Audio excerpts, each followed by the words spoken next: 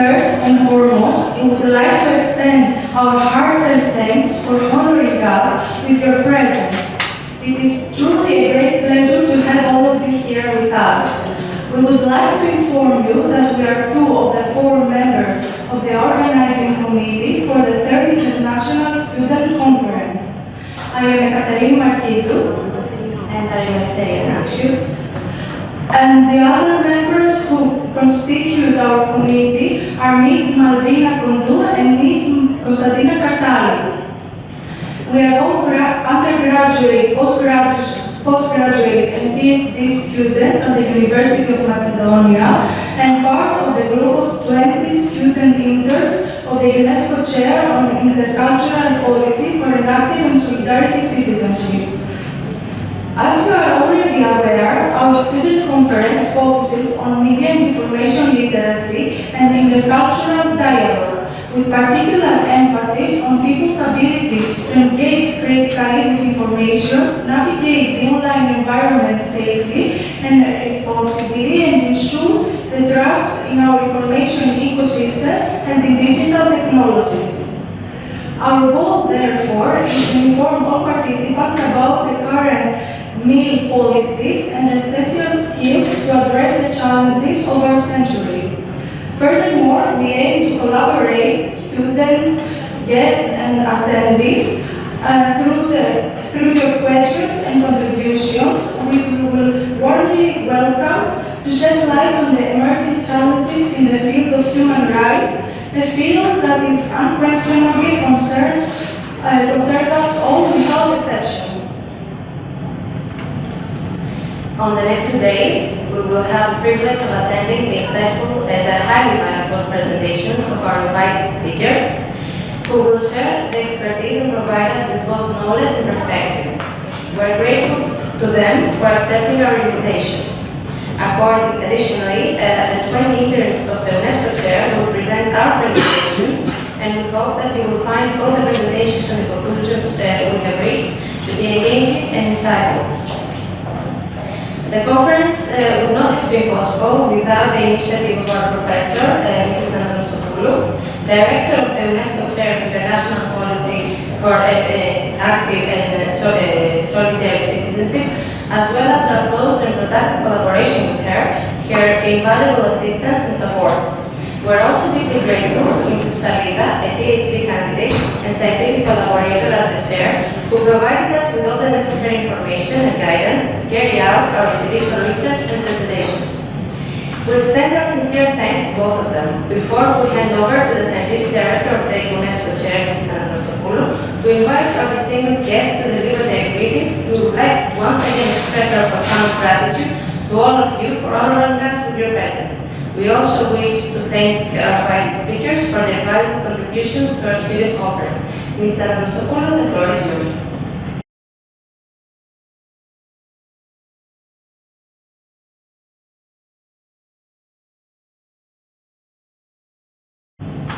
So I'm sorry I cannot start my camera, but anyways,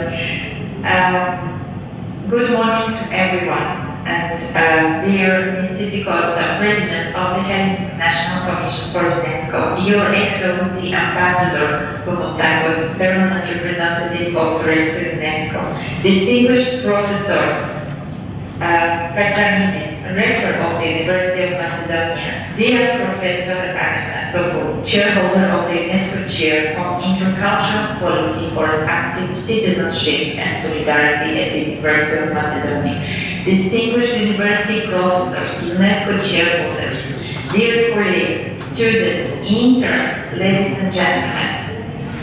It is an honor and pleasure to have been invited to participate today in this third visionary online international student conference devoted to the media and information literacy and intercultural dialogue. On behalf of my director of Future of Learning and Innovation Division and the UNESCO Chair's team, Mr.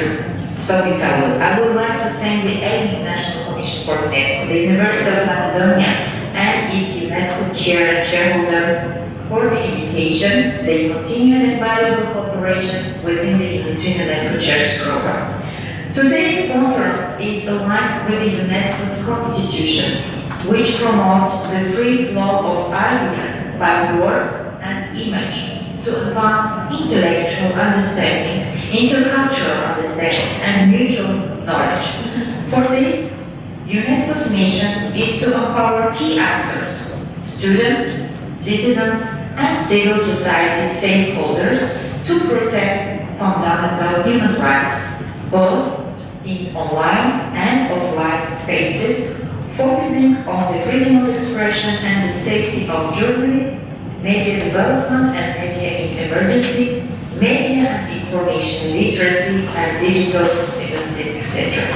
Through continued collaboration with educational institutions, universities, academia, centers, notably with the UNESCO chairs and unity networks, UNESCO is confident that journalism graduates will be better prepared to uphold the principles of truth, fairness, and integrity in their work.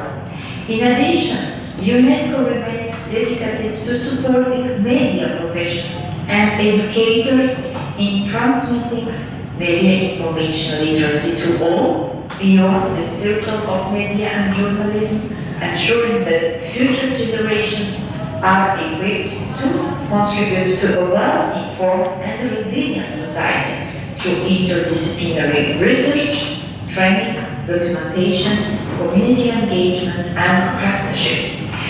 Your conference aims to develop all the skills, know-how, and attitudes that will contribute to the development of initiatives, actions, programs, and partnerships regarding media and information literacy.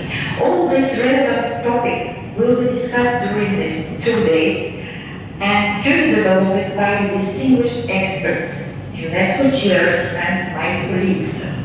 Global solidarity and international cooperation and collaboration are in the heart of the Unity UNESCO Chairs program. The network of UNESCO chairs is indeed a valuable asset for the institutional and intellectual cooperation, as UNESCO chairs contribute to the national, regional, and international influence of the universities aimed at promoting UNESCO's programs by achieving the SDGs of the 2030 Agenda and beyond, by strengthening synergies with the organization and with other UNESCO networks, by promoting the intellectual contributions in line with the UNESCO's mandate. And finally, the network of UNESCO chairs is described by Mr. Federico Maio, our former Director General of UNESCO, and who launched this program in 1992, as a network of hope. Despite many crises shaking our world today, there is a hope for the future, because human beings are capable of creating and imagining different ways of acting. This is why it is necessary at all levels, from local to global, and with all of you, to mutually contribute to an active global and international solidarity in building our futures together. I wish you all a fruitful and successful deliberations and successful conference, and we look forward to continued collaboration with your UNESCO chairs and all UNESCO chairs in Greece and your area of expertise within the framework of the UNESCO Chairs program. Ευχαριστώ.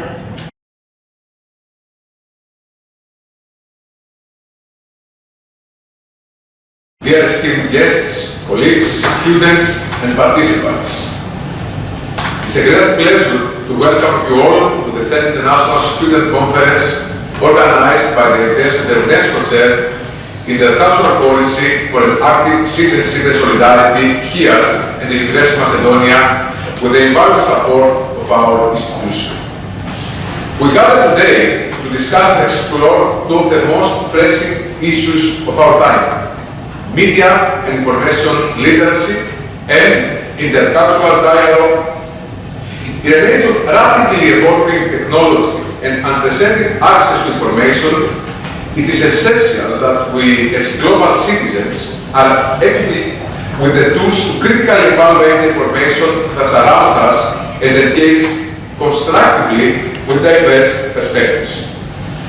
Media literacy is not just about navigating the digital world, but also about promoting responsible and informed participation in society. At the same time, intercultural dialogue is becoming increasingly vital. In a world characterized by growing cultural exchanges and migrations, fostering mutual understanding and respect between cultures is essential for building cohesive and peaceful communities. This is the central mission of the UNESCO Chair that we are proud to host here at the University of Macedonia. As Vice Rector of this university, I am particularly proud of the initiative taken by our students and interns in organizing this conference. It is through such collaborative efforts that we foster critical thinking, solidarity, and the active participation of young people in shaping the future. The topics you will explore during this conference are not only relevant, but necessary in addressing the challenges we face in the 21st century. I would also like to extend my sincere thanks to Professor Anastasiou, all speakers, panelists, and participants for sharing their expertise and insights.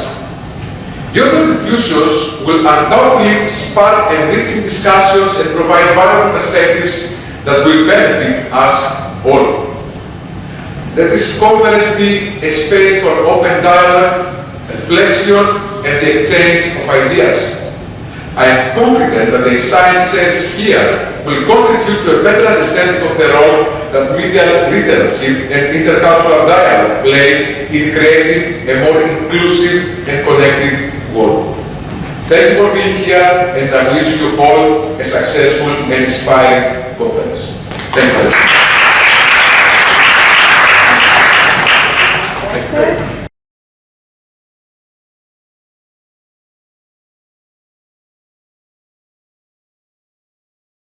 The Director of the UNESCO Chair of Intercultural Policy for an Active Friendship and Solidarity at the University of Macedonia, Greece, I am very pleased to welcome you to the third International Student Conference on Media and Information Literacy and Intercultural Dialogue.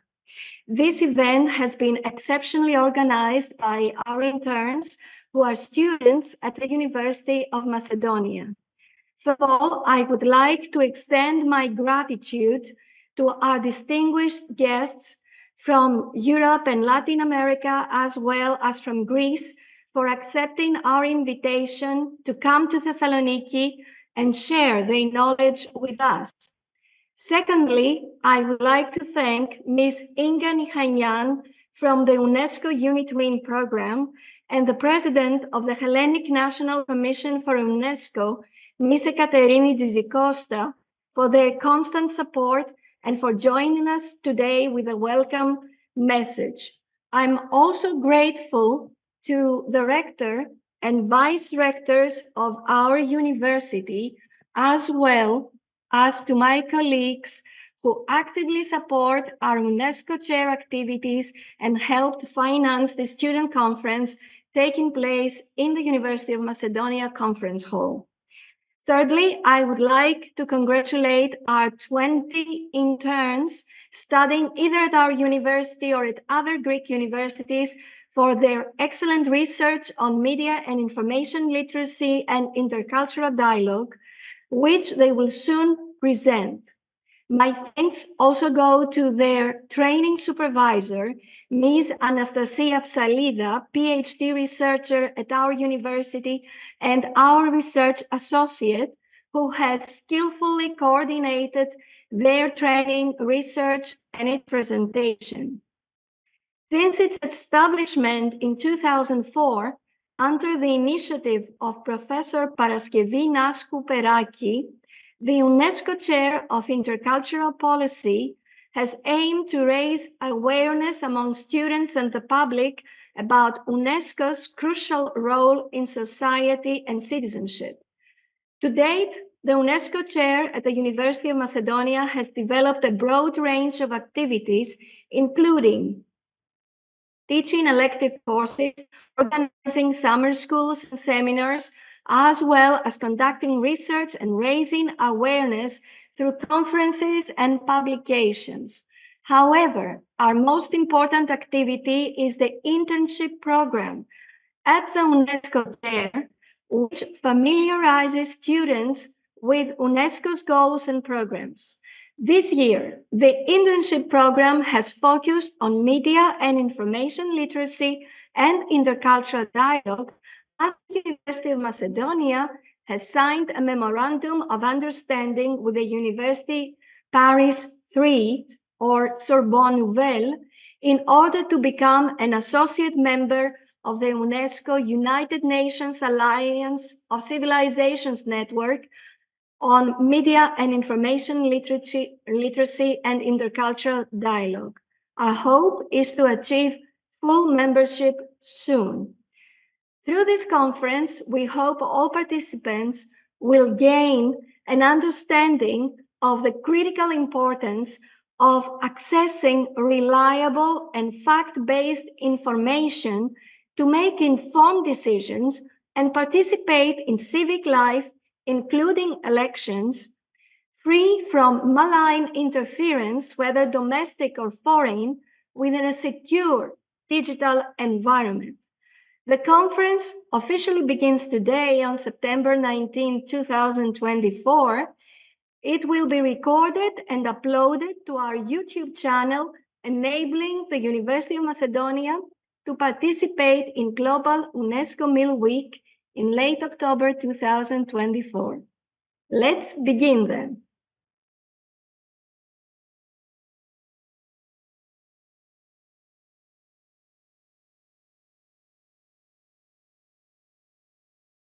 My name is Taxarcha Papadopoulou, and the topic of my presentation is UNESCO and Media and Information Literacy.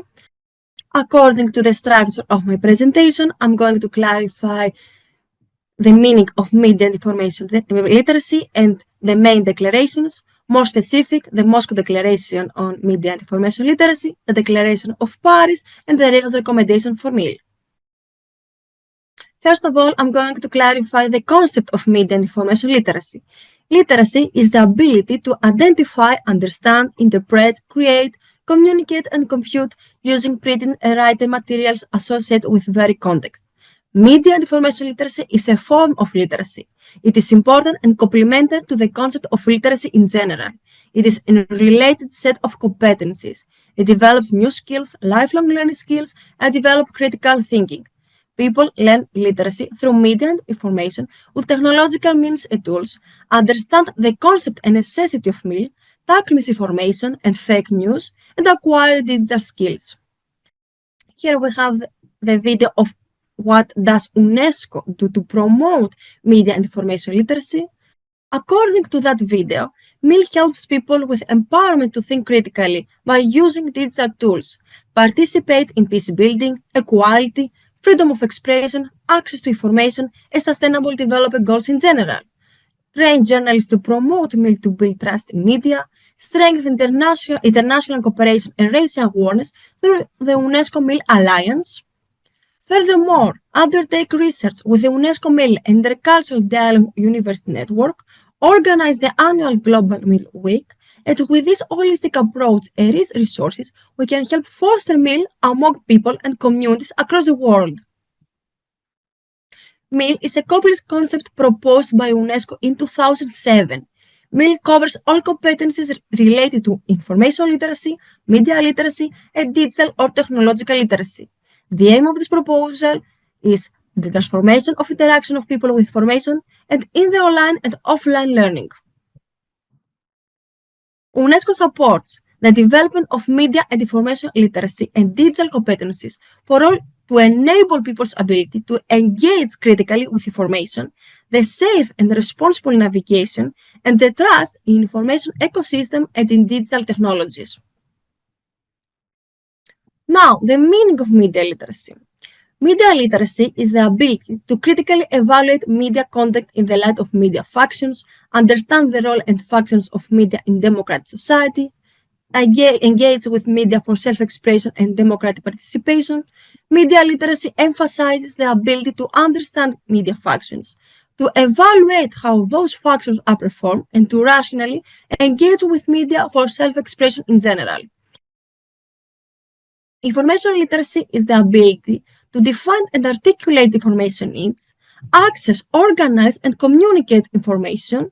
Information literacy emphasizes the importance of access to information and evaluation and ethical use of such information in general. Last but not least, digital literacy is the ability to access, manage, understand, integrate, communicate, evaluate, and create information safely and appropriately through digital technologies for employment. It includes skills such as ICT skills, in particular youth to adopt a critical mindset and build resilience in the face of disinformation, hate speech, and violent extremism. Now, one of the most crucial declarations is the Moscow Declaration on Media and Information Literacy, which has taken place in 2012. 130 participants from 40 countries have participated in this declaration. These people were executive and experts, researchers and professors of journalism, stakeholders for educational institutions, libraries, and media practitioners, representatives of international and national associations. The aim of this declaration was raising the public awareness, identifying key challenges and outlining policies and professional strategies, and contributing to improving international, regional, and national response to mail issues. Some of the most important proposals of this declaration is to recognize that mail is essential to the well-being and progress, develop capacity and promote collaboration, prioritize support to networks and organizations, and invest in capacity building. Moreover, promote related competencies which support reading, writing, speaking, listening, and viewing, encourage intercultural dialogue and international cooperation, and promote and protect the rights of freedom of expression, freedom of information, right to privacy and confidentiality, ethical principles, and other rights. The second crucial declaration is the Paris Declaration on Meal in the Digital Era, which has taken place in 2014. It was during the first European Media and Information Literacy Forum at the UNESCO headquarters in Paris.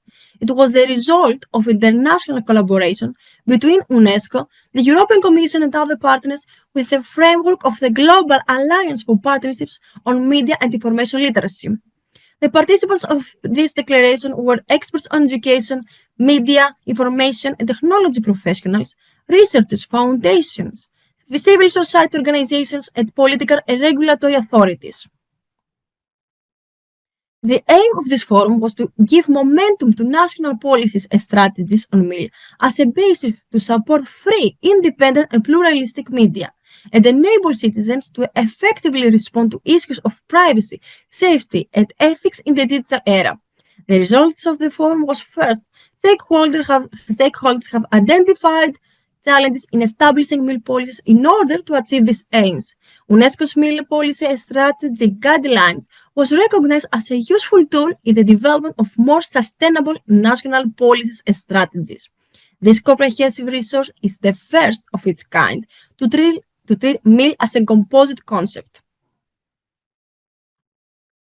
Last but not least, Riga's recommendations, we have Riga's recommendations on media and information literacy in a shifting media and information landscape in 2016.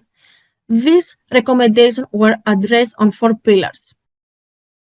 The first pillar is a call on each UNESCO member state to ensure that meal programs and policy are developed as central to national and international policies designed to promote civic participation in democratic life, to promote awareness and recognition of the relevance of meal to youth and to aging populations. We have a call on UNESCO. Every year we have the Global Media and Information Literacy Week to call for a multi-stakeholder meeting with the internet and technological intermediaries and member states together with GovMeal to advance the meal agenda, find mutual grounds, and strengthen media and information literate societies. The second pillar is a call on internet and technological intermediaries and media and information providers to increase engagement in policy making, training, capacity building, and evaluation with all MIL stakeholders, to explore common grounds for cooperation, to act in respect of human rights for public good and knowledge societies, to join in partnership with the education sectors and MIL communities, to operate license schemes where content is not freely available. The third pillar is a call on civil society to encourage participation in government network, to build alliances with media organizations and the professional association of journalists, to champion learning through media and information resources as well as about them. And last but not least, we have a call on educators, audiovisual regulators, libraries and information specialists, journalists and other media professionals, museums, archives and publishers to ensure that all citizens have access to reliable and quality assured information and to promote media and information literacy, enable all citizens to take part in political and social life in a democratic society. As we said, every year we have the Global Media and Information Literacy Week.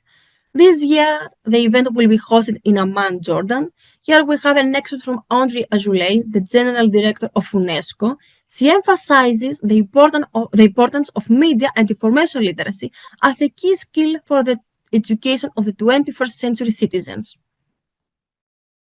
To sum up, media and information literacy provides a set of essential skills to address the challenges of the 21st century, including the proliferation of mis and disinformation and hate speech, the decline of trust in media, and digital innovations, notably artificial intelligence. Media and information literacy is a prerequisite for sustainable development. Declarations, recommendations, and researches were carried out that highlighted the functionality and importance of MIL as a basic skill of people in the 21st century for valid information. MIL as a form of literacy proved its essentiality through people's daily use through media and information. People should have critical thinking and maturity to research and examine the data they collect in a critical era where knowledge of technological means is a necessary skill. Thank you for your attention.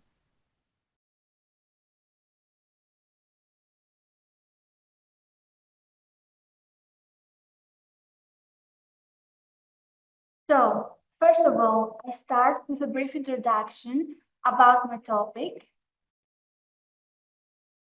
Then I will talk about the benefits of literacy. After that is the 4 key principles in the literacy vision. Then is UNESCO strategy based on 4 dimensions, followed by the main objectives of UNESCO strategy. And I will also proceed to talk about the 4 strategic priority areas. And finally, I will present to you my conclusions. Literacy is a significant human right to education, essential for the access of other fundamental human rights. Consequently, it is essential for both youth and adults to have access to literacy programs in order to obtain literacy, numeracy, and digital skills. The acquisition of such skills will assist youth and adults to break the barrier, enabling them to engage and become more active members of society. At UNESCO's 40th General Conference, which took place on the 15th November of 2019 in Paris, UNESCO suggested a new strategy for youth and adult literacy, and it was supported and adopted by the member states. This new strategy was created and based on the outcomes of previous initiatives, namely the United Nations Literacy Decade and the UNESCO Literacy Initiative for Empowerment.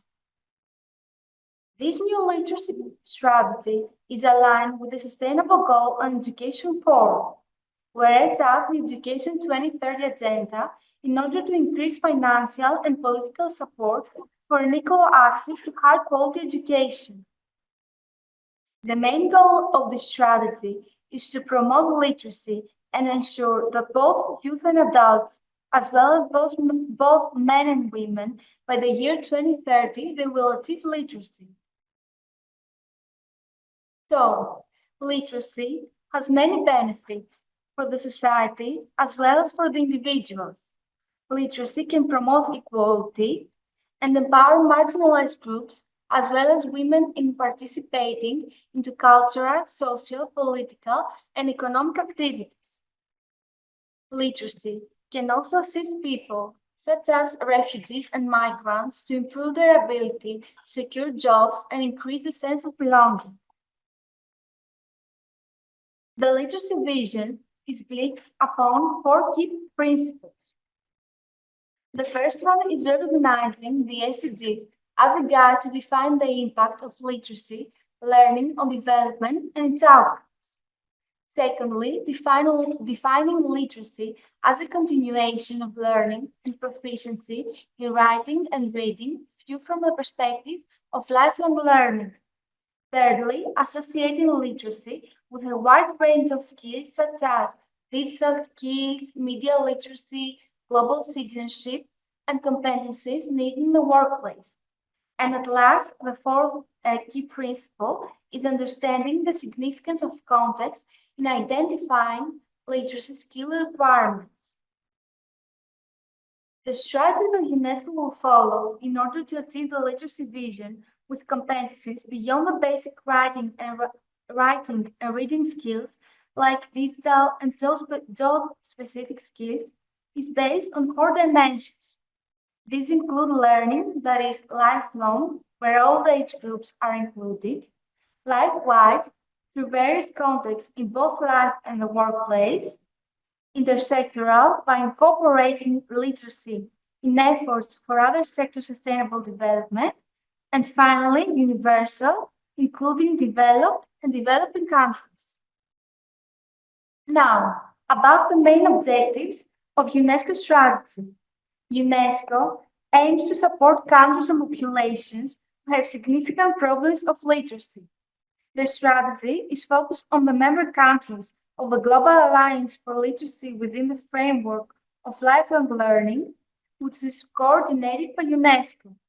In GAL belong the 20 countries with an adult literacy rate below 50% and the E9 countries. Also, UNESCO aims to address the learning needs of marginalized people, including refugees, migrants, and indigenous people who are part of the 550 million adults around the world who lack basic literacy skills, focusing on gender equality. Moreover, UNESCO aims to strengthen and encourage the cooperation between these countries to exchange practices for the promotion of literacy in a lifelong learning perspective. And finally, UNESCO aims to achieve the Sustainable Goal 4 on quality education concerning the literacy of youth and adults, the target 4.6. The action plan of UNESCO strategy for youth and adult literacy outlines strategic priority areas, budgetary and organizational implications, partnerships and advocacy, resources, whereas at the evaluation and monitoring of the strategy. This strategy has four strategic priority areas. Firstly, supporting member states in developing national literacy policies and strategies, and there will be offered training programs in these states, such as the online course on integrating youth and adult literacy and learning in education sector plans by the UNESCO International Institute for Education and Planning and UNESCO Institute for Lifelong Learning. UNESCO will also ensure the quality of literacy provision by developing and improving the standards and curricula of training programs and by strengthening the qualifications and skills of the literacy instructors. Secondly, addressing the learning needs of disadvantaged groups, particularly women and girls. UNESCO will provide policy advice for strengthening programs to address the needs that people in disadvantaged groups like ethnic minorities, people with disabilities, indigenous people, as well as women and girls. Thirdly, leveraging digital technologies to expand access and improve the learning outcomes. UNESCO will support member states by building a knowledge base on the use of artificial intelligence, AI, and digital technologies for youth and adult literacy in line with the 2019 Beijing Consensus on AI and education. UNESCO will also expand quality literacy learning opportunities through technical assistance in creating national open educational resources guided by the 2019 UNESCO recommendation on OER. And lastly, monitor progress and assessing literacy skills and programs. The monitoring of progress towards SDG 4 Target 4.6 in a universal level will be accomplished with the development of standards for assessment as well as by sharing of experiences and knowledge. So, now, to conclude, this new UNESCO strategy for youth and adult literacy is significant since adults and youth, the acquisition of skills related to literacy, will be able to engage more into society. Also, the new digital technologies used will be a leverage to improve the learning outcomes. Moreover, with this UNESCO strategy, both men and women, whereas as marginalized people of all ages, will have the opportunity to enhance their basic literacy skills. And finally, the accomplishment of literacy in a global level will promote the equality in all aspects of life, will empower people, whereas it will be of great contribution for peace and a more sustainable development. Thank you so much for your attention.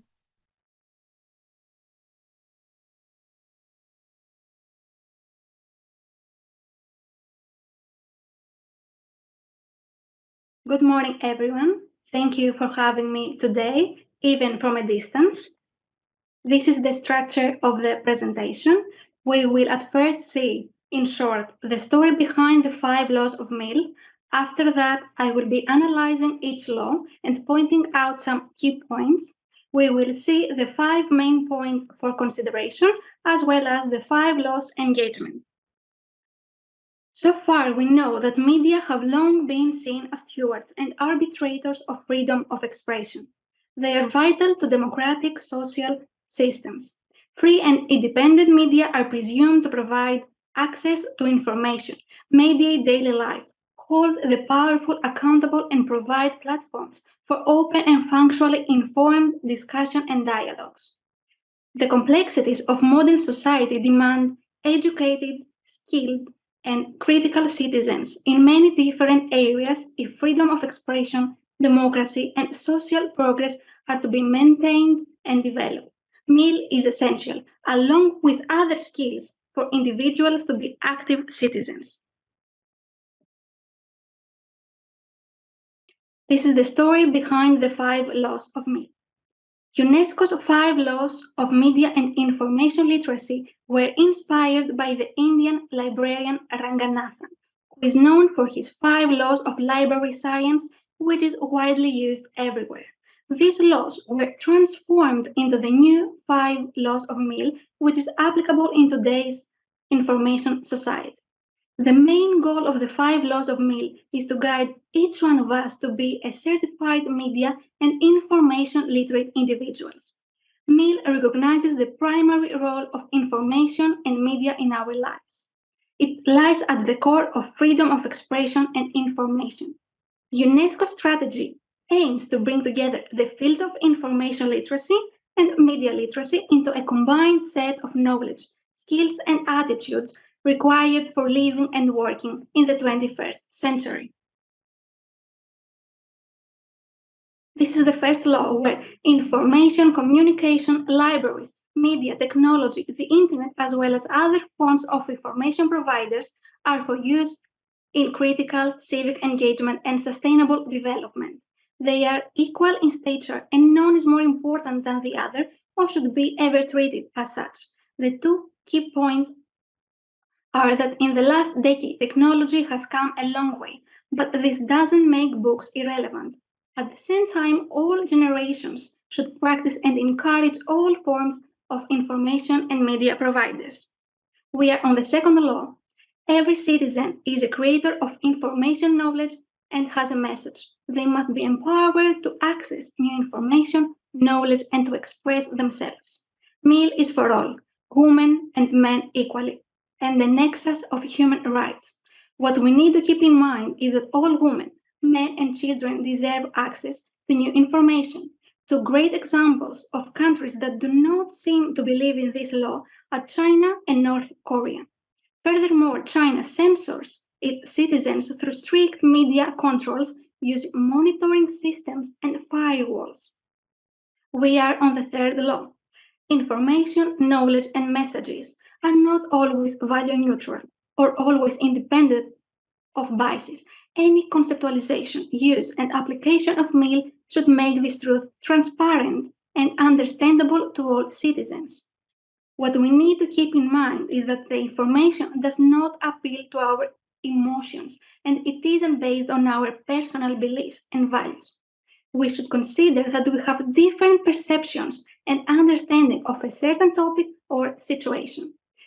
The most important, online posted news sometimes may not be accurate because the journalist may be biased when it comes to reporting facts, and all we see is their point of view. This is the fourth law.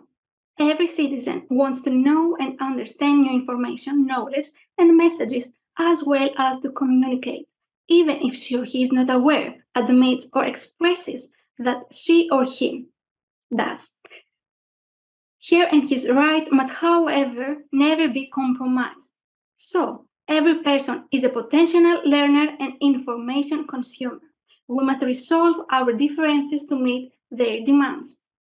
The given example is the government that should not withhold information from the public about what is happening in the society, because people have the right to know even if they don't actively seek out the information.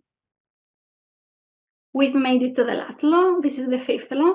Media and information literacy is not acquired at once. It is a lived and dynamic experience and process. It is complete when it includes knowledge, skills, and attitude, and when it covers access, evaluation, or assessment use production and communication of information, media, and technology content. So, meal is a lifelong dynamic process through which we need to develop and educate ourselves. According to Brahman, technology, law, state are elements factored in understanding information production and dissemination. If we understand meal as a state of constant alertness, we can later enjoy the ride. What we have noticed so far is that UNESCO's 5 laws of meal use gender binary language. It has social construction of information, as well as information neutrality. It points out people's desire for information and it includes information ethics and critique. If we had to give some hashtags, the first law would be associated with knowledge and active citizens. The second law would be linked to communication and diversity. The third law would be associated with critical and inspirational thinking, while the fourth law would be associated with media and technology engagement. Lastly, the fifth law would be linked to sustainable development and civic engagement. In summary, media and information literacy is the most important set of competencies for every person in every country to understand the current world and prepare for the future. At the same time, science is not neutral. It should aim to improve people's lives. A key goal of MIL should be to prevent the rise of individuals who diminish women, praise torture, incite gang violence. Along with that, encouraging criticism and theoretical dialogue was praised more than once as a concept that demands lifelong, which means during the entire life, and life-wide, which means throughout every aspect of life. Training and practicing is in fact crucial to keep reflecting on MIL as context changes and brings new challenges. The term law may feel rigid and outdated, however, the term law is a statement of the importance of meal and a metaphor in the sense of Ranganathan's law, not a legal rule to be followed, but more as an observation of the general way meal should work.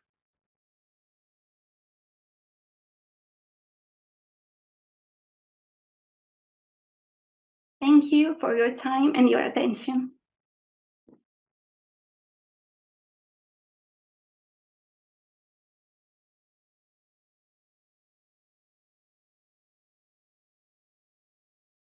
Good morning, ladies and gentlemen, and thanks to the President for giving me the word. In this presentation, we're going to talk about the core principles and the goals of the Seoul Declaration, also the strategies for implementation, and both challenges and opportunities this declaration faces. The Seoul Declaration for Media and Information Literacy for Everyone and by Everyone was officially adopted on October 27, 2020 in Seoul, South Korea during the Global Meal Week Future Conference organized by UNESCO and hosted by the Republic of Korea. It represents a significant step towards recognizing the critical role that media and information literacy plays in contemporary society. In an era defined by rapid technological advancements and an overwhelming influx of information, the ability to critically engage with media and information is paramount. This declaration outlines key principles, goals, and actionable steps to ensure that all individuals have the skills and opportunities to navigate and contribute to the media landscape effectively. The core principles of the Seoul Declaration are: first of all, universal access to media and information. It asserts that every individual, regardless of their socioeconomic, cultural, or geographic background, must have equal access to media and information. This principle underscores the importance of bridging the digital divide and ensuring that marginalized communities are not left behind in the digital age. Furthermore, in a world where misinformation and disinformation are rampant, the ability to analyze, evaluate, and discern credible information from falsehoods is crucial. Media and information literacy education should equip individuals with the tools to scrutinize the sources, context, and content of the information they encounter. Moreover, media information literacy is not only about consuming information, but also about creating and sharing content responsibly. By promoting creativity, the Declaration aims to empower individuals to contribute to the media landscape with original, ethical, and meaningful content. It highlights also the importance of respecting human rights, privacy, and democratic values in the digital space. Ethical media practices are essential for maintaining the integrity of information and fostering a respectful and inclusive online environment. Furthermore, the Declaration advocates for continuous education and skill development to keep pace with the evolving media landscape. Lifelong learning ensures that individuals remain adept at using new technologies and platforms effectively and responsibly. Finally, the Declaration stresses the importance of collaboration and participation among various stakeholders, including governments, educational institutions, non-governmental organizations, and the private sector. By working together, these entities can create a supportive ecosystem that promotes media information literacy for all. The goals of the Seoul Declaration are, first of all, to empower citizens. By providing individuals with skills to access, analyze, and create information, the Declaration aims to enable active participation in public life. Informed citizens are better equipped to engage in democratic processes, advocate for their rights, and contribute to their communities. Secondly, to enhance democratic processes. An informed and media literate populace is essential for the functioning of a healthy democracy. When citizens can critically evaluate information and hold institutions accountable, it strengthens democratic governance. Furthermore, to promote social cohesion by ensuring equal access to media and information, the Declaration aims to foster mutual understanding and reduce social inequalities. Media and information literacy can bridge cultural and social divides, promoting a more inclusive and cohesive society. Lastly, to improve quality of life, access to accurate and relevant information can help people make informed decisions in their daily lives, from health and education to employment and civic engagement. Media and information literacy empowers individuals to navigate the complexities of modern life more effectively. To achieve its goals, the Declaration advocates for the integration of media and information literacy into formal education systems. This includes incorporating MIL into school curricula at all levels from primary to higher education. Educators should be trained to deliver MIL content effectively, ensuring that students develop critical thinking and media skills from an early age. In addition to formal education, the Declaration highlights the importance of community-based meal programs. Libraries, community centers, and NGOs can play a crucial role in providing media literacy education to individuals of all ages. These programs can be tailored to meet the specific needs of different communities, making meal accessible to everyone. Public awareness campaigns are essential for promoting the importance of meal. Governments and organizations can use various media channels to raise awareness about the benefits of meal and encourage citizens to engage in lifelong learning. These campaigns can also address specific issues such as combating misinformation and promoting digital safety. The declaration also calls for collaborative efforts among stakeholders. Governments, educational institutions, the private sector, and civil society organizations must work together to create a supportive environment for meal. Public-private partnerships can leverage resources and expertise to develop and implement effective meal initiatives. Implementing the principles and strategies of the Seoul Declaration presents both challenges and opportunities. Firstly, bridging the digital divide remains a significant challenge. Ensuring that all individuals have access to the necessary technology and internet connectivity is essential for the success of meal initiatives. Moreover, combating misinformation and disinformation is an ongoing struggle. Media literacy programs must continuously adapt to address new forms of deceptive content.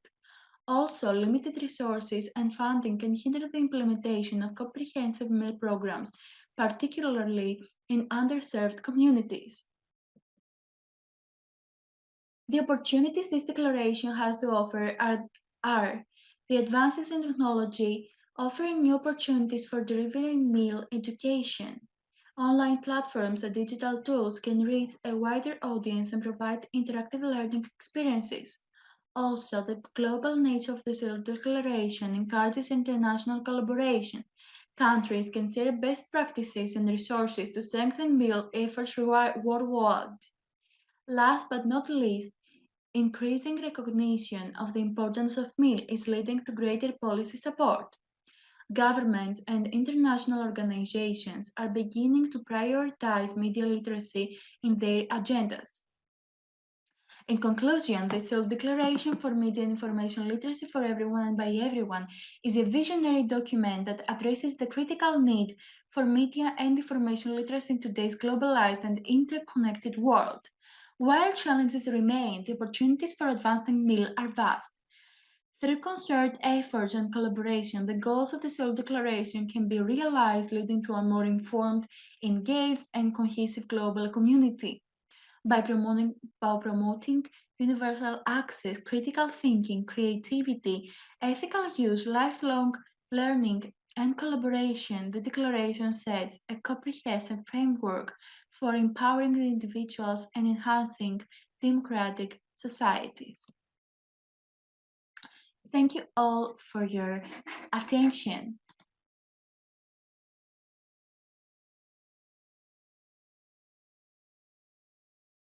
The topic of my presentation is case C-125 of 2022, RT France against Council of the European Union, freedom of expression. RT France is a single shareholder limited company based in Paris and funded by the Russian government. Its single shareholder is the Russian DV Novosti. Due to the Russian invasion of Ukraine in 2022, the EU prohibited Arctic group activities in all languages in all member states. On 8 March 2022, Arctic France brought an action for annulment in the General Court against the restrictive measures of the Council. Arctic France was accused of broadcasting audiovisual content that promotes Russian propaganda against Ukraine. The applicant claimed that these measures violate the freedom of expression and information and requested their annulment. The arguments of the parties, RT France claimed that the court should annul the contested acts insofar as they relate to it, and also ordered the council to pay the cost. On the other side, the council contended that the court should dismiss the action and order the applicant to pay the costs. In order to support the appeal, the applicant submitted 4 pleas for annulment, one of which is the violation of freedom of expression and information. The Council's competence to adopt the contested acts. The Council supported that it was competent for issuing the contested acts and it disputed the applicant's arguments. The Council is able to determine the restrictive measures relative to common foreign and security policy field, therefore it temporarily prohibited the content of RT group. The Council estimated that the restrictions would protect the European Union from the Russian media disinformation, which threatens European public order and security. The French national law cannot exclude Council's competence to impose restrictions, since the contested decision cannot be achieved through national regulatory authorities. Since the applicant did not refer to the division of the internal competencies of the EU, Council's competence cannot be contested. The restrictive measures was taken in order to ensure the uniform application within the EU. Therefore, RT France's complaint about the Council's incompetence was rejected as unfounded. The second plea for cancellation. RT France claimed that the restrictive measures, firstly, do not serve the purpose of general interest, and secondly, hinder the freedom of expression and information throughout the EU. There is no specific and objective time limit. There is no evidence of propaganda and disinformation activities. The conflict was a defensive and preventive action by Russia, not a military attack that undermines the peace or security in Europe. The temporary prohibition hinders the activity of RT Group, which is in danger of closing down. The principles of case law. Under the Article 11 of the Charter of Fundamental Rights, everyone has the right to freedom of expression without interference by public authority and regardless of frontiers. The freedom and pluralism of the media are to be respected. Freedom is applicable not only to information or ideas that are favorably received, but also to those that offend, shock, or disrupt. Sanctions may be imposed on any forms of expression that propagate, promote, or justify hatred based on intolerance and the use of violence. The right to freedom of expression may be subject to limitations on matters of legitimate public interest or matters of serious public concern. Journalists should provide reliable and precise information in accordance with the ethics of journalism. Audiovisual media have a more immediate and powerful effect than the print media, therefore, the intervention should be proportionate. Expression that promotes or justifies violence or any form of intolerance cannot claim protection. Now, the existence of a restriction on freedom of expression. There are 4 conditions. Firstly, any restriction on freedom of expression must be provided for by law.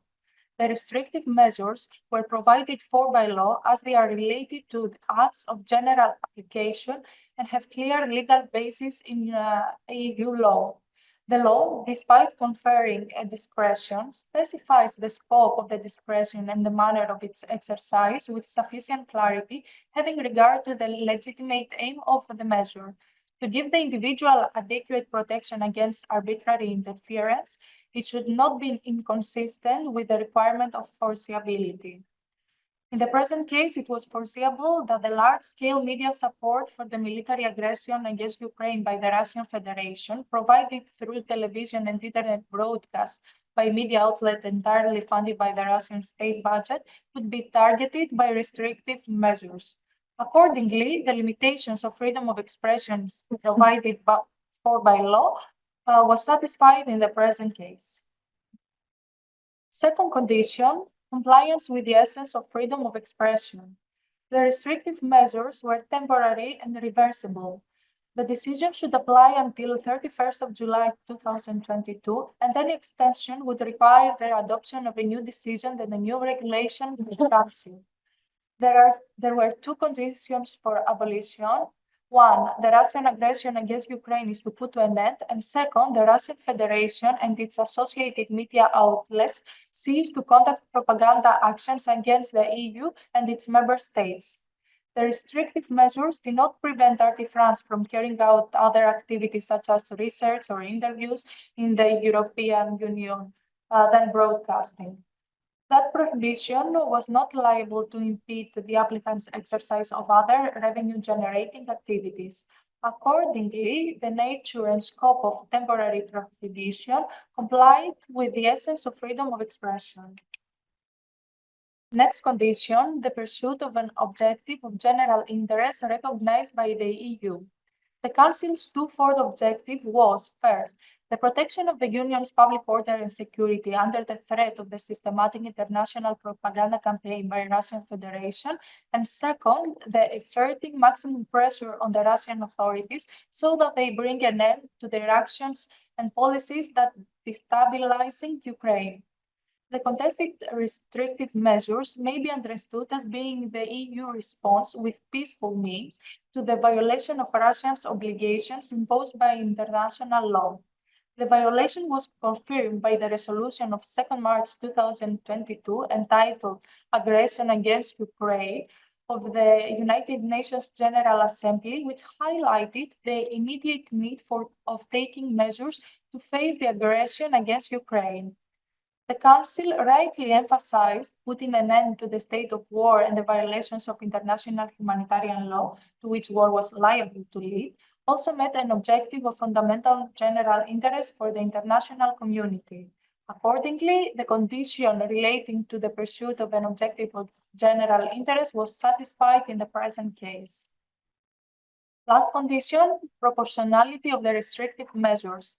The principle of proportionality requires the limitations which may be imposed by acts of EU law on rights and freedoms should be the least onerous, and the disadvantages caused must not be disproportionate to the aims pursued.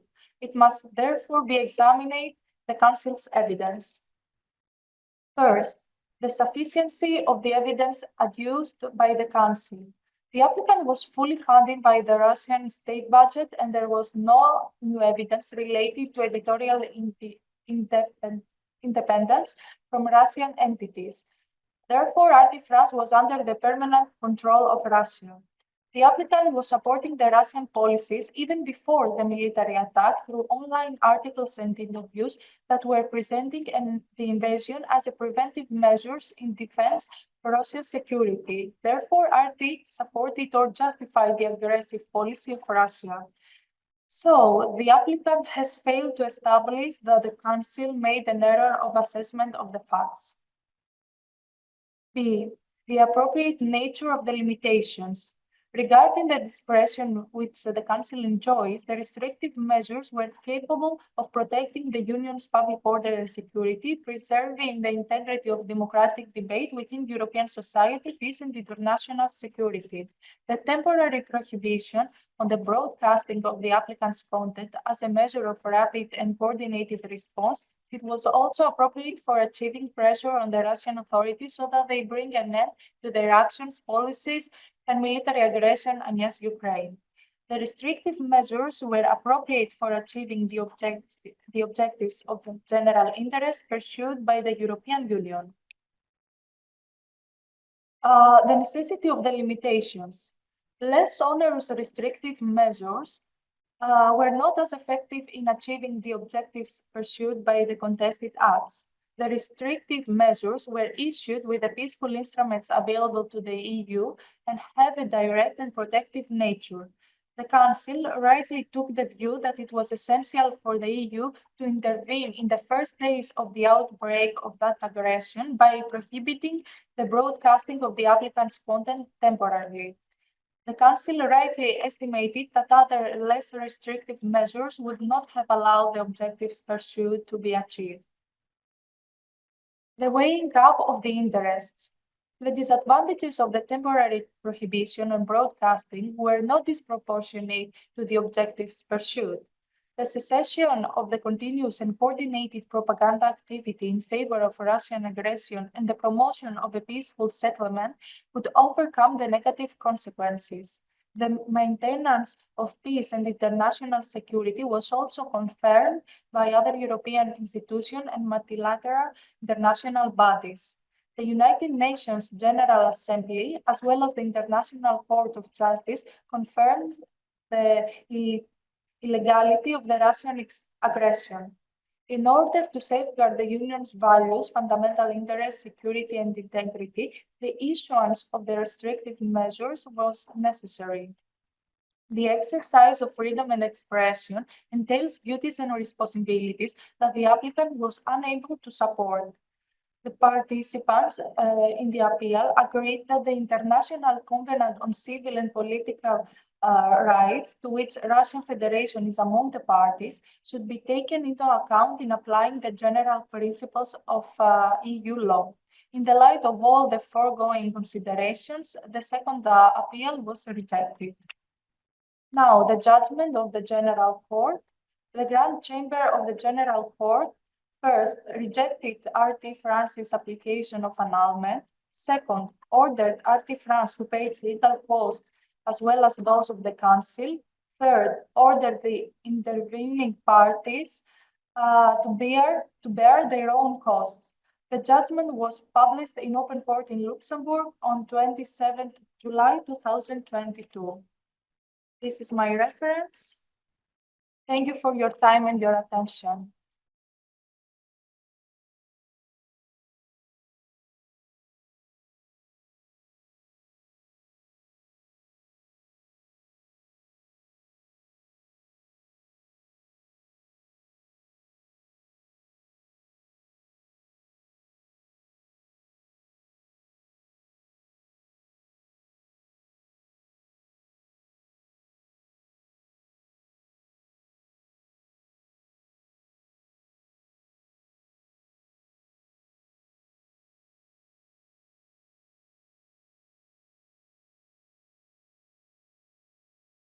I'd like, first of all, to express my gratitude to the organizing committee for accepting this invitation from me for speaking here.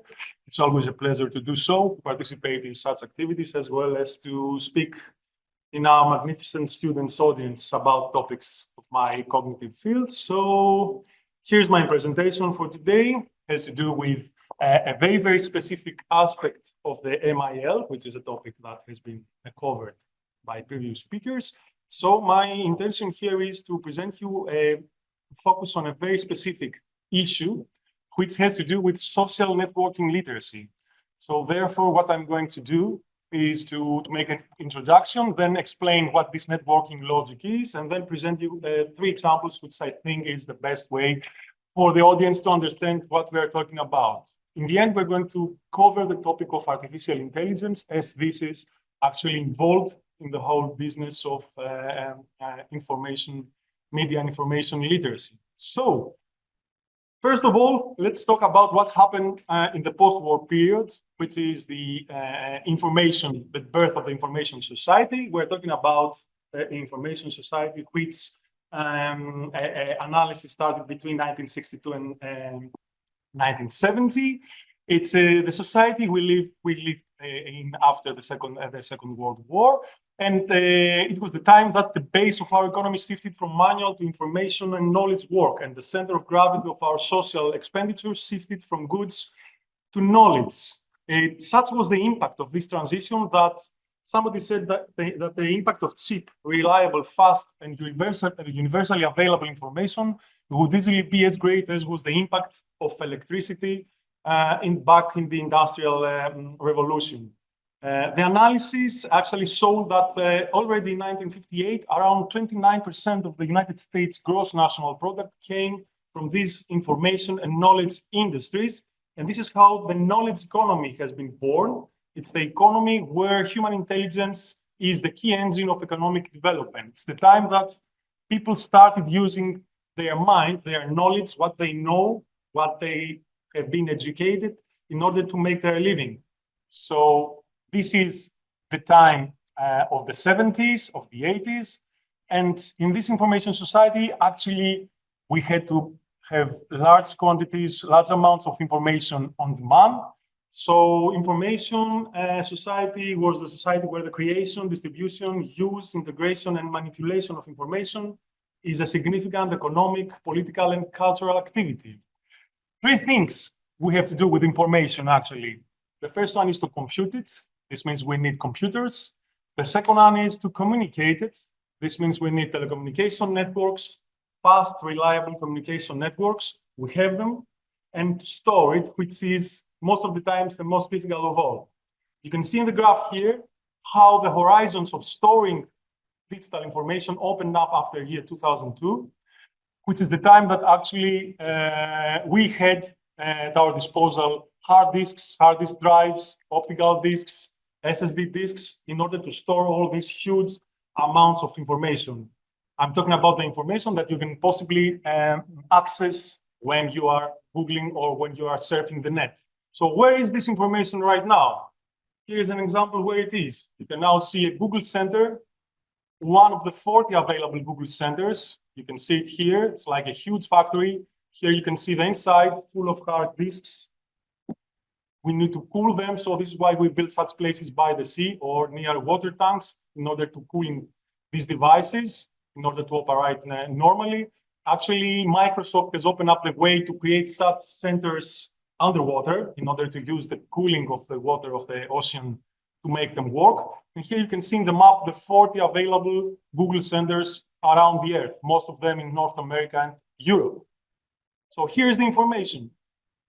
After the information age, what we did was to move to a new age, the so-called network age. So moving back to the information age, we had a literacy, a special sort of literacy, which is called search literacy. So back then, when all this information was available, people that had the aptitude to be able to search quickly for this information actually had an advantage over the rest.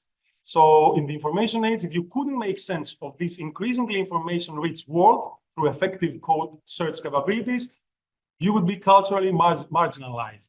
Similarly thinking, now that we are in the networking age, we have the networking literacy. So now those who can conceptualize and understand networks, these are the people that have an edge in today's fast-paced and hyper-competitive landscape. Somebody might say that, what's the networks? We had always networks. Societies were always networks. Friends had connections, their connections had other connections, and so on. So what's the difference now? The difference now is the fact that we have online networks. We have social networking sites that allow for this digital networking, and this has opened up huge capabilities of creating things. So today, somebody said that when you truly understand that you see networks around, it changes the way you plan and strategize. You move differently. Therefore, we introduce networking literacy in today's topic. And in order to understand what it means to have this networking logic when you do everyday tasks, let me show you two examples. The first one is how you do job hunting. In the information age, what you were doing was to simply go to job listings, see the job listings and start searching for something that may fit you, then send your CV and wait for a reply, and that's all. What you do now is that you look for people with connections to companies, then you trace the best path from these connections to people who can share useful intelligence, and then you are asking for recommendation to those people. This is the network way of thinking, and this is something that you may possibly do it every day because you were born in this society. However, this wasn't the situation many years ago. If you make it slightly more complicated, let's take, for example, investing. So what did you do in the information age when you wanted to invest and create your own company? First, you had to form an investment theory and then go search for a startup that may fit this theory. Or alternatively, you could purchase ad space in Yellow Pages so that talented entrepreneurs could find you. What you do now is that you first focus on being a great ally to a network and developing strong relationships where the information flow is highly reciprocal. Then you put yourself at as many key intersections in this network as you can, and this network will inevitably end up connecting you with entrepreneurs and investments. This is how it works now. This is how it works in the network age. So given that, you're now ready to understand what are the three levels of expertise in understanding networks. The first level, according to the literature, is the apprentice level. The second is journeyman, and the third is master. So let me present you these three levels. The first one, which is the basic one, or where most of us belong, is actually the level that you start using the network technology. This is the time that you are part of many networks like Facebook or LinkedIn. You visit them not only to receive announcements, but you understand that this is a place to strengthen personal relationships. You start using phrases and keywords with deliberate intention to maximize your discoverability by the kinds of people you want to be found from. And you understand that these networks are an excellent place to choicefully start crafting your so-called network identity. You are starting to tailor your profile and maximize chances of being discovered by the people or the groups that you'd like to. So this is the beginning of thinking of SN in a network literate way. The next level is the advanced one. This is the time that you have to start to establish your own network identity. So in this network age, your professional identity expands well beyond your job title and the company you work for, and this is something you possibly understand. You understand that you are not just you anymore, you are also who you know, how they know you, what they know about you, who they know, and so on. So this way of thinking is now becoming a second nature to you. You understand that your identity is multivariate, distributed, and partially out of control. Why? Because what this identity is doing in social networks is not only depending on you. Someone else can take your content, can take what you say, retransmit it, retweet it, say it however you want, and this is actually make your identity travel without your control. So your network helps shape your identity too. And you understand that increasing your network literacy also means understanding other people's network identities as well. So let's move to the final level, which is the level that you start utilizing the so-called network intelligence. Now, when you're in this master level, you know that information proliferates even faster in the network age. And you know why this is done, because if you transmit a message to people, these two people will transmit to another two people each. This makes them 4, then 8, then exponentially huge, large numbers of people who will receive instantly your information. So your networks at this level are your first reach because you've consciously built up pipelines of people who reliably deliver information that's highly significant and relevant to you. You are ready to find any sort of information in these networks, and you know who are the news breakers, the thought leaders, the critics, the skeptics, the influencers within your particular domain. You are familiar with their preferred sources and biases, and in order to be truly network literate is to always be thinking of how you can add value to the networks you are part of, and to make it a priority to turn connections into relationships and relationships into alliances. So these are the 3 levels of network logic in order to start making your presence not only visible, but useful in today's online social networks. So let me now move to the 3 case studies, the 3 interesting examples that show you what somebody can possibly do when he is network literate. We can talk for ages to show the advantages and the disadvantages of young people involved in social networks, and it's not the topic today. However, I'd like to focus on the outbreak of the COVID-19 pandemic, where we were isolated and we were called to deliver knowledge to operate schools, universities remotely and in isolated students. So back then, students and pupils that actually were network literated, and they were, trust me, this made communication more facilitated.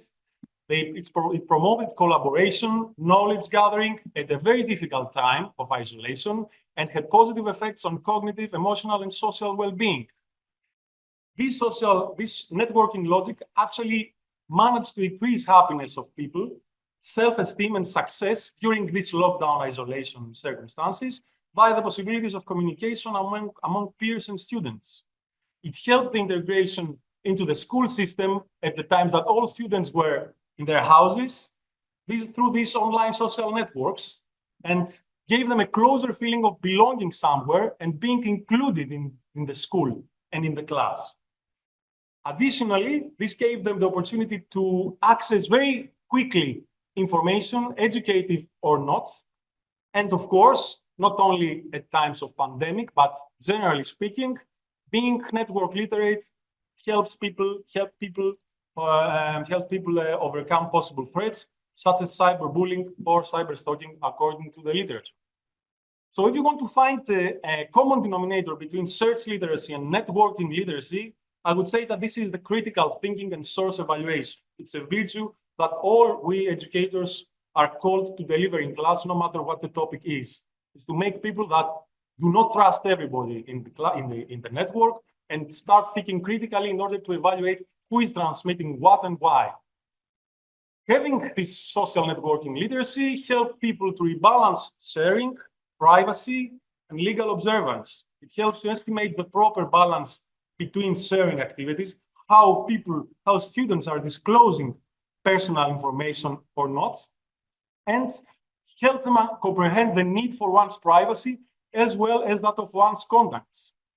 And this also helps them to comprehend the need to respect the intellectual property of fellow netizens. That's a general virtue in the public sphere where someone needs to see the world with the eyes of the other, by the eyes of the other. And this makes them more capable to protect themselves because they can understand what the others are doing when they want, for example, to perform illegal actions. So moving on to the second interesting example here, I'd like to go to the space of politics, online politics, and more specifically to electronic diplomacy. Let's go and focus on the first 3 months of the Russia invasion to Ukraine. These are the results I'm going to show you of very nice research carried out in our department under my supervision. And it has to do with how the two sides used the social networks during these first 3 months of the invasion. Actually, these two sides tried to perform specific tasks and attain their own goals. On the one hand, Ukraine tried to show to the world what is happening, presented Russia as an aggressor, violating the international law and breaking the international law. Actually, while the other side tried to disseminate a more idealized narrative, showing that this military operation tried to liberate Russian minorities imprisoned in Ukraine, and so on. So Ukraine tried to show that this is normal what's happening. Russia tried to show that's normal what's happening, while Ukraine actually sought for support and outer assistance. So let's see what social networks did here. We actually investigated 15 official Twitter accounts, the now so-called X, that use Twitter and official accounts of each side in order to disseminate messages.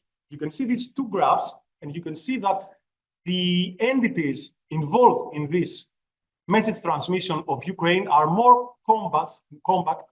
They are the communities that are formed are very close. You can see that the messages were more coordinated and the communities worked more effectively, while on the other side, the entities working with for Russia are more isolated, as you can see here. This one is the official account of Russia, which is fully isolated, bottom left here. And here is a single entity, which is the president of Russia, Medvedev, who is single and isolated here. This means that these two sides didn't use effectively social network logic and didn't attain their goals according to the media generally. If you want to have a more clear view of what they did, you can see that the Ukrainian side had a more coordinated manner of transmitting messages. you can see that the frequency here, the frequencies are similar. I have taken 4 random accounts transmitting Twitter messages, and you can see that qualitatively speaking, these frequencies are similar. When one transmits something, it's supported by someone else. So it's more effective to reach the audience. If you see on the other side, the Russia accounts, I have taken them 4 that tend to be qualitatively more similar, 4 out of 15. You can see that here, all accounts are doing whatever they want. There is very low degree of coordination, and therefore the effectiveness of transmitting messages to the global audience is not that high.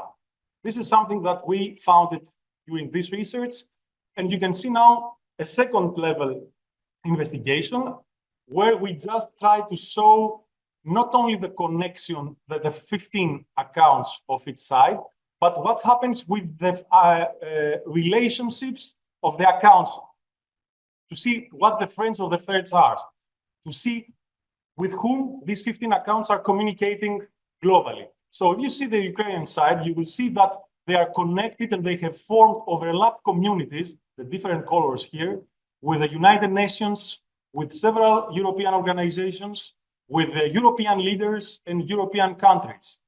On the other hand, you can see how dispersed are the receivers of information of these 15 official accounts. These are journalists all around the earth that are working in favor of Russia's narrative.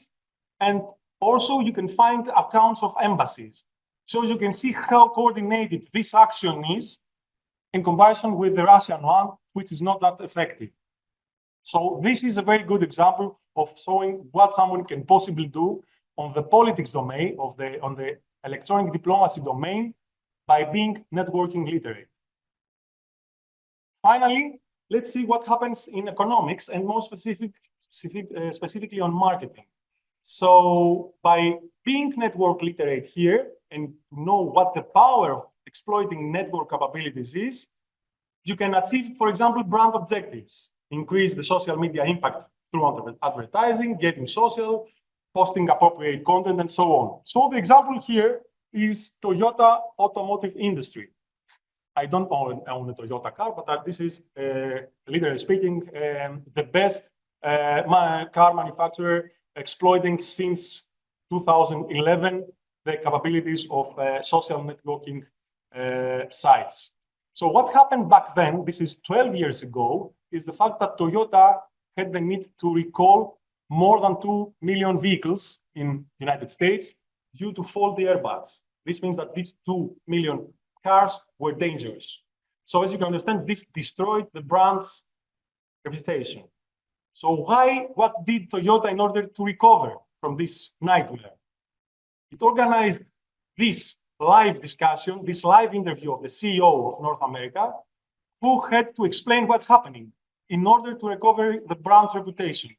So what they did here is to monitor at the same time of discussion an index in social network, a metric, which actually is called YouGov's brand index. And this is how consumers actually perceive the company's brand. And you can see this brown line here, how it dropped after this event and how in 4 hours of interview, it recovered the brand's reputation. So you can see in just 4 hours what Toyota managed to do by exploiting these networking capabilities. A second example that shows here what happens with marketing, and it's also part of a thesis carried out in our department, shows what happens when a company just launches information about a nice event in order to increase public awareness. This is the time that Toyota actually diffused messages that the new production line started producing the Toyota CHR. So at that time, you can see the spike. More than 100 social media sites had a positive sentiment of this rate, as you can see here, right because Toyota exploited the impact it can produce by diffusing a nice message, which of course will add value to what this company is doing. You can see the negative sentiment here and the positive in the spike.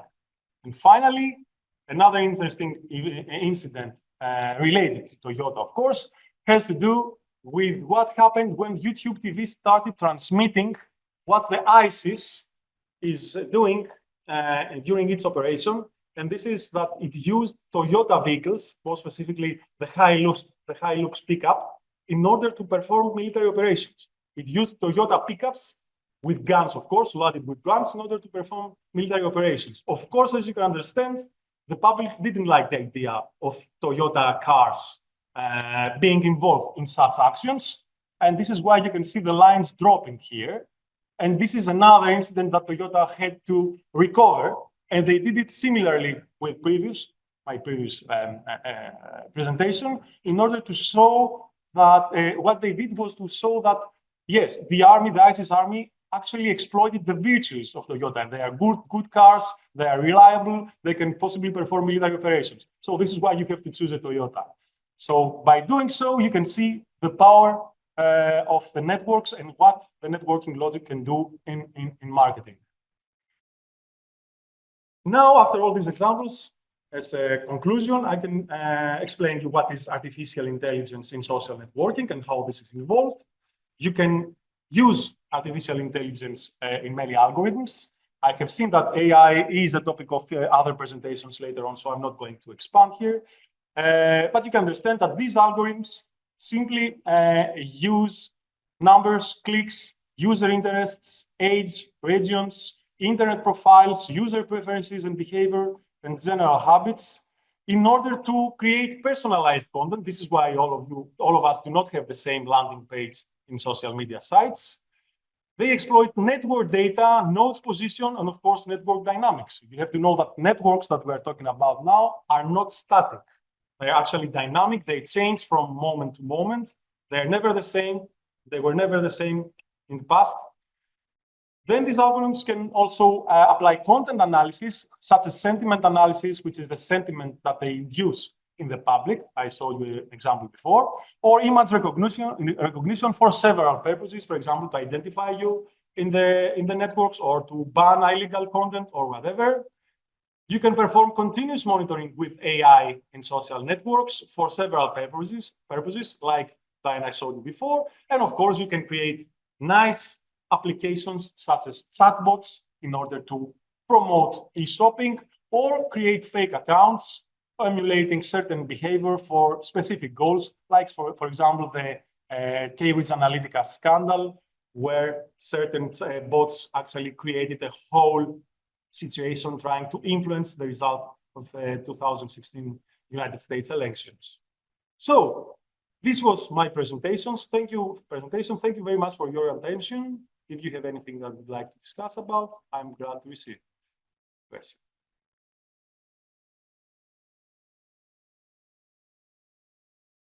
Thank you very much for this enlightening presentation.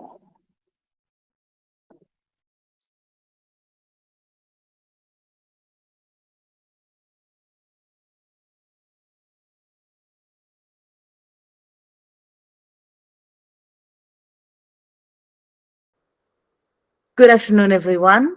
My name is Anna, and with my colleague Giro, we're going to present you the UNESCO and social media platforms presentation on this conference.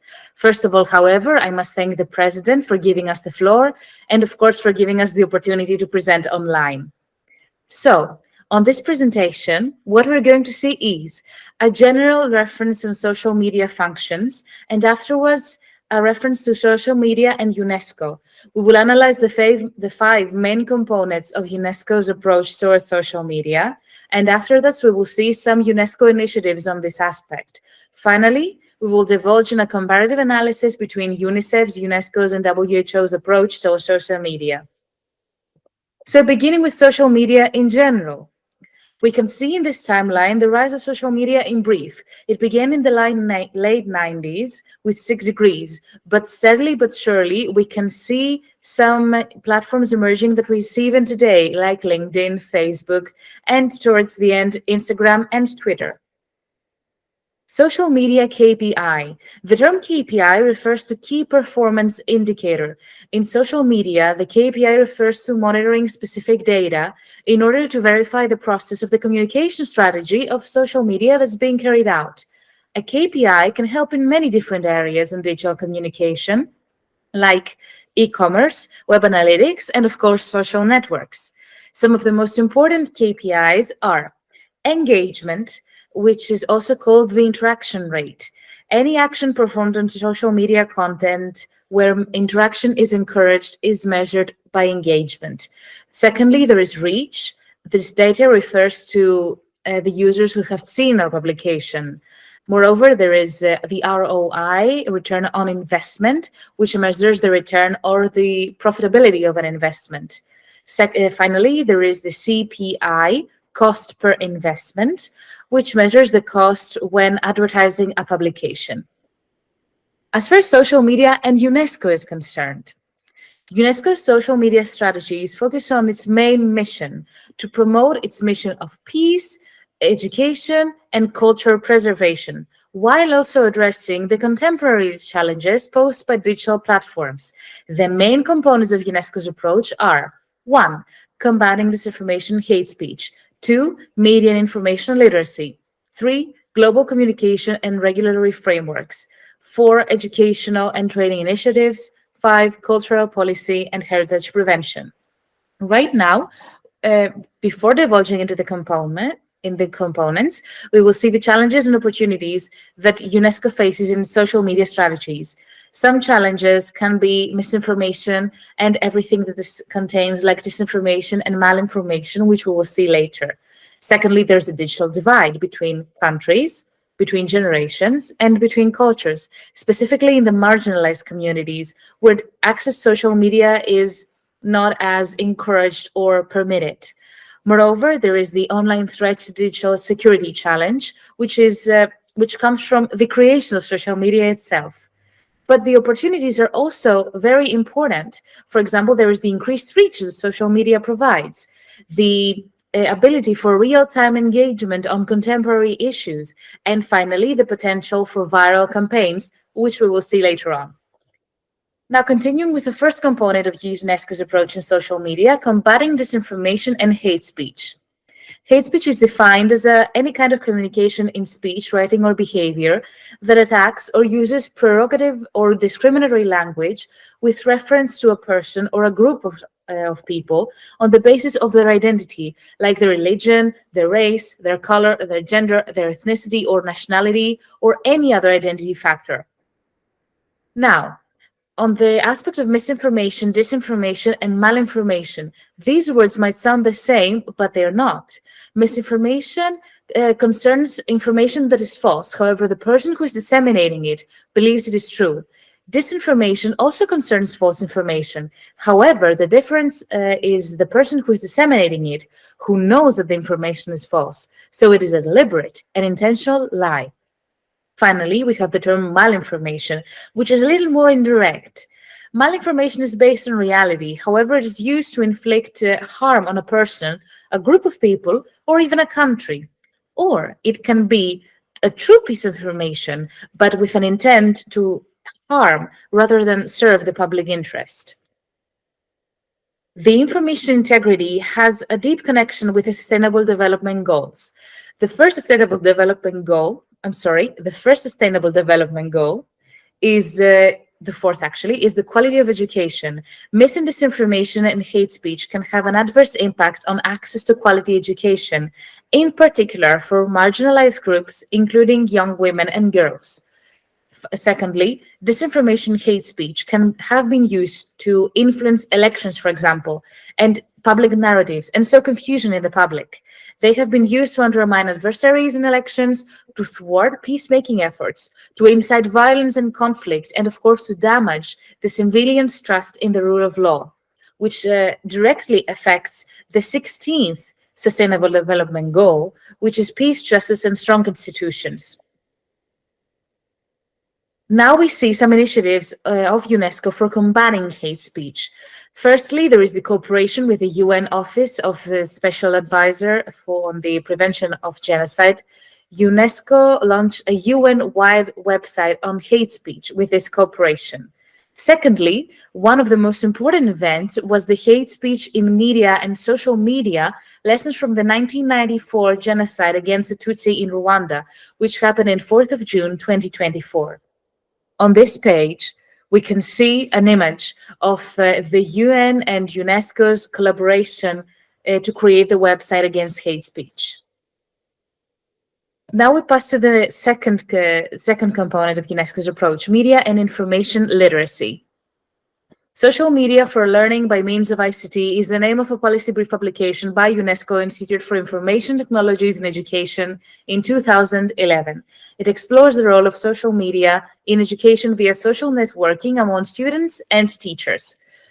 Some benefits and opportunities posed by this policy brief are, for example, the ability for the students to start and maintain intercrossing relationships based on common interests such as sports and arts talents. This not only can be a peacemaking effort and a more communal one to create a strong global community, that is, but it also helps in identity building for the students.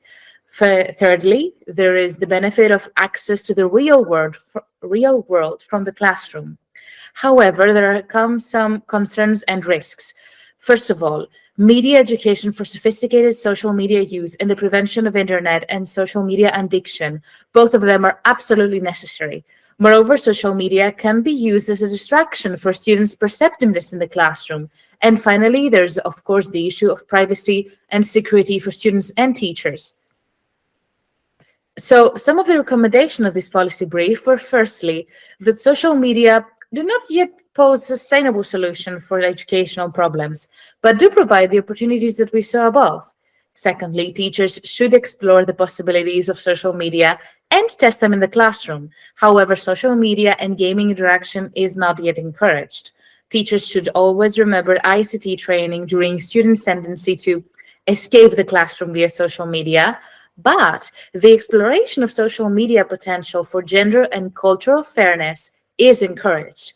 However, co-evolution between contemporary schools and social media is absolutely necessary before integrating social media in institutional policies.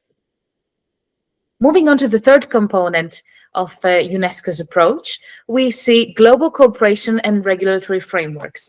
One of the most important regulatory frameworks was the Action Plan Guidelines for the Governance of Digital Platforms, published by UNESCO in November 2023. It outlines the principles which must be respected as well as the concrete measures which must be implemented by all stakeholders.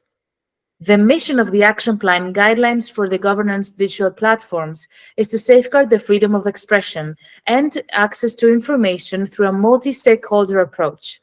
It outlines the responsibilities of different stakeholders to the respect, protection, and fulfillment of human rights, which include the states, the digital platforms, intergovernmental organizations, and of course the civil society, like media, academia, the technical community, and many other stakeholders. This action plan covers areas such as the governance system, content moderation and curation policies and practices, transparency, which is absolutely necessary, and context-specific provisions, like specific measures for electoral integrity and specific measures for emergencies, armed conflict, and crises. Moving on to the fourth component of UNESCO's approach, educational and training initiatives. One of the most important ones was the digital competence frameworks for teachers, learners, and citizens. UNESCO's digital framework database is a global reference point for information on how digital competencies are being defined for citizens, learners, and educators. The goal of the database is to instigate international discussions and assistance in topics related to digital competencies for technical and vocational education and training teachers on their digital competence frameworks. It was developed by a diverse range of national governments, agencies, and intergovernmental organizations. Digital Teaching Professional Framework is the one specific to TVET teachers that we saw above. So moving on, I will pass the floor to Iro to explore the final component of UNESCO's approach in social media, to provide case studies and, of course, our comparative analysis between UNICEF, UNESCO, and WHO. Thank you very much, and Iro, the floor is yours. Thank you, dear Anna. Good afternoon, everyone. Thank you, Mrs. President, for giving us a chance to present online and for giving us the floor. My name is Iro Tsitota. I'm a student at International European Studies at the University of Macedonia. As an intern with the UNESCO Intercultural Policy, today we will discuss the role of social media in UNESCO's mission.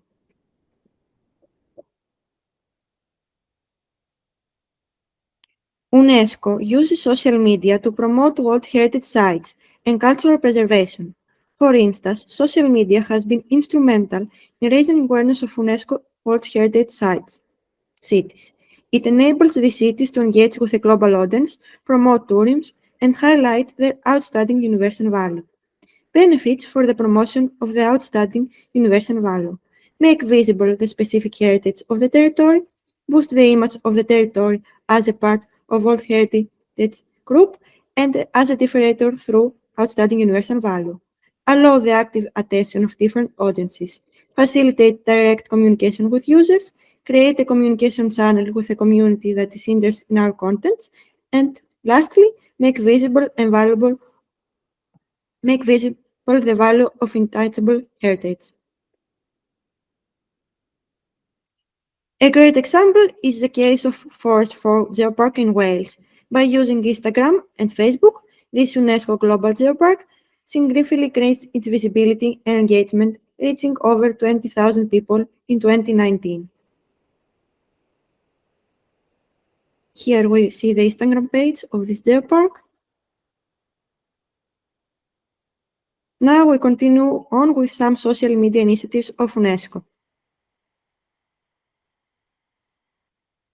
The impact of social media is undeniable. Platforms like TikTok have revolutionized how we connect, especially with younger audiences, who now make up a significant portion of 4.9 billion people on social media globally. For organizations like UNESCO, this presents a unique opportunity. Recognizing the potential of these platforms, UNESCO has integrated TikTok in its broader mission, using it to amplify messages about education, cultural preservation, and global citizenship. Through engaging short-form content, UNESCO is able to reach a diverse and global audience, sparking dialogue on key issues such as media literacy, sustainable development, and heritage conversation in ways that resonate with today's digital native generation. An example is that on February 5, 2024, Safe Internet Day, UNESCO collaborated with TikTok and on its TikTok account released a video to educate the users of the safe use of social media. Next slide, please. Here we see the TikTok of UNESCO. We continue with some campaigns. The first campaign we're going to see is the Don't Go Viral campaign. In response to the COVID-19 infodemic, where misinformation spread almost as quickly as the virus itself, UNESCO partnered with Innovation for Policy Foundation to launch an online campaign on April 1st, 2020. The campaign aimed to combat false information about the pandemic, particularly in Africa, where at-risk communities were most vulnerable to harmful misinformation.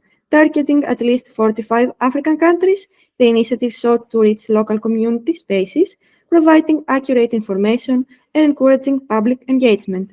The campaign had significant success, with over 500 creative submissions from more than 40 African countries, ranging from songs to visual content aimed at educating communities. Through its outreach on platforms like Facebook and Twitter, the campaign reached over 90 million people, effectively countering misinformation with verified, culturally relevant content. UNESCO's Director General Audrey Azoulay called it a success as the campaign contributed to raising awareness and providing life-saving information during the pandemic. Here we see some posts of the Don't Go Viral campaign. We will continue with the Learning Never Stops campaign. During the COVID-19 pandemic, school closures worldwide had a severe impact on education, especially for girls. In response, UNESCO launched the Learning Never Stops campaign to address the risk of girls being left behind in education. The campaign's primary goal was to ensure that girls remained in the picture and continued learning despite the disruptions, preserving the right to education. With 122 million girls out of education, globally the campaign urged the international community to take action. Through this initiative, UNESCO encouraged governments, organizations, and individuals to support efforts to keep girls engaged in learning during the pandemic and ensure they return to school once it was safe. The campaign amplified awareness through social media and global partnerships, highlighting the long-term effects of girls missing out on education and stressing that the fight for educational access must continue even during a crisis. Here we see the post of Learning Never Stops, and we continue with the World Heritage Campaign, which aims to protect cultural and natural sites of outstanding importance to humanity. Through the identification, preservation, and promotion of these sites, UNESCO ensures they are safeguarded for future generations. The campaign raises global awareness about the significance of these treasures, promotes sustainability tourism, and works with governments and communities to protect these irreplaceable parts of our shared heritage, ensuring they remain vital for cultural identity and biodiversity.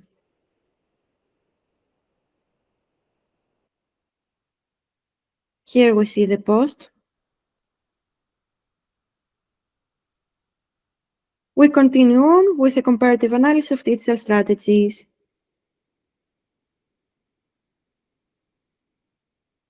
It's interesting to compare UNESCO's social media strategy with other major international organizations. While UNICEF focuses on child welfare and WHO on health, UNESCO has a broad focus on education, culture, and science. UNICEF's communication strategy integrates multiple methods like social behavior change communication. Social and behavior change communication seeks to apply tactics from marketing, social and community mobilization, and other communication approaches to support positive social and individual change. UNESCO focuses on storytelling and visual content. WHO focuses on timely release of information and management of disinformation.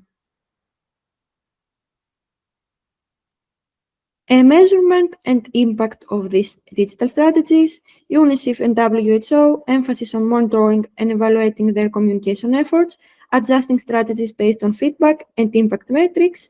UNESCO leans heavily on visual appeal and shareability to drive awareness. Here we have an example of a UNICEF campaign, the End Violence campaign, initiated by the government of Montenegro and UNICEF to help raise children without violence to ensure that they grow up into healthy adults. Characteristics, child welfare, addressing the audience to raise awareness. Another campaign is the End Tuberculosis. The theme of World TB Day 2024 conveys a message of hope that getting back on track to turn the tide against TB epidemic. Campaign's characteristics focus on prevention of misinformation, release of information. Now we continue with the conclusions. UNESCO's strategic use of social media has become a crucial tool for promoting its mission in the digital age. Through initiatives to combat disinformation, promote media literacy, and protect cultural heritage, UNESCO leverages social media to engage with a global audience. We observed the impact of UNESCO's social media campaigns on containing misinformation during a health crisis, defending women's right to education, and protecting and promoting the global cultural heritage.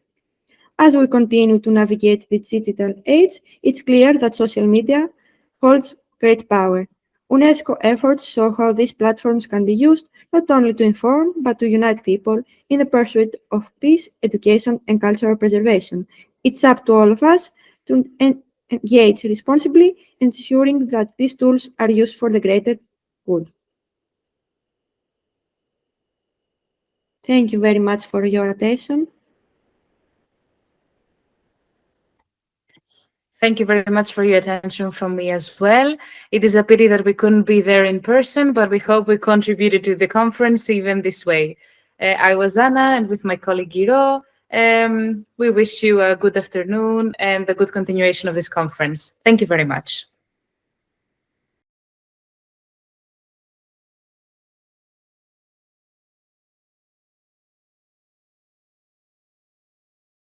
Ladies and gentlemen, hello. During the course of this presentation, we will examine together the importance of freedom of press, a request that has been over and over again proven to be relevant till this very day. That will be accomplished through the lens of the Windhoek Declaration and its predecessor. Initially, we will begin by examining the first Windhoek Declaration, the first declaration of its kind, that inspired multiple to come international treaties. This took place on May 3rd, 1991, and it continues to inspire journalists, NGOs, and international organizations, as it is proven by its international impact.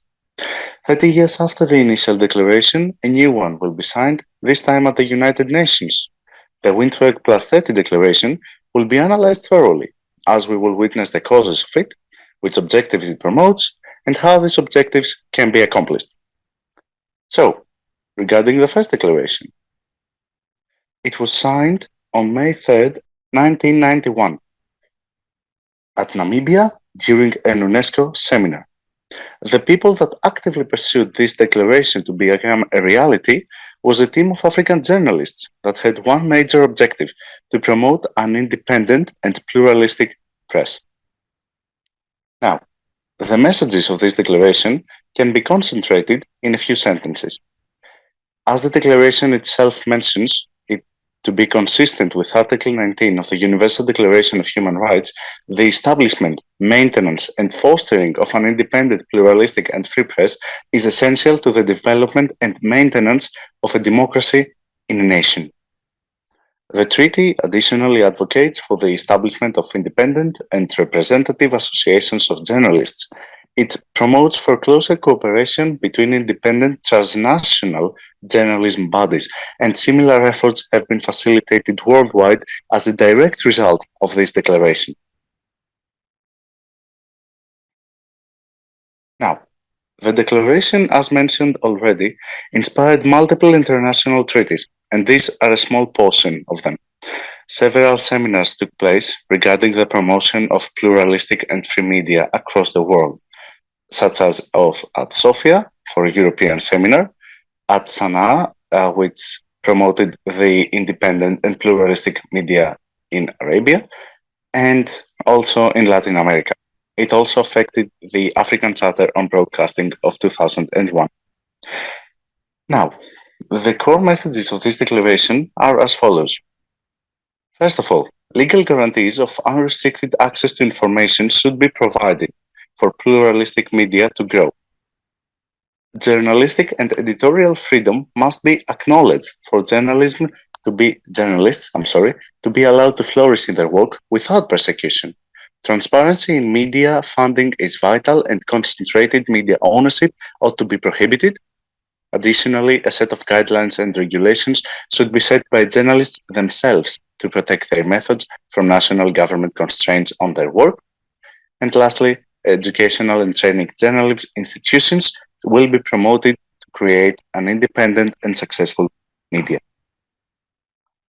Now, despite all these efforts, several challenges were still very existent in the world of journalism.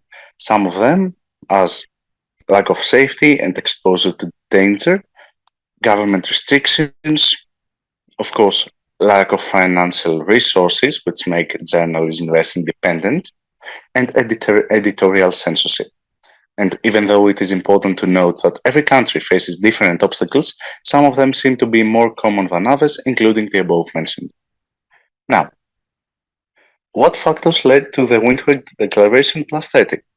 The United Nations was troubled by the severe economic crisis, which was posing an existential threat to independent news media worldwide, an already difficult situation that the COVID-19's financial crisis worsened.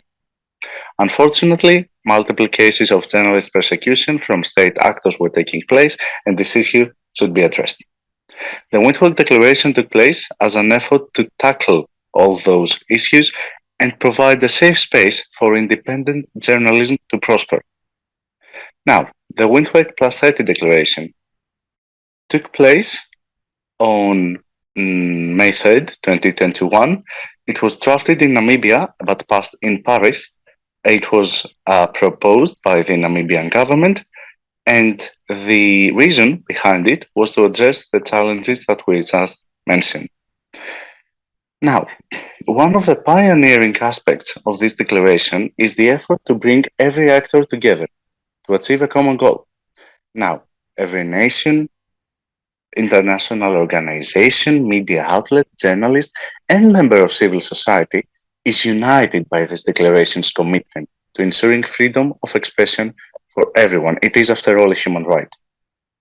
Now, a unique point of the Windhoek Declaration is that it promotes the fact that access to information should be treated as a public good that should be available to everyone.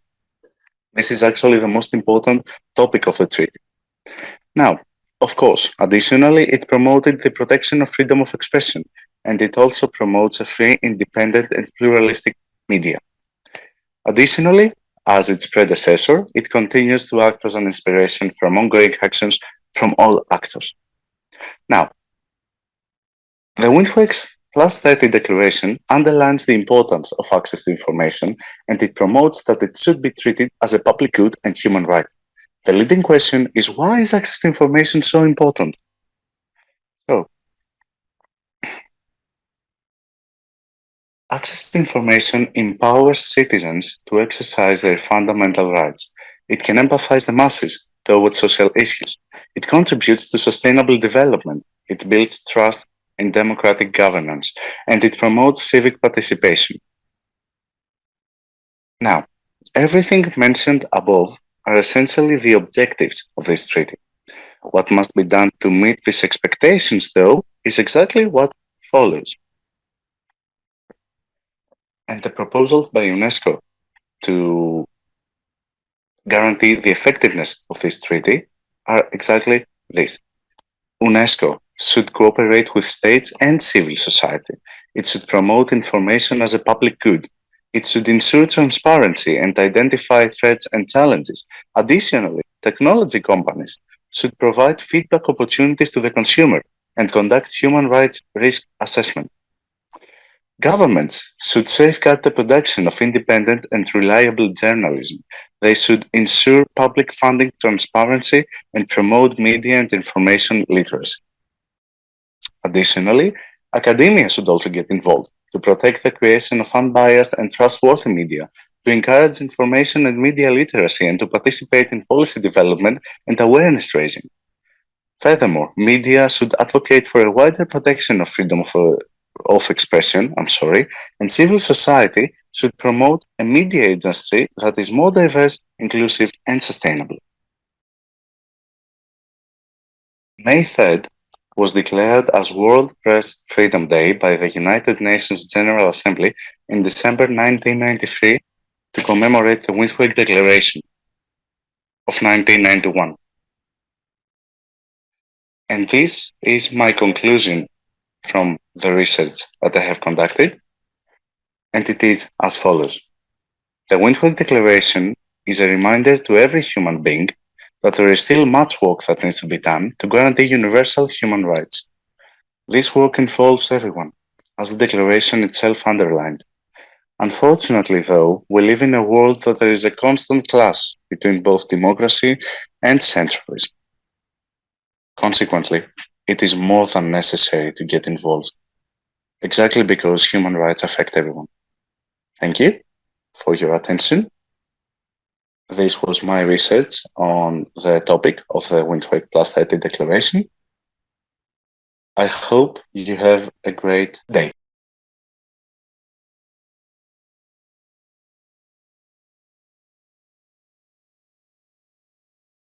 Hello, everyone. First of all, I would like to mention the main contents of my presentation. In the introduction, we will talk about the definition of MIL and UNESCO strategies. Then we will focus on the main topic of this presentation, which is meal clicks. We will discuss in detail its importance and goals, the proper use of clicks on social media, the significance of meal clicks, and also the way to become a meal clicker. UNESCO focuses on two objectives. The first one is the development of media and information literacy, and the second one is the development of digital literacy for all. The aim is to develop people's ability to critically engage with information and digital tools, to achieve a safe and responsible internet browsing, and the last one is to ensure trust in the information ecosystem and the digital technologies. And now we'll see some of the action areas and strategies of UNESCO. The first one is Global Media and Information Literacy Week, to raise awareness and educate citizens on meal. This year's Global Media and Information Literacy Week will be celebrated worldwide from 24 to 31 October 2024, culminating in a global conference hosted by UNESCO in Amman, Jordan on 30-31 October. The second one is cooperation with youth organizations. UNESCO works with more than 300 youth organizations to integrate meal into their policies and activities. Some of these organizations are a Center for Development of Youth Activism, Youth Forum for Partnerships on Meal, and Global Alliance for Partnership on Media and Information Literacy.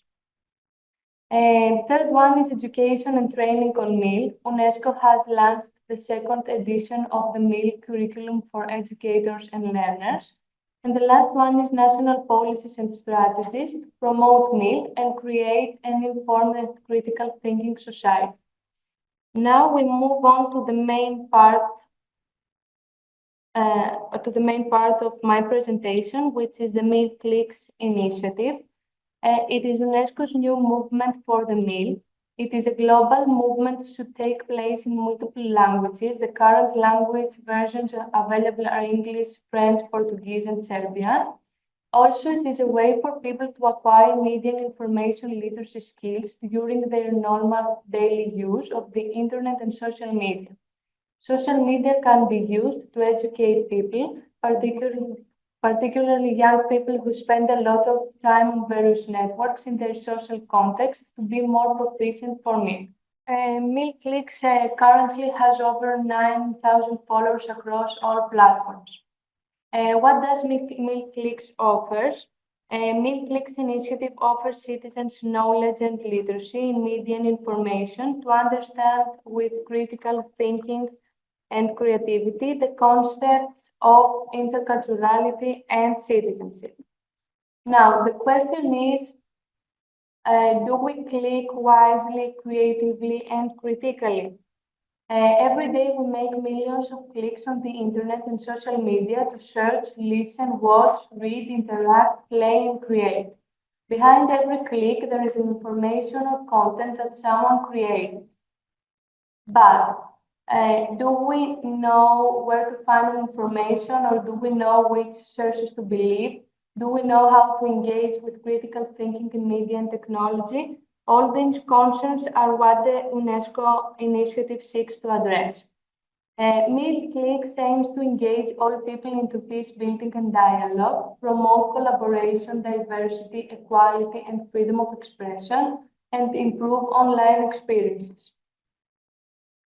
Meal Clicks will strive to increase the likelihood that the media will report on the meal, create partnership with donors for meal education, increase the number of partner organizations participating in the online literacy movement, and introduce new public policy advancing the meal. Meal Clicker Pact, it refers specifically to young people who are more networked. It literates and informs them, increasing their knowledge of the importance of literacy in the media and information at all levels of society. Meal Clicks Pact, or Media Information Literacy Pledge for Internet Use, based on media information education, sets out the basic principles and values that responsible Internet users should follow. The pledge promotes, first of all, critical thinking and responsible use of the internet. The second one is active participation in global community with respect and responsibility. And the last one is development of skills that promote peace, sustainability, and gender equality. The main points of the pledge are, the first one is rights. I must recognize that I am a global citizen with rights. Education and economy. I must recognize that I am a part of global economy and I must be media and information literated. Voice. I must share my voice and my opinion. Intercultural dialogue. I am aware of different cultural and religious views. Ethics. I must commit myself to not sharing information that I know are not true and reliable. And wise clicking for women and men. I must commit to click on the internet with prudence and critical thinking. So I pledge to review before I click, post, and share. To whom is MilClick's initiative addressed?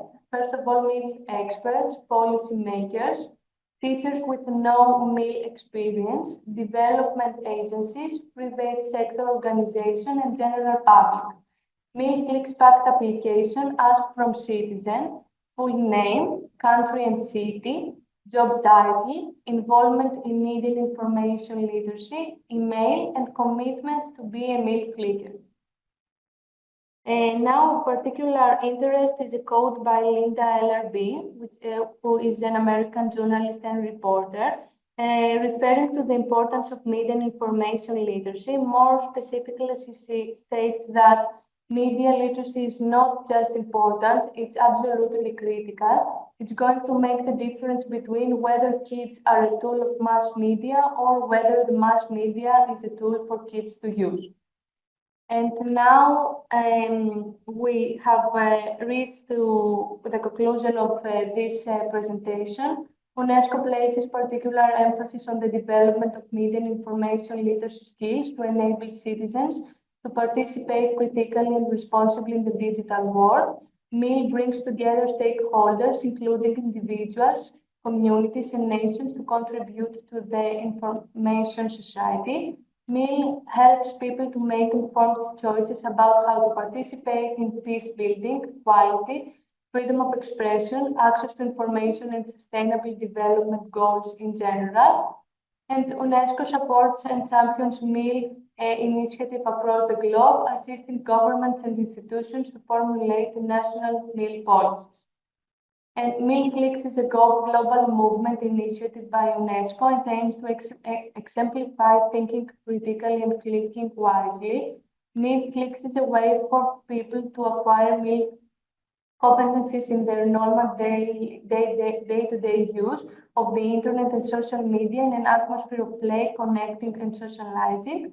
MilClicker Pact is an opportunity where individuals self-commit to certain critical thinking behavior based on some established principles and actively engage in disseminating MilClicks related content online and offline. And the last one is the MilClicker Pact asks from citizens to commit to review before click, share, and post.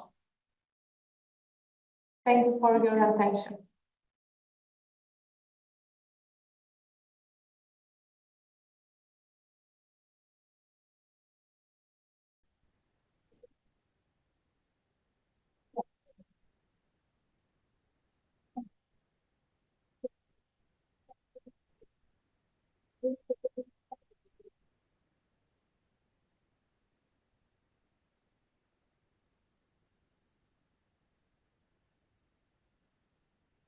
Hello, everyone. Thank you for the introduction. Throughout this presentation, we will explore the objectives, partners, methodology, and findings of the project.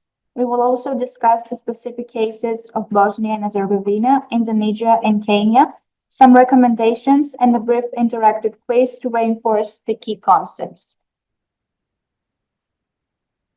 We all know that social media plays a crucial role in providing people with a platform to express themselves and share information. However, with this opportunity comes significant risks. Social media can also be a breeding ground for the spread of misinformation, hate speech, and propaganda, which can have real-world consequences, especially in political unstable regions. For example, in 2018, Facebook was used to broadcast content that fueled violence against the Rohingya people in Myanmar. Similarly, in 2021, Donald Trump was banned from Twitter from promoting violent behavior during the Capitol riots. These incidents highlight how easily content can promote violence in the real-life world. What we have come to realize is that content moderation is not possible, especially in minority languages, and sometimes content spread online can reproduce violence in the offline world as well. The Social Media for Peace project, launched by UNESCO, seeks to address these issues by raising awareness about the spread of harmful content online, especially in countries with political instability. The project aims to enhance society's resilience to harmful online content and promote peace using digital platforms. The project has a 3-year timeline running from January 2021 to December 2023 and is being piloted in Bosnia and Herzegovina, Kenya, and Indonesia. The project is funded by the European Union with a total budget of 4 million. So why were these countries selected in the first place? These countries were selected because of the challenges they face with hate speech, misinformation, inconsistent national legislation, and lack of transparency. Now let's take a look at the main objectives of the project. Raising awareness by conducting campaigns that highlight the risks of hate speech and misinformation, training stakeholders, providing training to civil society, media professionals, and other local actors to strengthen their ability to combat harmful content. Strengthening societal resilience, helping communities develop the tools they need to deal with harmful content, fostering the constructive use of digital media. Improving content moderation practices, collaborating with social media platforms to enhance the mechanisms used to monitor and manage harmful content. Another key objective is to ensure that freedom of expression is respected while also protecting people from harmful online content. This balance is especially important in conflict-prone regions. UNESCO partnered with various organizations, including Media Center in Bosnia and Herzegovina, the Center for Digital Society in Indonesia, and Build Up in Kenya. The British organization Article 19 also played a significant role by researching content moderation and legal frameworks. Article 19 is a British international organization that defends and promotes freedom of expression globally. Named after Article 19 of the Universal Declaration of Human Rights, it works globally to challenge censorship, promote free media, and support individuals persecuted for their opinions.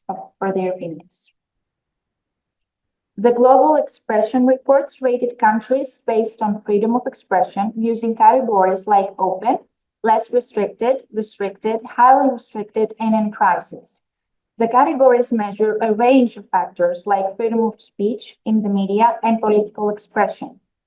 Indonesia falls under restricted, with increasing government control and repression of activists and media. Bosnia and Herzegovina experiences less restricted freedom due to political instability and ethnic divisions. Kenya is rated restricted, showing signs of media pressure and political interference. And Greece was rated less restricted as well, as there are rising concerns over media independence, refugee restrictions, and censorship. The project involves two main research activities: analyzing national legislation and the tools used by social media platforms to manage harmful content, engaging with local stakeholders, including civil society organizations, media professionals, and regulators to assess the effectiveness of existing regulation and moderation tools. For the purpose of the project, were conducted interviews, surveys, and consultations with around 150 local stakeholders to gather valuable insights and recommendations. One of the key findings is the lack of transparency in how social media platforms moderate content. Online harmful content affects the offline world as well. Additionally, we found out that political and historical tensions in this country are often amplified by the social media, creating even more conflict. Existing national legislation is not always consistent with international standards, and enforcement is often ineffective. This means that while there are laws meant to curb harmful content, they sometimes end up restricting legitimate rights such as freedom of expression. Based on our research, we have developed 34 recommendations for different stakeholders. For the states, government need to reform the laws to align with international human rights standards and ensure that freedom of expression is protected while addressing harmful content. International organizations need to establish global standards for content moderation, ensuring that freedom of expression is preserved.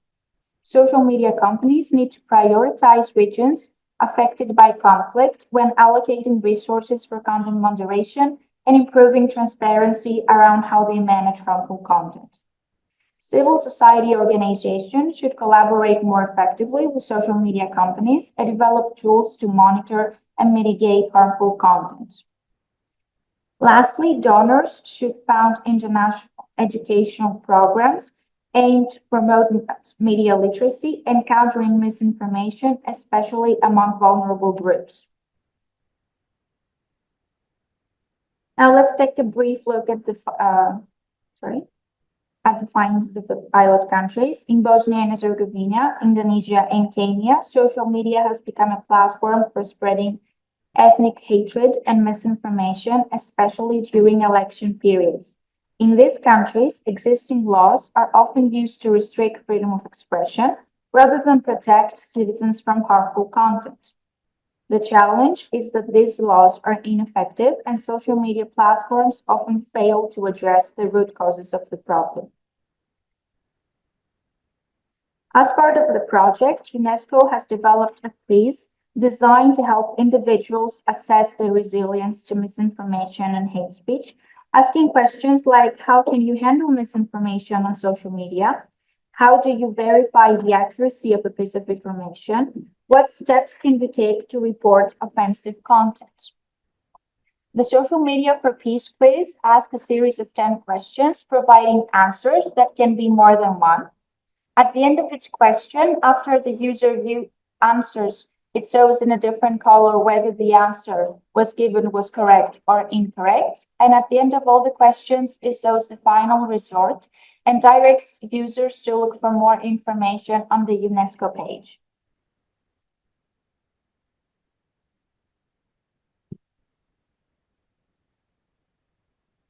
In conclusion, the Social Media for Peace project is an essential initiative in today's digital age, where the spread of harmful content on social media platforms can have severe consequences for society. By raising awareness and equipping individuals with the tools to counteract misinformation and hate speech, we can foster a more peaceful and informed global community. Thank you for your attention. I encourage everyone to take the Social Media for Peace quiz and explore how we can all contribute to making social media a force for good. You can scan here and take the test. And at the end of the quiz, you will find the following phrase: think critically, click wisely. This is how you become media and information literate, including social media wise. Thank you so much.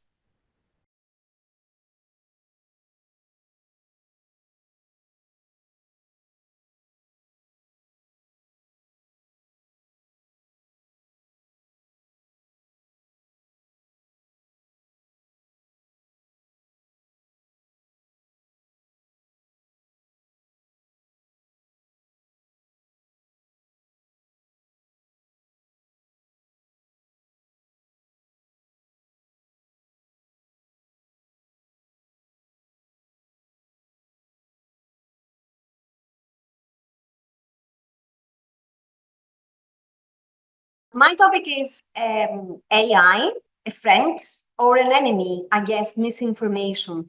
And what is the role of the media literacy and of libraries? We all talk about AA. It's a very modern topic. It's very up to date. What exactly is AA? What it is artificial intelligence, really?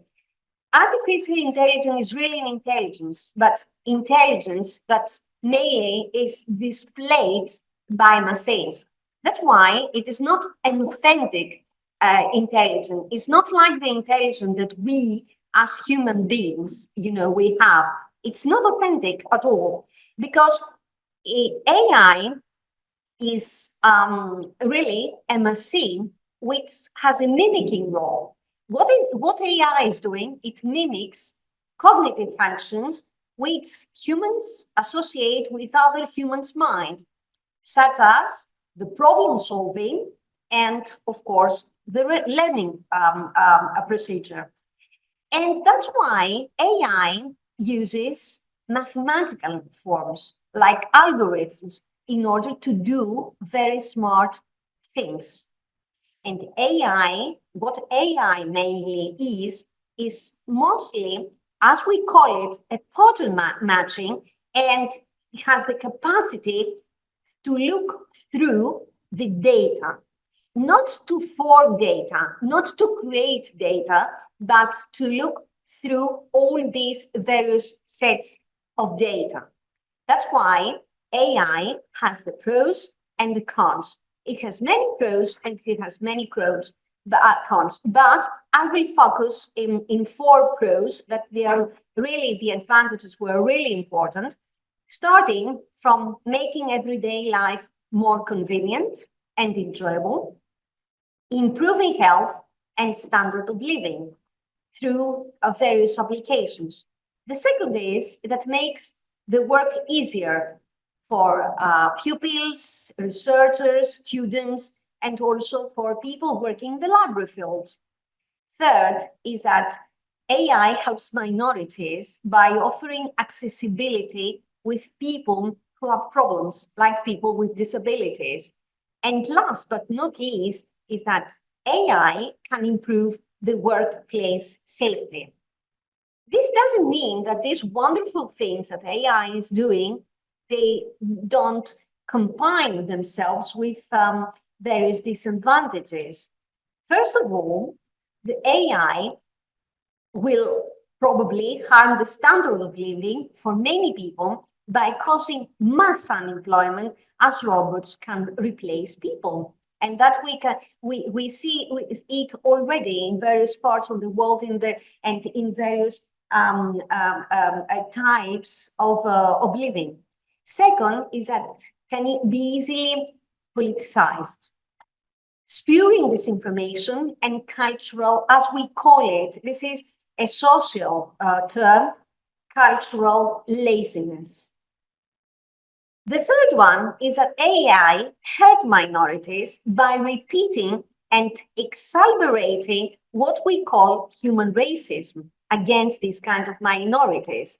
And fourth, last but not least, is that poses dangerous privacy risks because it opens various data to the public and is put in risk privacy issues that they are really very, very, very sensitive. So after this, what is the answer to our first question and to our main question? Is artificial intelligence our enemy or a friend of ours? When we're talking about the AI, we're talking about the generative AI. That could be our worst enemy, but also our best friend. This has to do with the decisions that we are calling to make. So we must ensure that we lead the way in making sure these decisions are correct. So it has to do with our mindset and with our decision process. And this is really the most important in each individual's life, but of course also to the policymakers. As I'm coming from the library field, and next year it will be my 30-year working in the library field. I would like to underline 5 ways that artificial intelligence impacts to libraries. And why I'm doing this, it's not only because of my professional connection to the library field, but because libraries are the most democratic, open public spaces where everyone can have access.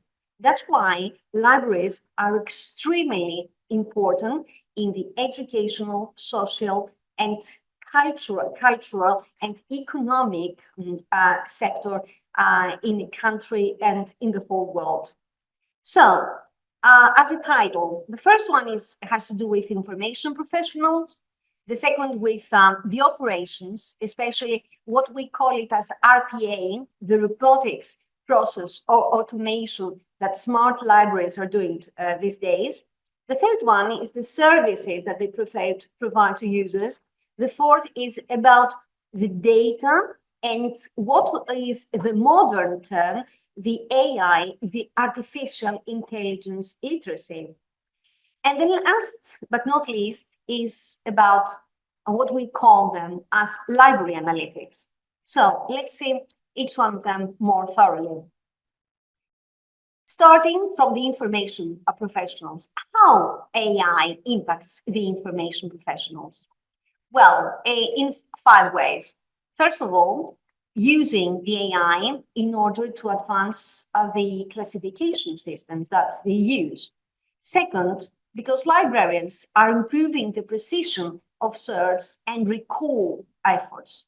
The third is the analytical process, analyzing the digital connections, identifying the subjects themselves, and adding what we call the metadata with these high technologies. The fourth is it has to do with the participation, to participate in the design itself of the AI intelligence by empowered knowledge discovery tools that the library professionals, they're usually very expert on this. And last is to take the initiative to have the what we call it, the educator role, to educate the public on how to locate and also on how to interact with these AI tools. The second one is what we call as library information operations, because what we usually talk in libraries is about the LMS. What is the LMS? It's the library management systems, and progressing with the support of advancements in rule-based software and, of course, to the artificial intelligence. And this has to do also with RPA, which is the robotic process automation to perform routine administrative tasks like the self-management, the data migration, the forms processing, and email marketing. And what we call the AS and the RS. The AS is the automation system, and the RS is the retrieval strategy.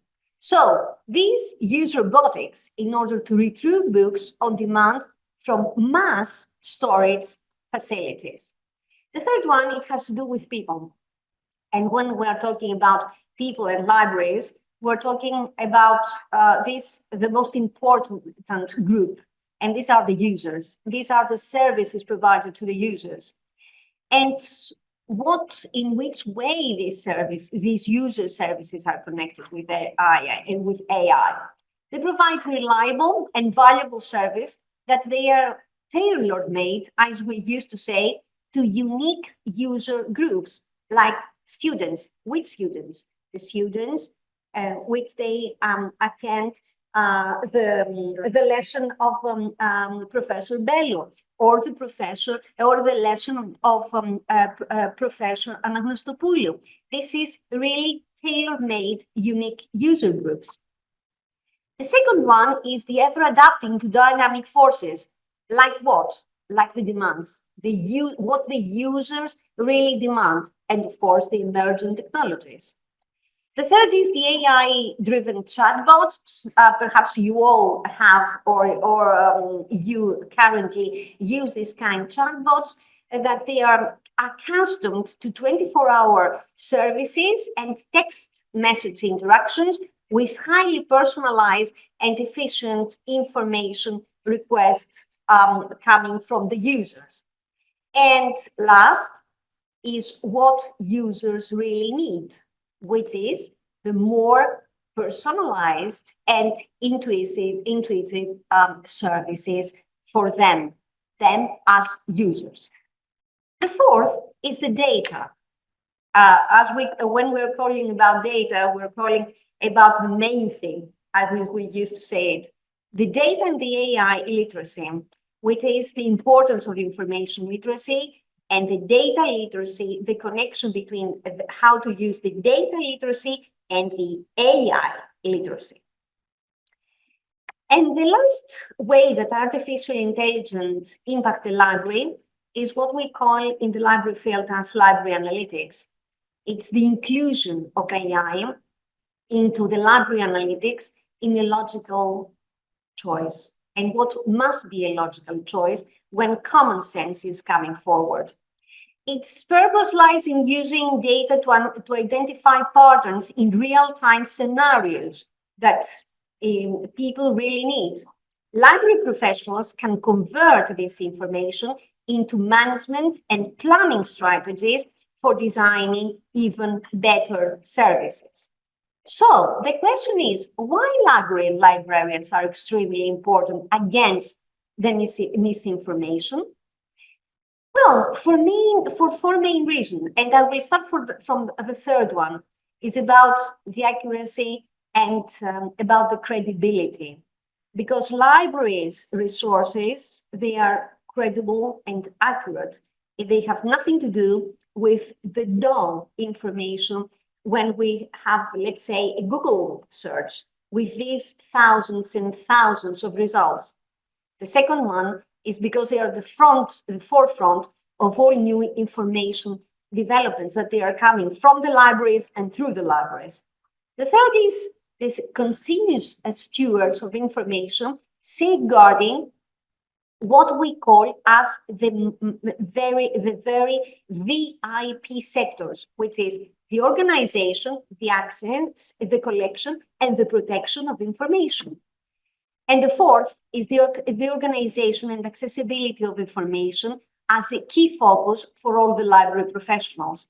We are constantly looking for new ways, for innovative ways in order to make new achievements. And another question that it is very close connected to the previous one. So why library itself as an institution is extremely important? Because library tries 24/7 to stay ahead of this curve.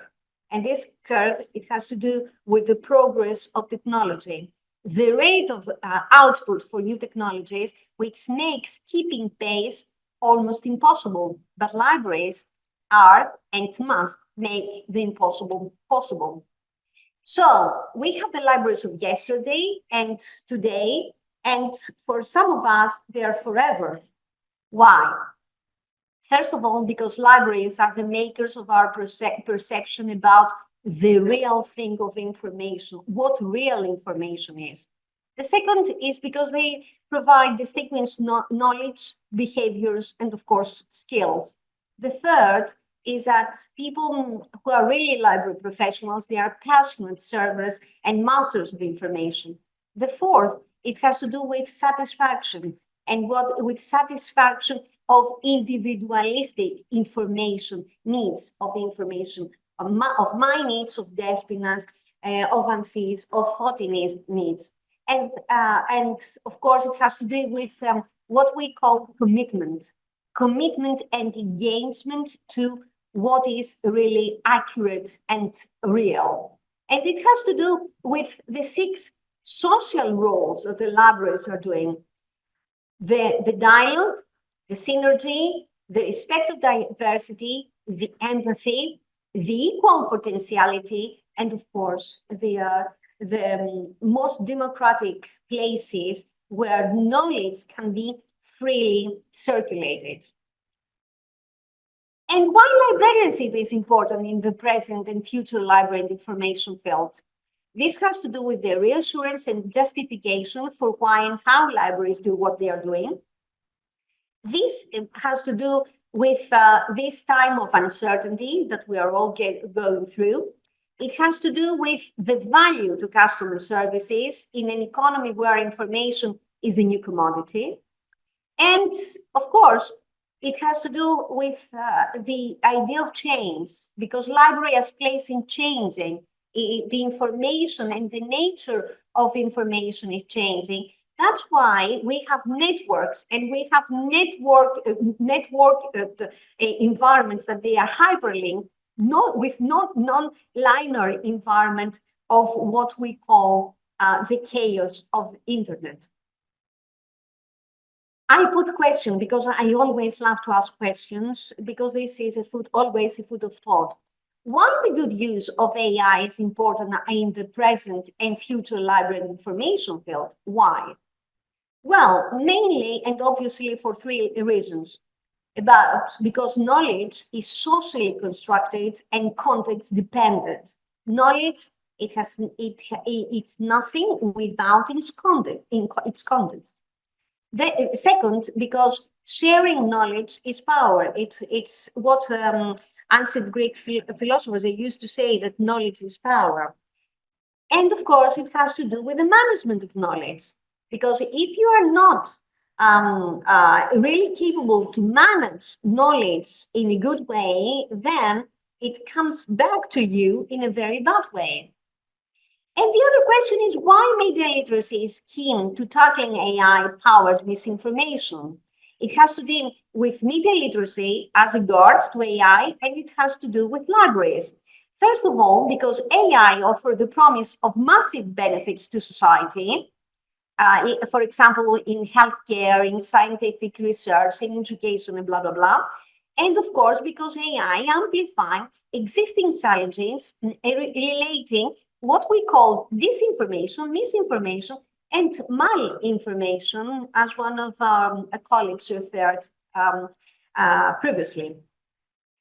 And what about libraries? Libraries, they are the gateways to knowledge and literacy, because they play a fundamental role in society, because libraries, they give all the new ideas and perspectives that they are central in order our society to become innovative and also secure. And I read something the other day, which I would like to communicate it with you, about a new research from Logical Facts. And this research said that over 6,000 online users in the United States, the United Kingdom, and India showed that almost 3/4, 72%, agree that society and politics are being undermined by inaccurate and false information circulated in the media and across social media channels. People, they don't believe in politics because they don't believe in the information circulated through the media. And this is really very worrying. So we have the big problem of lack of trust among the people and the media and the information. That's why media literacy is a guard to AA, because media literacy is not about telling people what to think, but empowering them by equipping them with the tools and skills to think critically and asking questions like, where did this piece of information comes from? Why was this piece of content created? Why? And not just read this and eat it, as we used to say, as it is. So media literacy and other measures to counter mis and disinformation are not just a silver bullet. It's really, really very, but very important. And this has to do with the connection between media literacy, AI, and libraries as a place for personal growth and reinvention, a place for helping navigating the information age, a gathering place for civil and cultural engagement. And this is extremely, but extremely important. And this also has to do with ethics, because everything is connected with ethics. It has to do with the ethical concerns surrounding AI technology and its impact on information creation, but most important, to the information dissemination. And this has to do with the importance of libraries itself, because libraries maintain history and, more importantly, the truth. Because the information and the resources, they're really accurate. And libraries has a social role because they help to build communities. They provided access to necessary resource for marginalized communities. And this has to do with the importance of incorporating media literacy education into the digital citizenship curriculum that one of the brilliant students has talked about it previously. We have several quotes. I try to find perhaps the more catchy ones. That's why I have some that they are quite contradictory. The first one coming from Hawking, saying that the real risk with the AI isn't malice, but competence, that we are not competent. In his book, it described that people are not we're not competent enough to deal with AI, and this is a big danger. And on the other side, we have Jeff Bezos, who has invested billions in AI, saying that it's more likely to save us than destroy us. And this is something that we all have to do in our mind. I made a notice from Irini, the student who has a speech before, saying that the media, the question is, if the media is a tool for young people, or the young people is a tool for media. And this is the main question. So the main question is how the media and the AI is being used. And from all my presentation, please keep in your mind this. It's everything is has to do with the way that we use AI, and it has to do with the policymakers, because policymakers give AI and the technology the added value. So thank you so much for your attention, even in this, I think, uncomfortable before lunchtime. And thank you for me.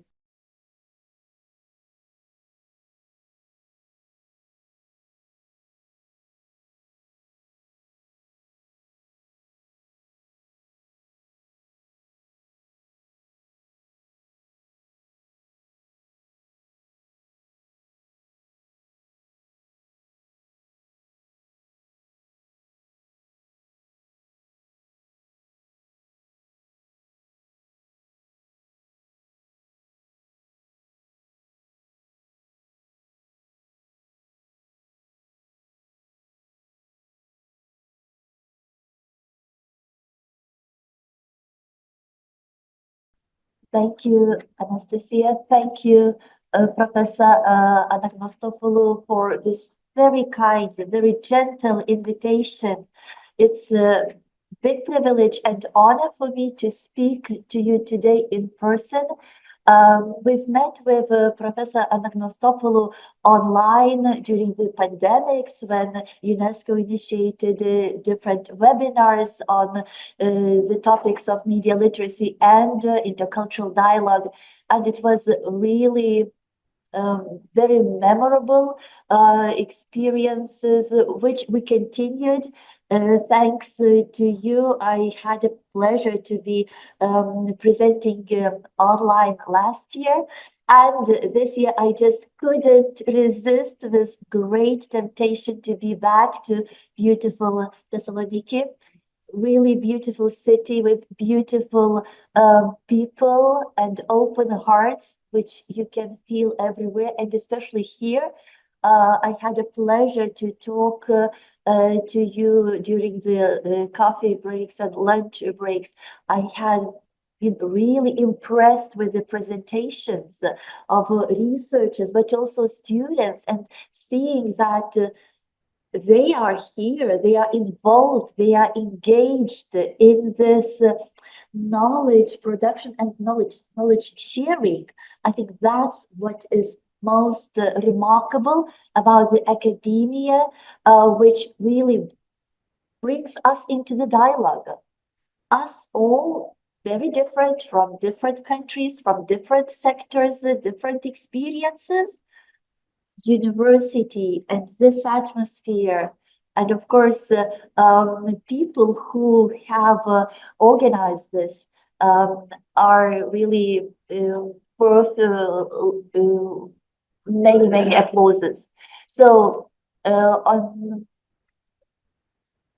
to be short, I really would like to thank everyone who organized this great event, and today I will be sharing with you my recent research and experience while coordinating a European network research project on the dialogic communication ethics. And I was thinking that this session is particularly favorable to talk about dialogic communication, about building dialogue in the times of information confusion, in the times of segregation, polarization, when we are confronted with different challenges and with risks and threats.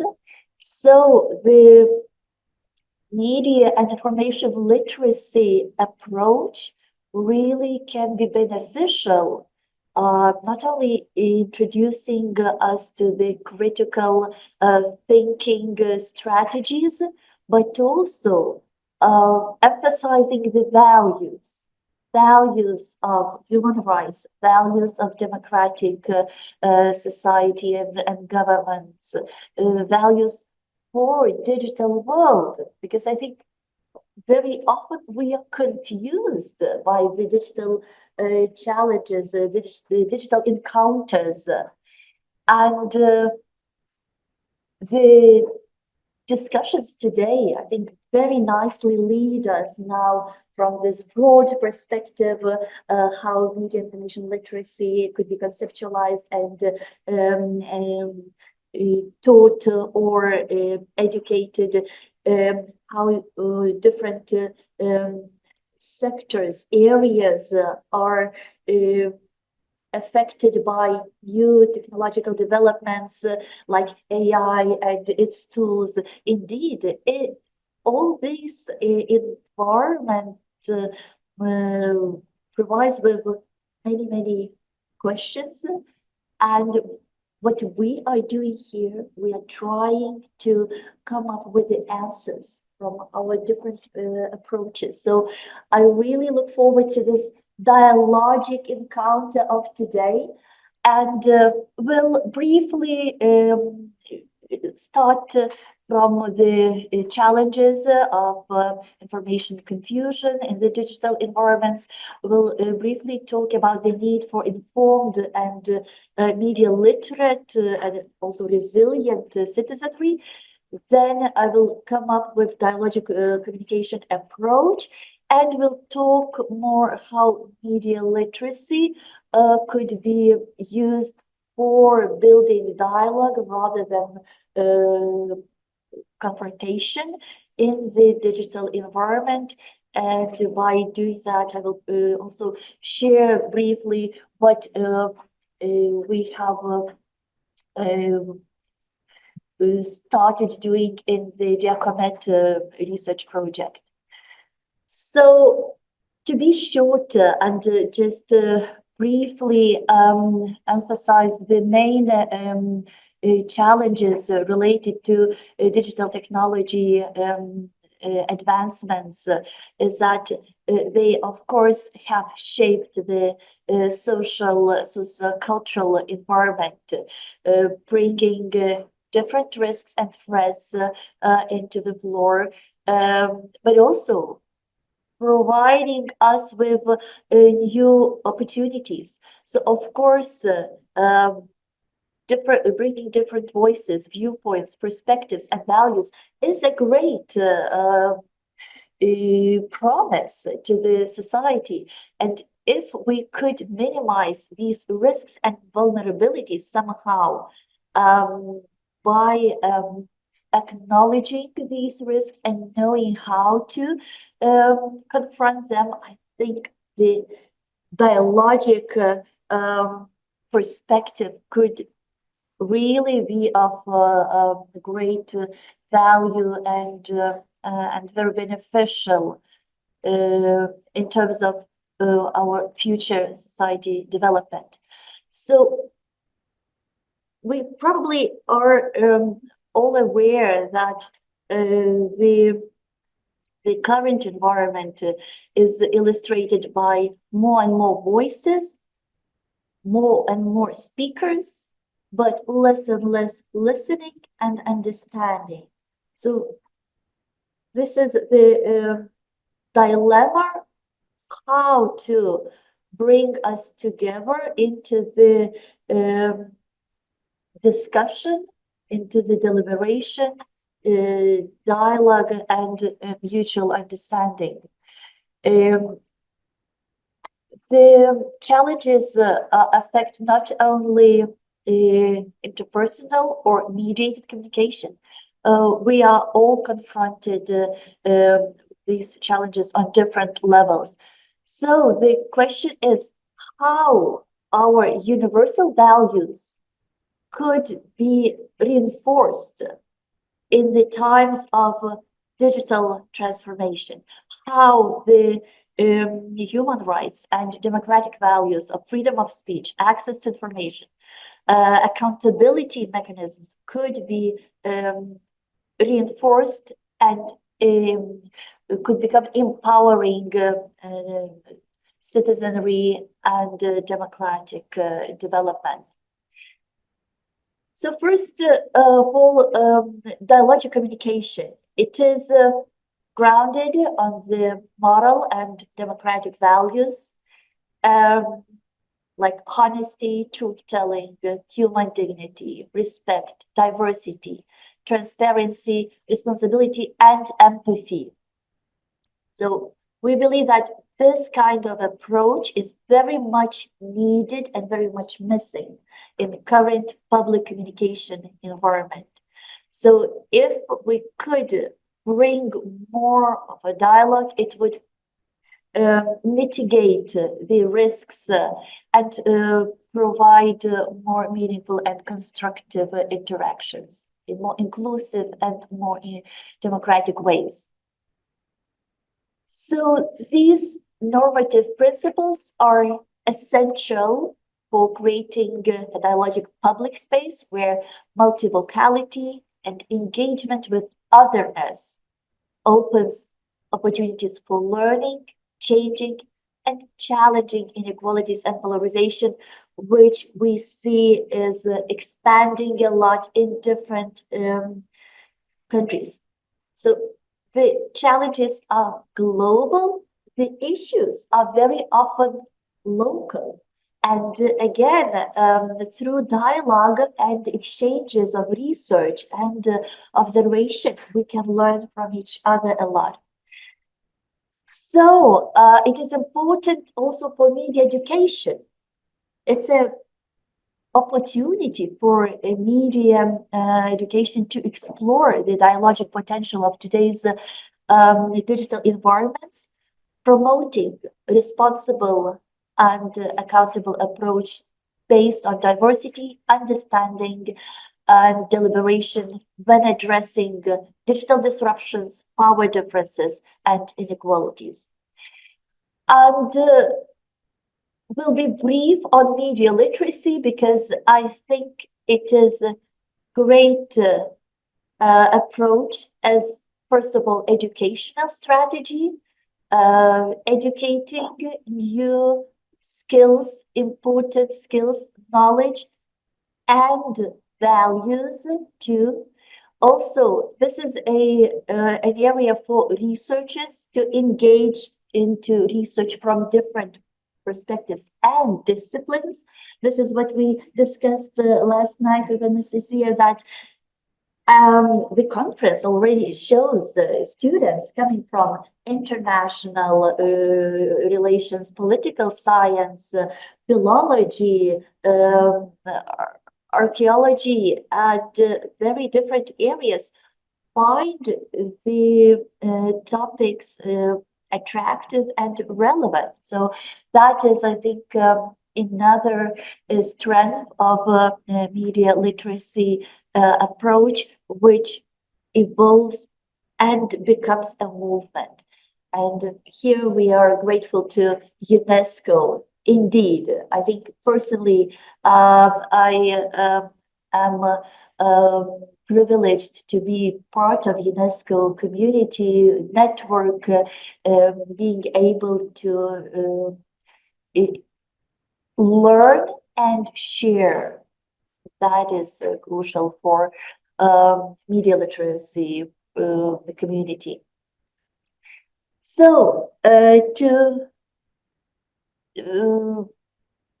in order to share a little bit of my very recent activities in the framework of European Union-funded project PIACOMET, I would like again to present some of our ideas and aims, objectives, and also future outcomes, what we are planning, and perhaps to hear your feedback. And if you're interested to learn more, I will be more than happy to share with you most recent publications and information on the initiative. So first, why do we need to talk about the dialogic communication and the practice of public communication ethics? As mentioned, we are confronting with digital challenges which are global and are affecting every and each of us. However, what we see that there is a lack of discussion and discourse on what is good communication. So what are those principles we all agree and we cherish and we promote? So what does it mean to be media literate, to be a good communicator in the digital environment? So all these questions and challenges require empowered civil society with reinforced civic agency and capacities of resilience towards destructive communication acts and false information, which is around, and we've heard numerous examples of how it is functioning, or what are the implications, broad implications, political, social, cultural. So these are the stakes for the project, and our objective is, first of all, to come up with the conceptualization of civic communication accountability, both for media professionals, but also for general public, which would be based on dialogic communication ethics and good communication practice. And by these, we promise to contribute to the advancement of ethical and accountable communication, which fosters capacity building for civic resilience against disinformation, malinformation, and which promotes civic accountability and participation. Our network is composed of different countries. You can see on the map from the north of Europe to the south of Europe. We are happy that we have not only academic and research community represented, but also media outlets, also civil society organizations. And we believe that, again, these collaborations between different sectors, different organizations are very synergetic and beneficial. We are providing, when we have started, we first of all identified the gaps of knowledge, and what we see that first of all there is the gap of between the theory and practice. So on the normative level, we have some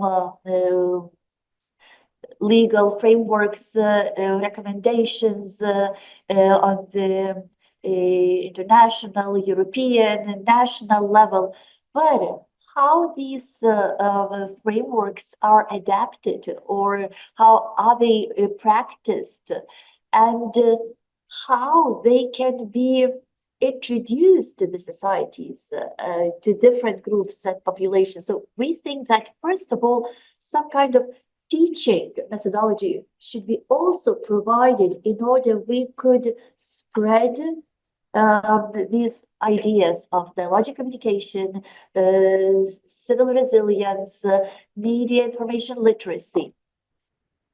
And when going deeper into the current state of the art or gaps of knowledge, research knowledge, we see that dialogic communication ethics has been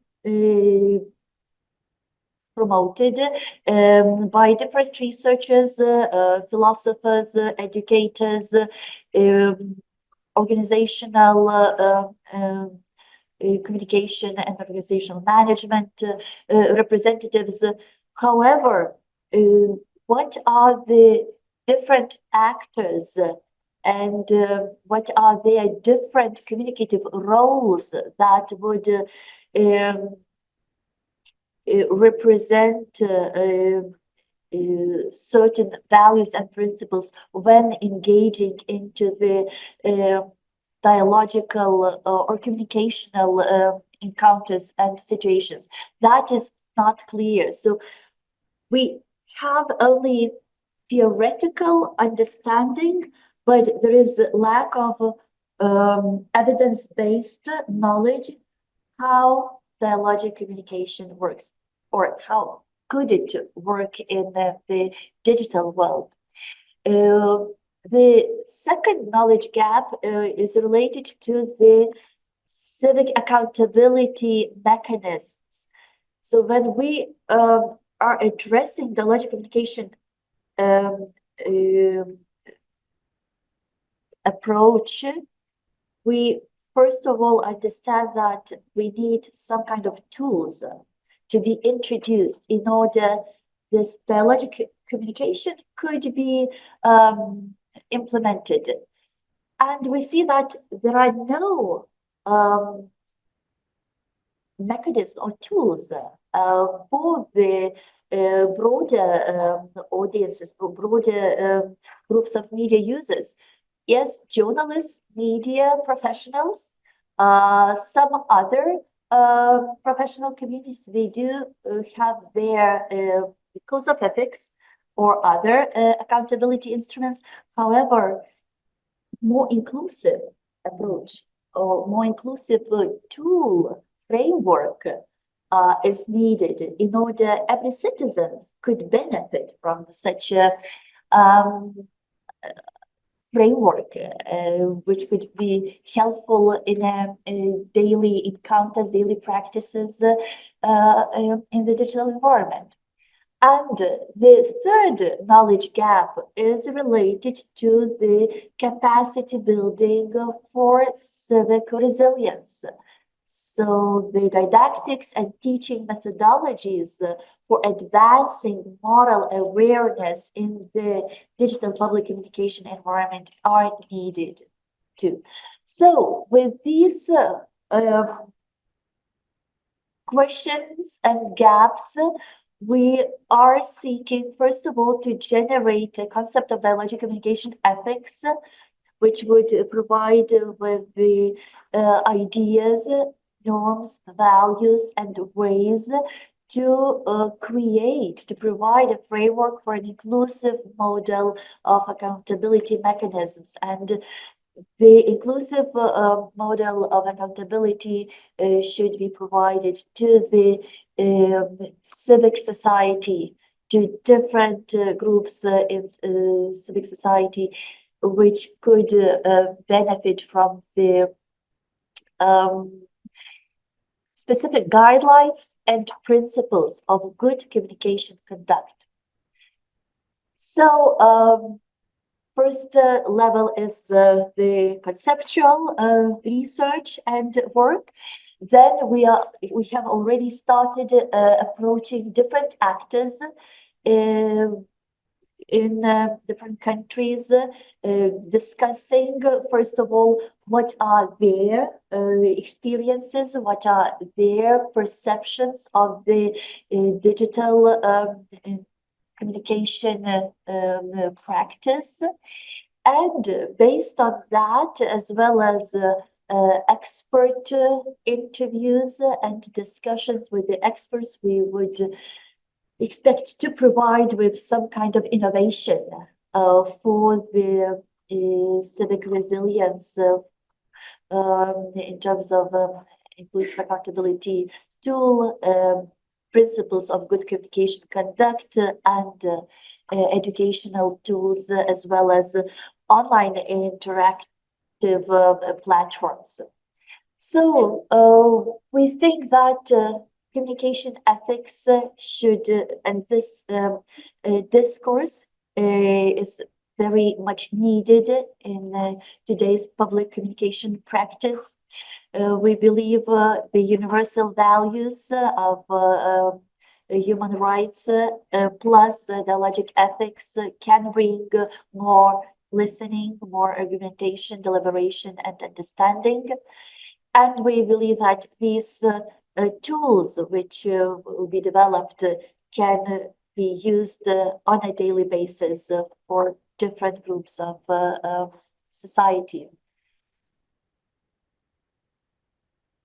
Apart from the mentioned aims, we also are developing interactive dilemma game that would be useful for teachers, educators, but also for citizens to test, to check their value systems and rethink on the daily digital encounters, especially if there are dilemmas and conflicts around the. Also, we are planning a forum for discussion which could serve for self-learning tool as well as the dilemma game and teaching guidelines as well as policy recommendations.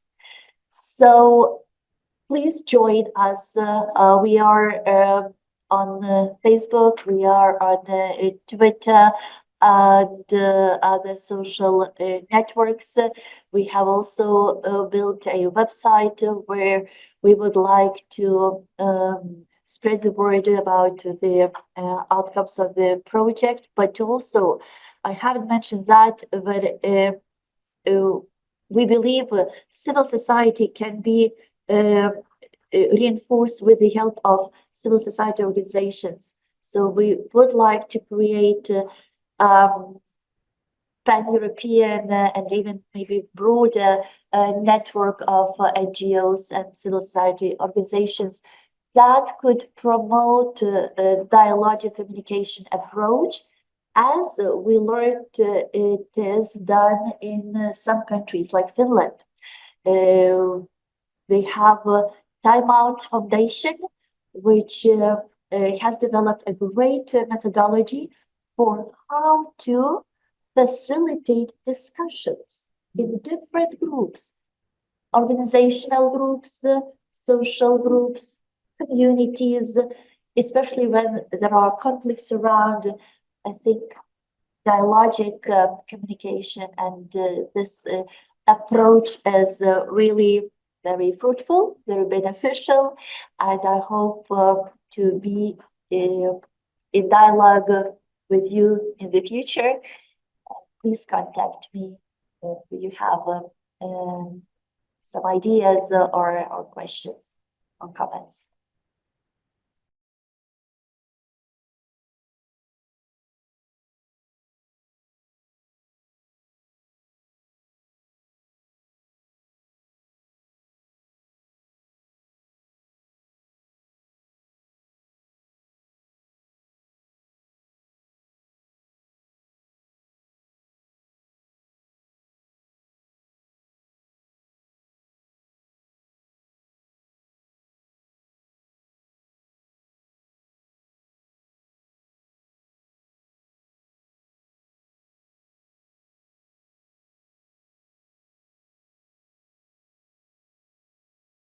Okay, I'm going to speak about the various literacies that digital media users need today, because we have entered in a very adventurous new era of digital.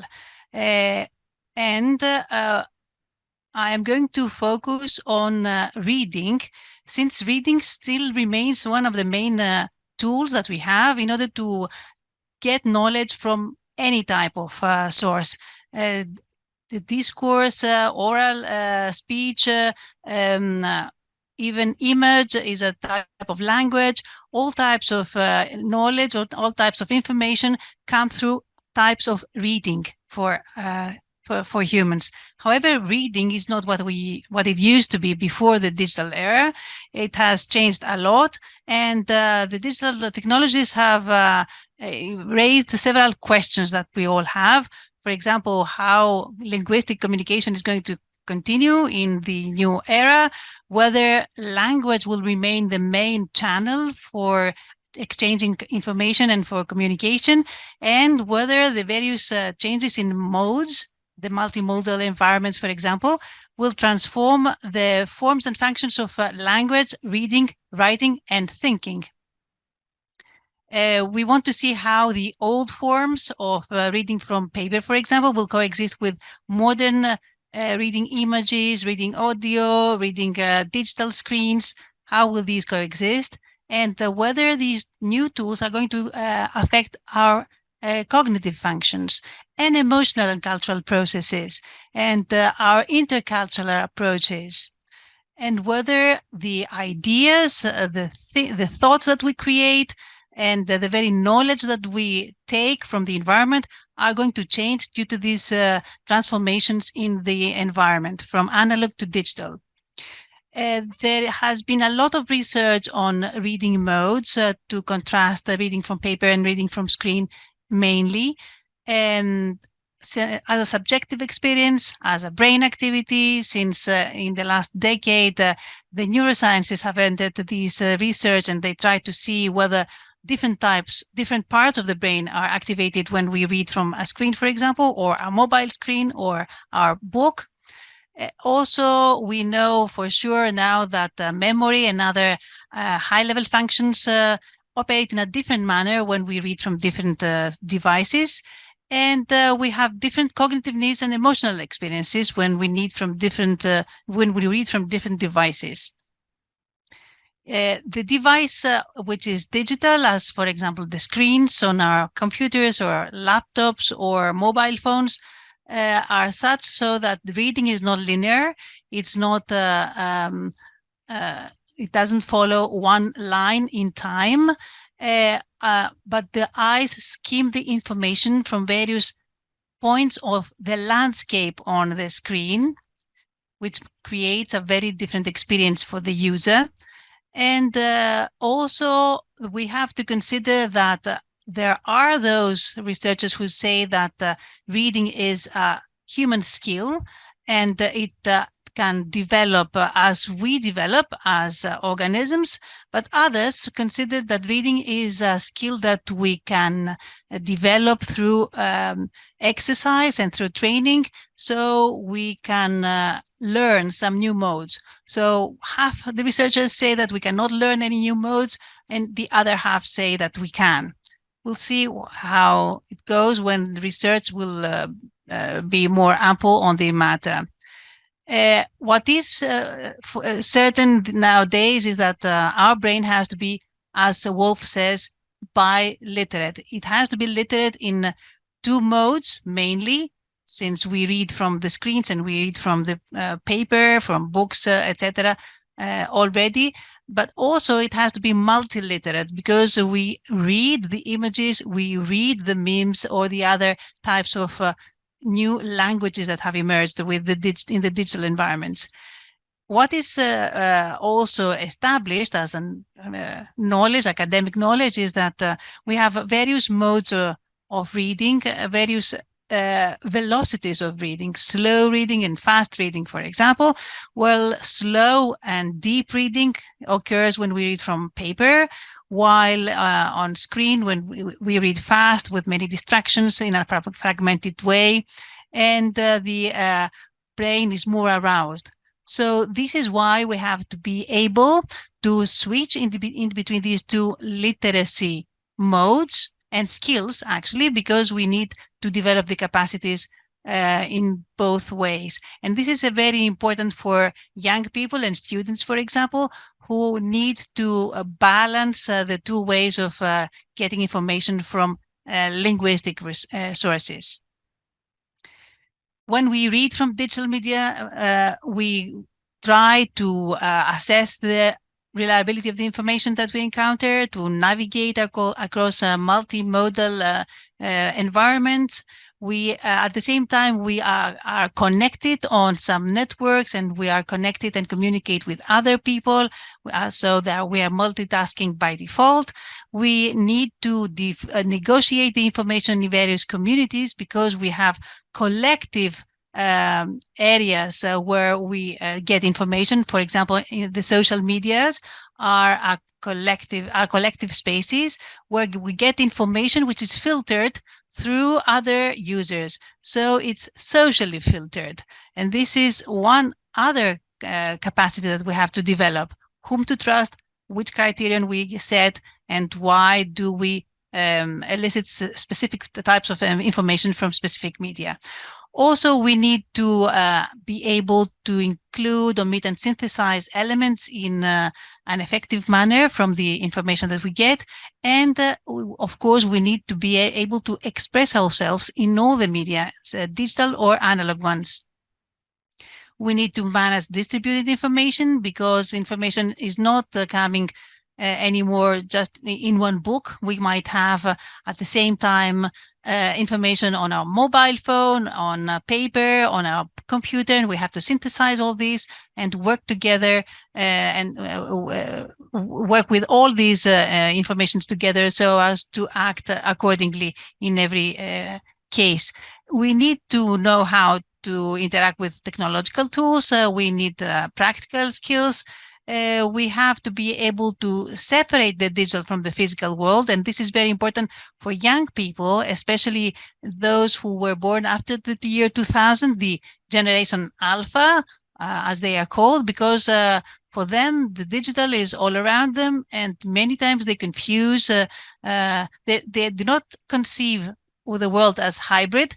They conceive the world as a continuum, which has digital and analog in the same time, at the same time. So this is very, the perception of young people is very different from the perception that we adults have, where we can discriminate the two types of modes. Young people cannot. They are the same thing for them. Reality is both digital and analog at the same time. And of course, in order to be able to read and take information from all this new media that we have around us, we need a lot of literacies and not a lot of skills and capacities. Of course, we need media and information literacy. And of course, you know very well the UNESCO definition of media literacy. We need the various subtypes of media literacy, which concern the various separate skills that we have to develop. For example, how to navigate, how to evaluate information, how to organize our emotions when we consume information, how to advance our photo optical capacity to receive all the information that exists in the digital screens, how to reproduce discourse, how to synthesize new discourse from existing discourse, how to connect bits and pieces from different mediums. And of course, we have to be educated how to use all these devices and all these technologies, and how to practically and effectively utilize them so as to be able to become literate.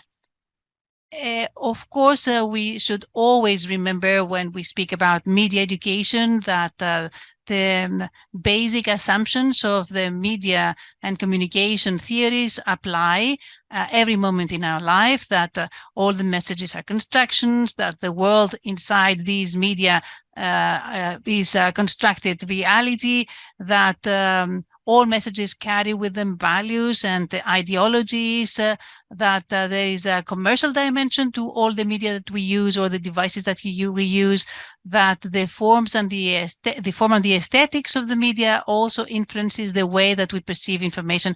All these apply. And of course, we need several other sets of literacies, which all come through reading, as for example, search, how to search and to find the appropriate information, how to utilize data and information, how to be online, because we should not forget that while we have managed, and UNESCO has fought for that, we have managed that 90% and 90+% of the population worldwide is literate, was literate 20 years ago. Now, large percentages of the population are not literate because they are functionally illiterate, since they cannot access the digital worlds. As for example, the older people or people who do not have access to devices or networks, etc. So online skills, online literacy is still something that we need to develop for the communities. Of course, we also need to develop spatial literacy, because with the augmented reality and the virtual reality applications that have started being implemented even in the classrooms, especially for some lessons, usually foreign language lessons, etc., which use they can experiment more than the formal curriculum, and they utilize such types of devices, VR goggles, for example. We have to understand where we stand in this space. And of course, we need to be able to compose all this information into a meaningful oneness. And of course, we need to be critically literate. Critical literacy is something that many times is confused with functional literacy. These two are not exactly the same.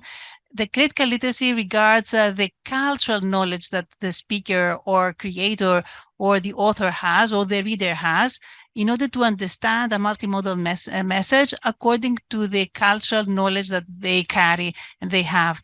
It is the capacity that they have to break the symbolic code of language and participate through language in the creative circumstances of their community. While on the other hand, functional literacy is the set of skills that we need to have in order to operate efficiently within our community. That's why I said before that many people today are functionally illiterate, because exactly they do not have the digital literacies that are necessary, that you have learned so well in these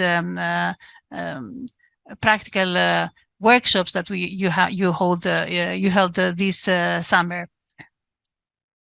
And of course, there are many more types of literacies that go through reading, that can develop through reading, programming literacy, algorithmic literacy, security literacy, because we have to learn how we can be secure online, participatory literacy, because we have to know when to intervene and when, how to react and how to behave in social networks, social media networks. Scientific literacy is important because sciences are so much developed and advanced, and we cannot learn even the basics now in school. So we need to understand how to set criteria to evaluate the scientific information that is presented to us, usually through the newspapers. And also we need to be network literate in order to know how to communicate with others, how to interconnect with others.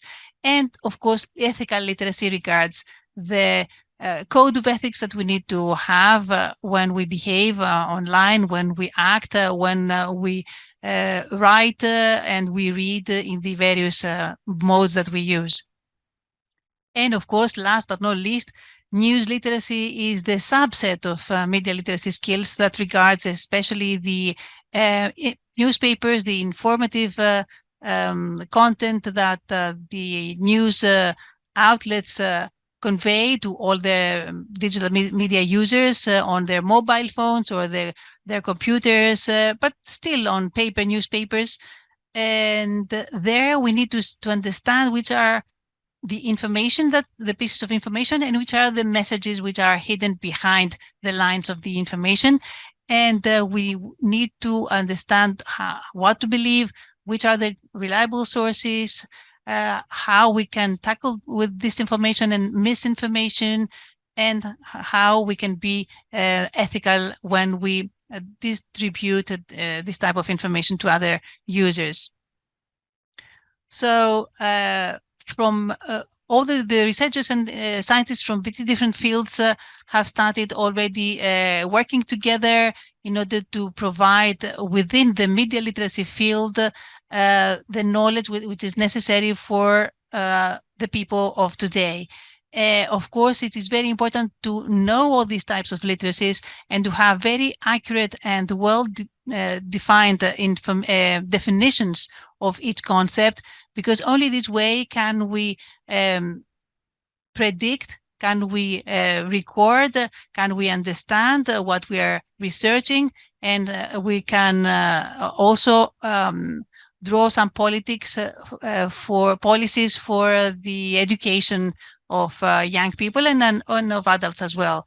So the precise definitions are important, and the criteria that we set in order to define them are important for comparability and standardization reasons, because we need to compare the research that each scientist brings to the world.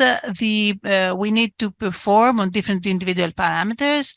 We need some statistics which can depict the situation of the large populations, on not only school and academic populations, but also the general public.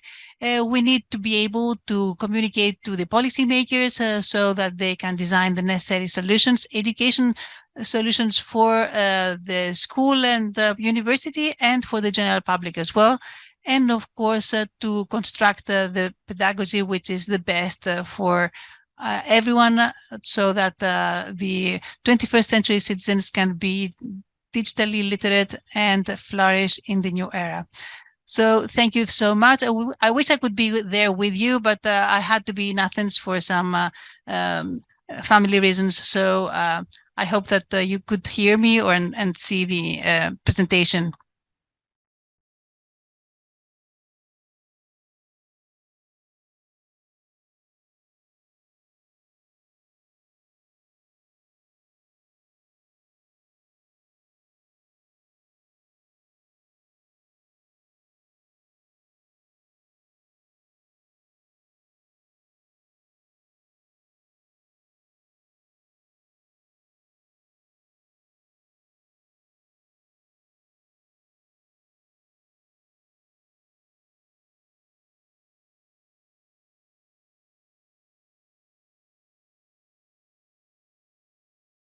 So actually, I will try to give you a perspective of how to build trust with media literacy in academic research. The past decade has seen a marked decline in trust in institutions, businesses, and the media. At the same time, the world has witnessed a rise in disinformation, fake news, and alternative facts, as different factions have an increasing disagreement of what is considered the objective truth. This has been made worse by increasing political polarization and media competition, forcing outlets to compete for their audience's attention in a way that may not align with objective truth. That's why it's so important to return our focus to provide tools to rebuild public trust and media distinction, and academic institutions can be at the forefront of this change. By giving our students the research tools to separate fact from opinion, we can stem the spread of misinformation and create a more informed society. What we define as new media? New media doesn't necessarily refer to a specific mode of communication. Some types, such as online paper, are also old media in the form of a traditional printed newspaper. Others are entirely new, such as a podcast or a smartphone app. It becomes even more complicated to define what you consider that as technology continues to advance, the definition continually changes. New media is any media from newspaper articles and blogs to music and podcasts that are delivered digitally. From a website or email to mobile phones and streaming apps, any internet related form of communication falls under its umbrella. As Professor Giacola mentioned earlier in the morning, media information literacy needs constant updates in one's competencies. As new technologies develop and widely adopted, what is considered new continues to morph. Once upon a time, DVDs and CDs were the latest way to watch movies and listen to music. Now, streaming services such as Netflix and Spotify are more popular. So I will try now to give you the picture, the whole picture of what is going on to our planet regarding the consuming and what kind of users we are, digital users, etc. So now the total population last year, October 2023, in the planet was around 8 billion people. So from this total population, 5.6 billion people, almost 70% of the total population, were unique mobile phone subscribers. Almost 5.3 billion of these people, with the total population, were individuals using the internet. And almost 5 billion people, which is 61 almost percent of the total population, were social media user identities. Here you can see how the internet in 2023 had activities in every minute. We can see here that the internet in 2023, every minute, I will just mention examples. It's like 2.4 million Google searches per minute. You can see 10.4 million viewing minutes on Instagram per minute. You can see 6.3 million total Zoom meetings minutes per minute, and almost 350,000 tweets per minute. Last but not least, I have note almost 11,000 fake accounts removed per minute. So this is actually, I was in a conference the last 3 days. We had a conference with the Hellenic Union of Librarians in Kozani, and I saw this infographic where you can see all this information and all this media, and it was actually this, what it says on the app, on the down of the everywhereness of information. So you can identify how much information, the overload of information, how many media we use. So this is the everywhereness of information. So through this overload of information and this overload of media nowadays, the digital media, the new media, the traditional media, this is, we can find out how important it is to teach media literacy to our students in the university and in schools. So students need to understand, first of all, the impact of media in public sentiment and grasp the basics of discerning fact from fiction.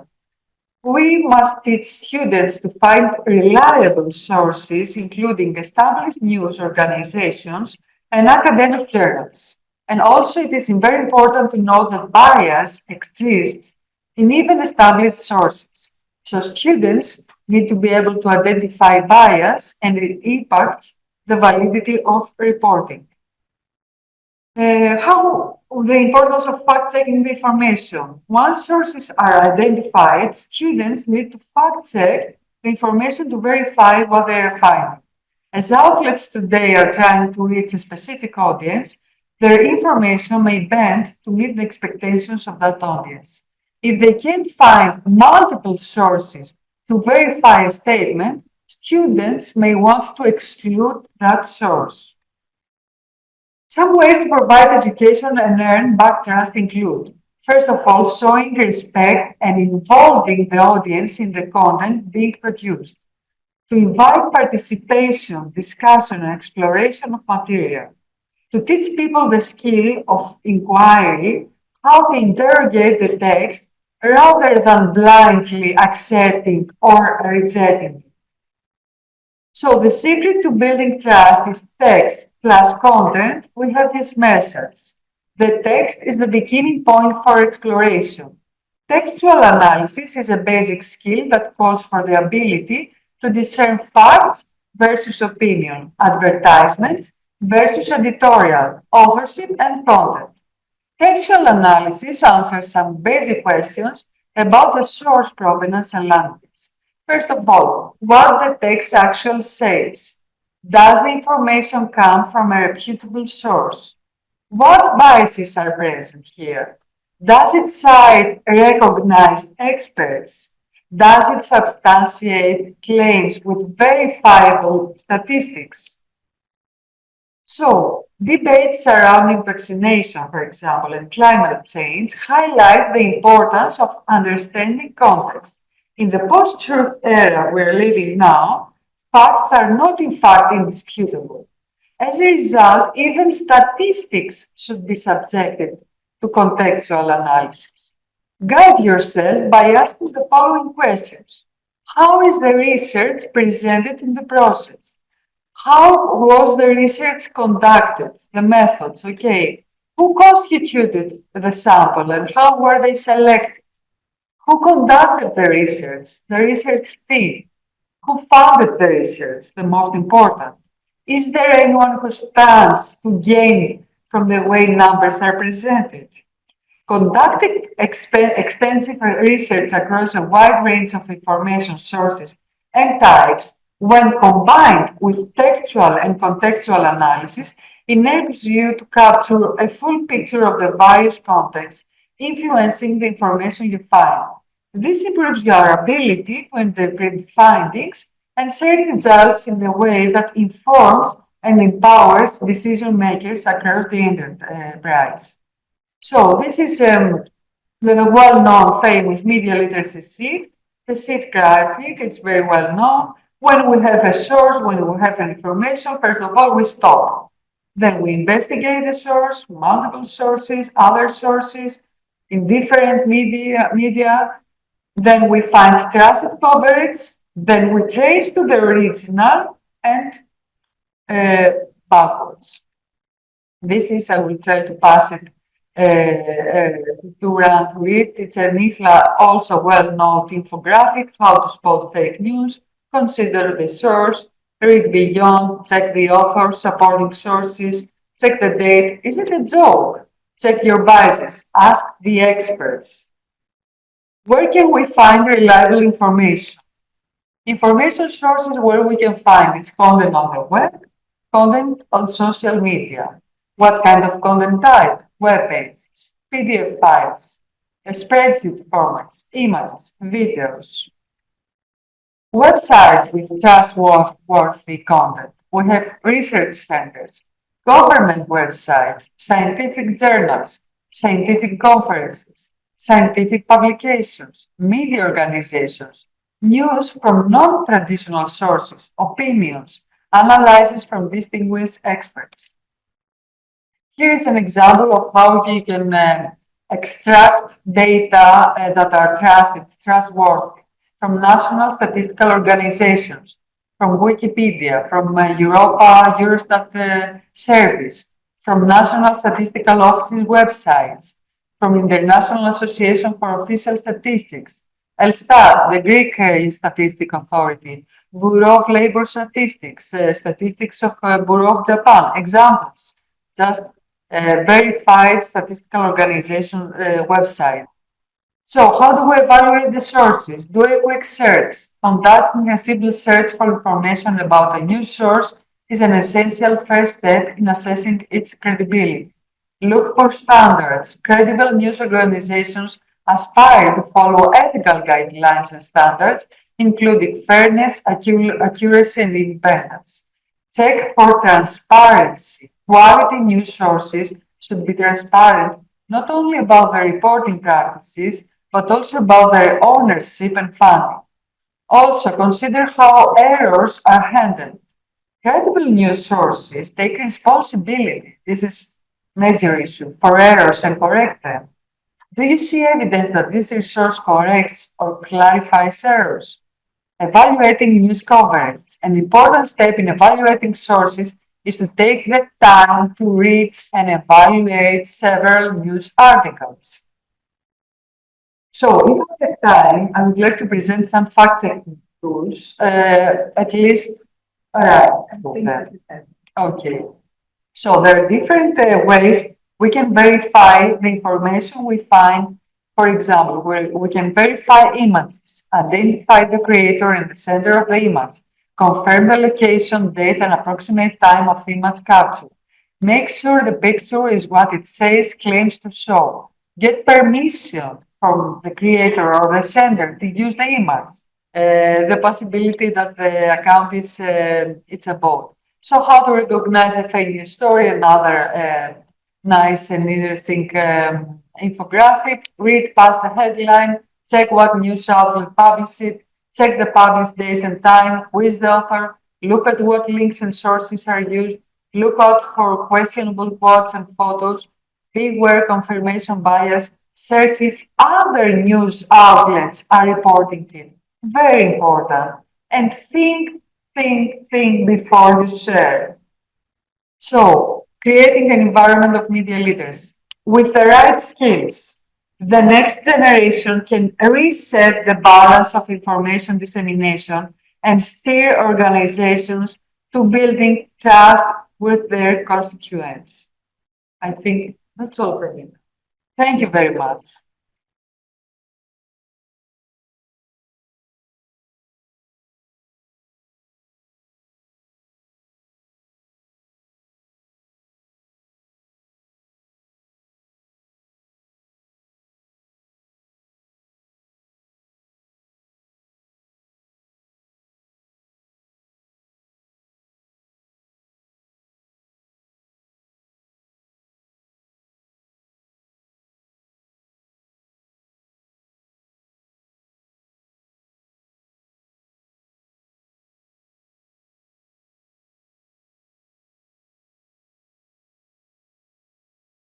Thank you very much for the invitation and giving me the opportunity to be a part of this interesting and important conference.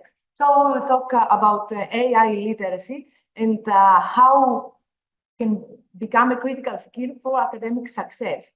As AI continues to evolve, understanding its implications and applications in the academic setting becomes essential for long-term academic success and professional readiness.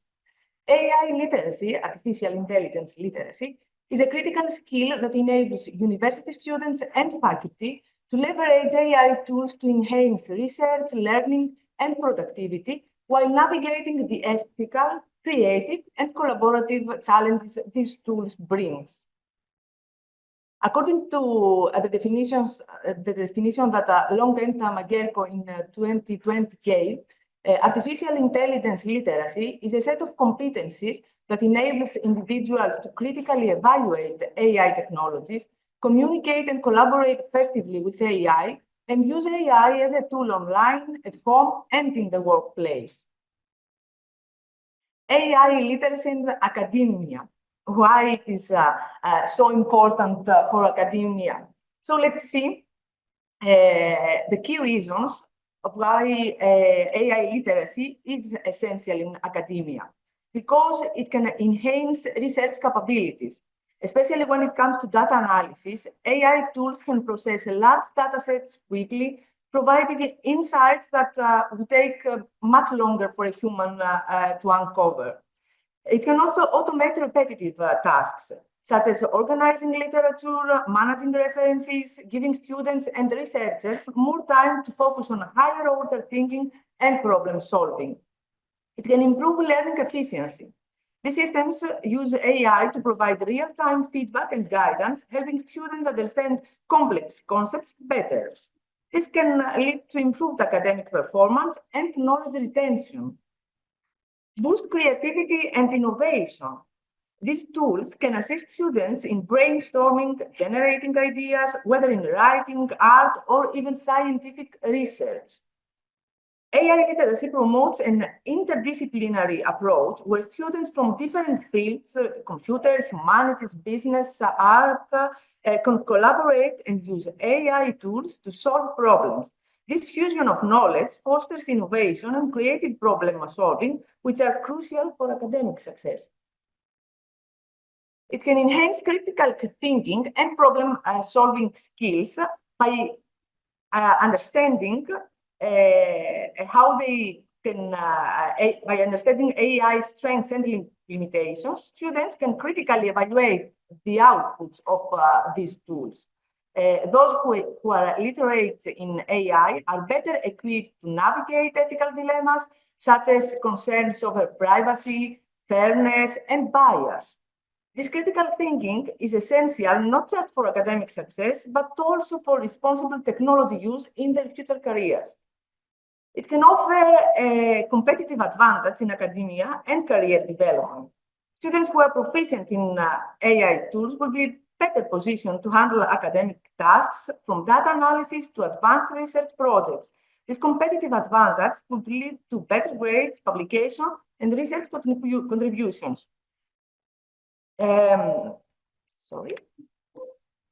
Ethical AI usage and integrity in academia. As these tools become more prevalent, so do concerns about academic integrity. AI literacy involves understanding the ethical use of these tools, ensuring students and faculty use it responsibly. AI assisted, it can facilitate lifelong learning. AI literacy encourages students and faculty to stay updated on technological trends and continuously learn how to apply new tools. This adaptability ensures long-term academic and professional success in an era of rapid technological advancements. AI-assisted collaboration and communication. These tools can help teamwork by enabling faster communication and information sharing. For example, AI-based translation tools allow students from different linguistic backgrounds to collaborate more effectively, while project management AI tools help teams stay organized and meet deadlines. I think all of us that we are not non-native speakers in English, we really know the value of this aspect. Efficient use of AI tools in academic settings. It can help them in time management. These tools can help students manage their time more effectively by automating routine tasks. And there is a wide range of AI tools that we will present later.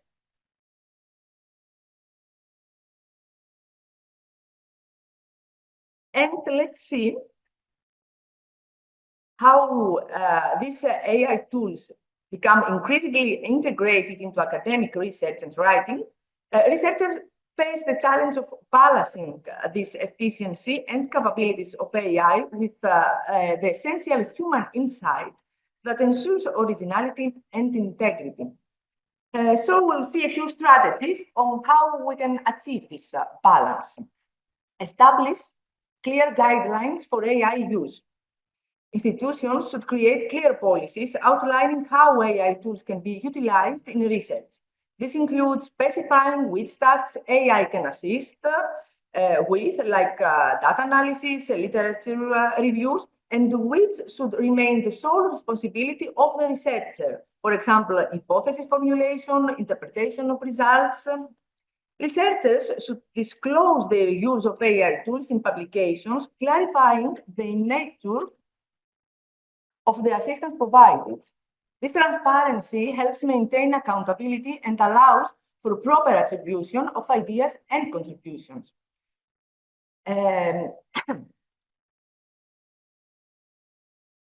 Use of it can encourage human oversight. It can foster a culture of inquiry because it encourages researchers to engage deeply with their subject matter, utilizing AI tools to enhance and not replace their critical thinking and creativity. Researchers should be reminded of the importance of their unique perspectives and insights. AI can assist in data analysis, but the interpretation and implications of that data should stem from human intuition and expertise. Provide training in these tools is very important. Institutions should offer training programs that educate researchers on the effective and ethical use of AI tools. This training should cover potential biases in AI outputs, the importance of originality, and how to maintain this research integrity. Always highlight the ethical consideration. That's why education should include discussions on the ethical implication of using AI, such as issues related to plagiarism, data privacy, and the potential for AI-generated misinformation. So researchers need to understand, and students, the boundaries of AI assistance. Implement strong review mechanisms. Peer review and collaborations, so they need to encourage collaborative research efforts where multiple researchers can review and critique each other's work. So this peer review process can help identify any over-reliance on AI and ensure that human insight remains central to the research. Regularly evaluation of AI integration, and always stay informed on AI developments. And what is the role of academic libraries and academic librarians to AI literacy? So academic librarians can play a crucial role in fostering a culture of AI awareness and critical engagement within the academic community. They can select and acquire relevant datasets, software, and research papers, and make sure users have the tools and information they need to stay up to date with the latest developments on artificial intelligence. Just as I mentioned, there is we will see now the framework and a few key competencies that academic libraries can assist to. Understand AI system capabilities and limitations, recognizing what AI can and cannot do, knowing its strengths and weaknesses, identify and evaluating AI use cases, discovering and assessing potential AI implications in the library settings, utilize AI tools effectively and appropriately, applying AI technologies in library operations, critically assess AI quality, biases, and ethics by evaluating AI for accuracy, fairness, and ethical consideration. Engage in informed AI discussions and collaborations, participating knowledgeably in conversations and cooperative efforts involving AI. Recognize data privacy and security issues by understanding and addressing concerns related to data protection and security in AI systems. So, they can, academic librarians, they can design AI literacy courses for the academic community by adapting this multifaceted approach that involves curriculum development, collaboration with faculty, and the integration of practical training. Establish a competency model for AI literacy that includes new knowledge, skills, attitudes, and the abilities required to work with AI technologies. Provide practical training through workshops and interactive sessions with these tools and applications. Demystify AI technologies and build user confidence. collaborate with academic departments, of course, to meet the specific needs of various scientific disciplines, implement the train-the-trainer model to serve as faculty developers and help instructors integrate AI literacy into their courses, embed AI literacy within existing informational literacy framework, evaluate the effectiveness of AI literacy courses by collecting data on learning outcomes, satisfactions, and practical application of AI skills.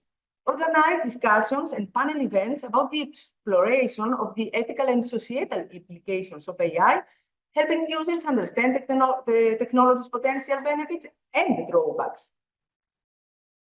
So a few tools that we mentioned before that they are important for academic use, and a brief overview of their capabilities. Consensus. Consensus aggregates and analyzes research findings to help identify common agreements or areas of consensus on various topics within academic literature. Insightful provides citation analysis and insights into academic papers, helping researchers understand the influence and the relevance of different works. Cite. Cite uses AI to analyze how papers are cited, whether they are supported, contradicted, or mentioned by other research, offering a deeper understanding of citation context. Semantic Scholar, a search engine that leverages AI to find relevant academic papers and visualize their connections, helping researchers access and understand the impact of research. VOS Viewer visualizes and analyzes scientific literature, including citation networks and keyword coexistence, to map research trends and relationships. SciSpace, a collaborative platform for managing and sharing scientific documents on data, facilitating research collaboration and organization. And Chat PDF is a tool that allows you to interact with PDF documents using chat-based queries.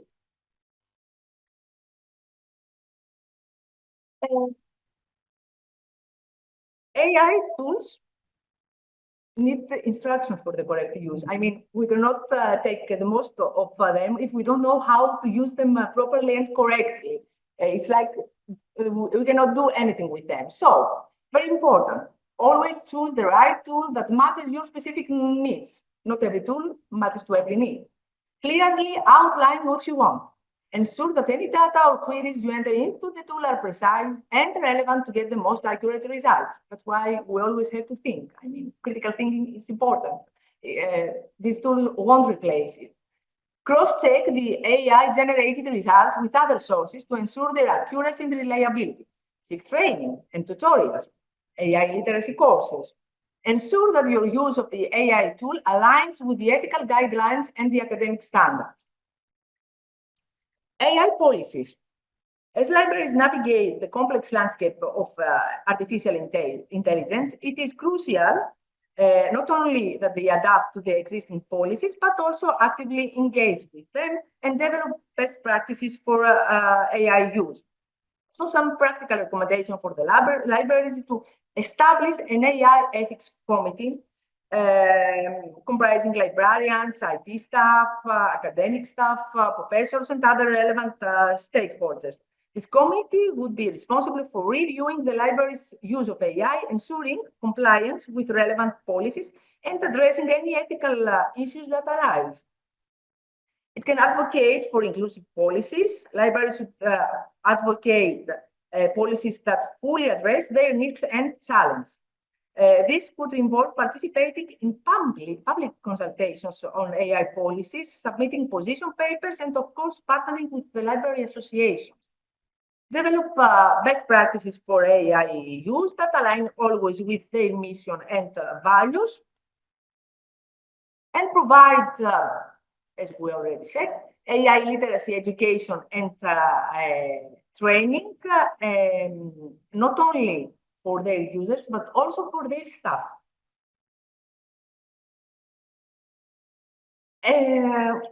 UNESCO recognizes the transformative potential of artificial intelligence in education and takes initiatives that align with its mission and principles values. The rapid development of AI has created many risks and challenges that are evolving more quickly than regulatory measures and policy discussions. So UNESCO seeks to support its member states in leveraging AI to meet the objectives of the Education 2030 agenda, ensuring its application in education is driven by principles of fairness and inclusivity. So we have development of AI competency frameworks and policy guidelines for generative AI, international collaboration and forums, focus always on inclusion and equity, educator and professor training initiatives, and a few publications. In 2019, you all know, but I just mentioned it, Beijing Consensus on Artificial Intelligence and Education. In 2021, we had Artificial Intelligence and Education Guidance for Policymakers and recommendations on the ethics of artificial intelligence. And 2023, we had the UNESCO's guidance on generative AI in education and research. But what about the AI literacy in the workspace? Not only academia, after academia comes workspace. So it can also help develop skills related to the effective use of AI technologies by because it helps in preparation for the demands of an evolving job market, navigation of the complexities of the digital age, development of analytical skills, equip students with competencies needed for success in an increasingly technology-driven world. When we want to be successful in something, in every goal we have, I think we have to pay attention not only to advantages, but also to the disadvantages.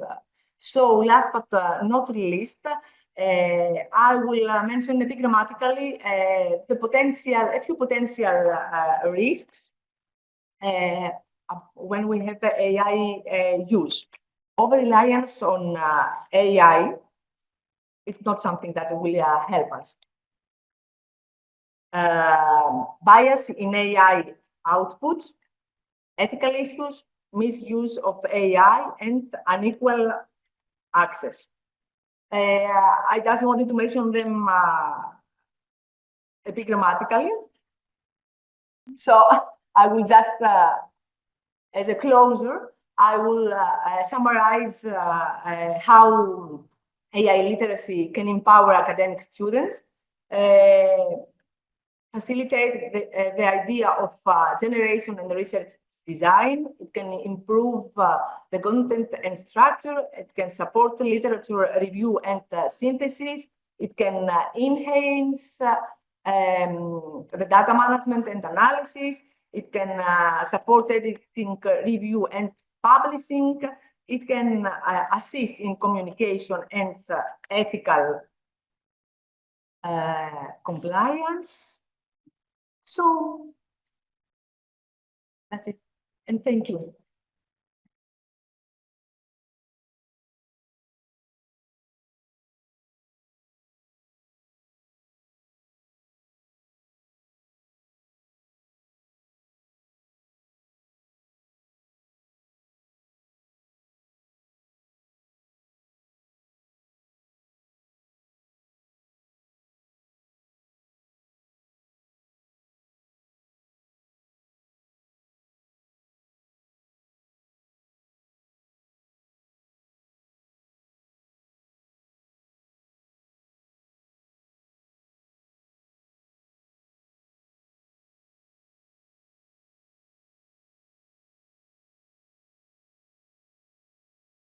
Thank you very much, Professor Anastastopoulou.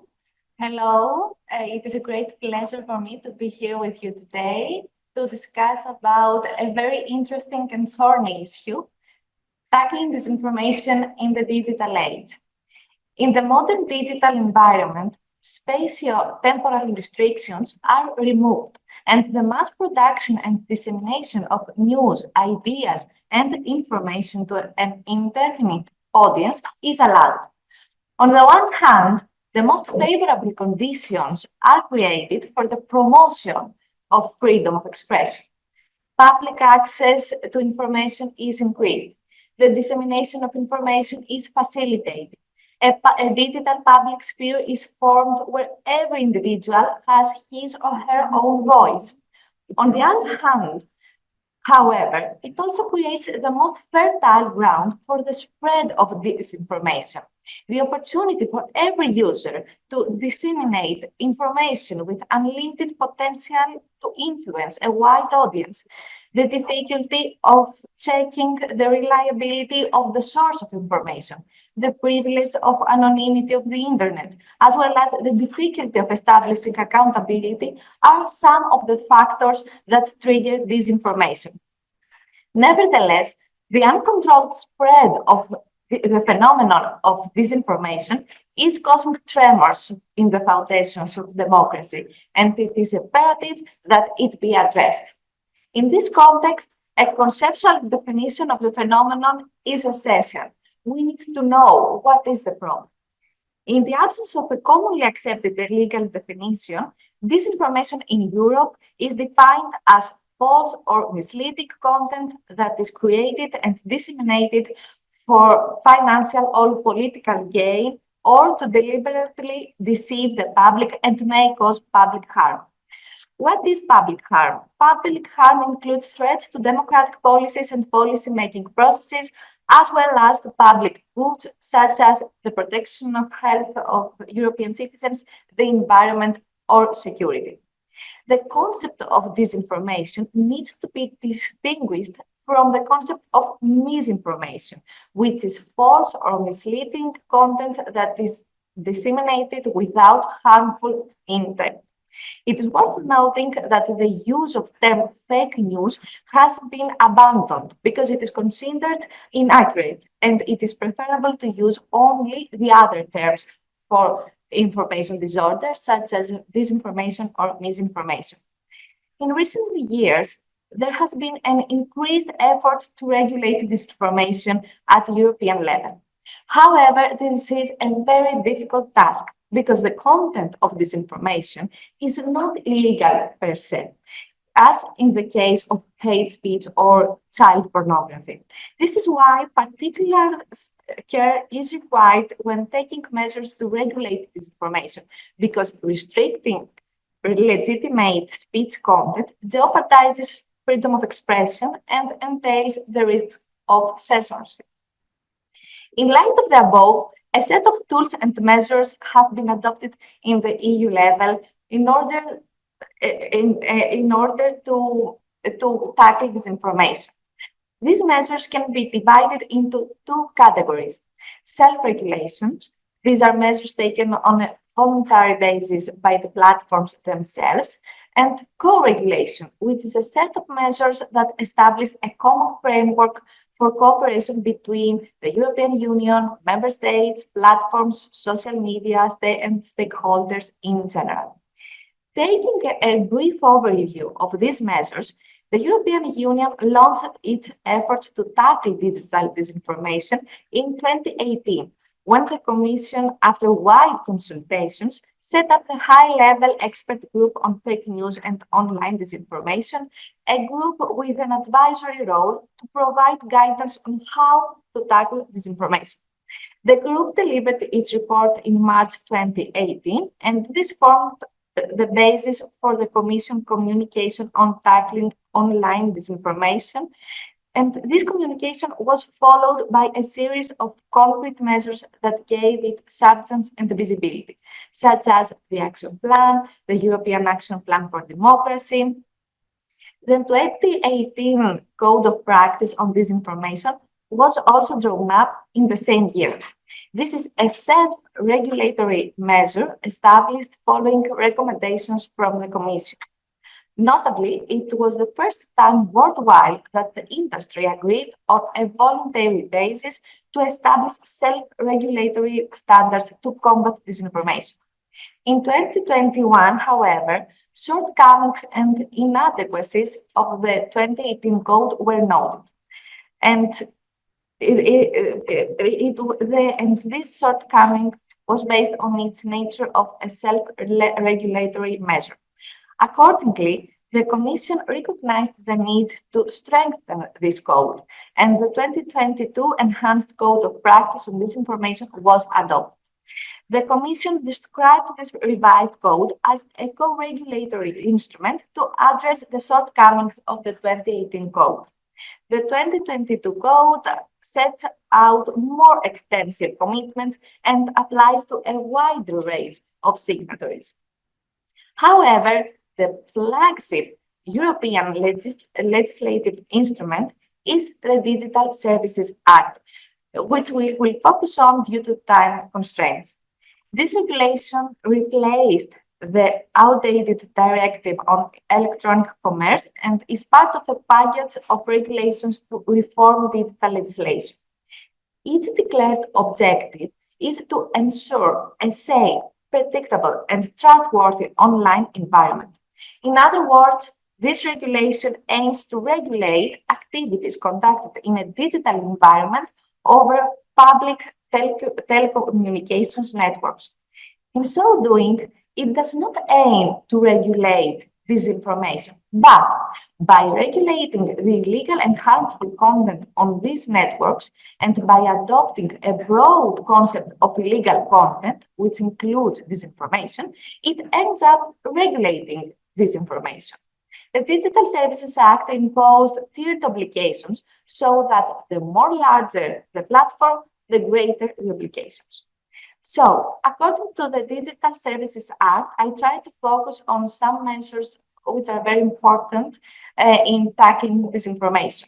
First of all, the regulation further strengthens existing internal complaint management system and provides users with the possibility to report illegal content themselves.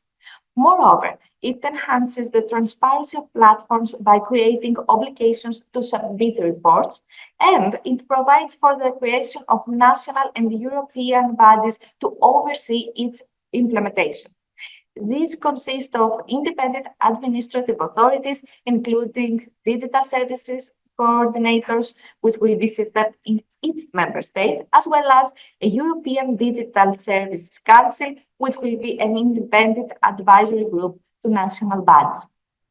It is noted that it adopts mandatory safeguards for the removal of users' information while providing for an external out-of-court dispute resolution mechanism. In addition, prior warning is required to suspend the account of a user who frequently posts illegal content, and such suspensions can only last for a reasonable period of time. Furthermore, it creates additional obligations for very large online platforms and very large online search engines to manage systemic risk. At the same time, it empowers member states to impose effective and proportionate measures for infringements by intermediary service providers under their jurisdiction. A particular innovation of this regulation is the reversal of the liability ground for online intermediaries that has been in place for 20 years. Specifically, it provides that a hosting provider will be held liable for illegal content in the event that even though it has actual knowledge of the illegality of the content, it does not immediately remove the illegal content or disable access to it. Finally, online platforms that do not comply with the rules of the regulation can be fined up to 6% of their global turnover. It follows from the above that a strengthened protective context is being put in place in favor of online media users and limits the actions of platforms, increasing their obligations. The greatest burden of obligation is placed on the very large online platforms and the very large online search engines, which have an average number of monthly active recipients equal to or higher than 45 million in the European Union. Nevertheless, a variety of issues are raised. First of all, the regulation defines the concept of illegal content in a very broad way, including very different phenomena such as terrorism, child pornography, disinformation, hate speech. However, in doing so, it equates entirely distinct phenomena that are regulated differently in a non-digital environment. Also, the regulation of harmful content is of particular concern. Specifically, very large online platforms and very large online search engines are under specific obligations to deal with the socially harmful content. However, harmful does not necessarily mean illegal. Everything in terms of results, the terms of illegal and harmful in this article, not only demolishes basic legal principles, but also entails direct and far-reaching consequences for speech. Also, the following paradox is noted.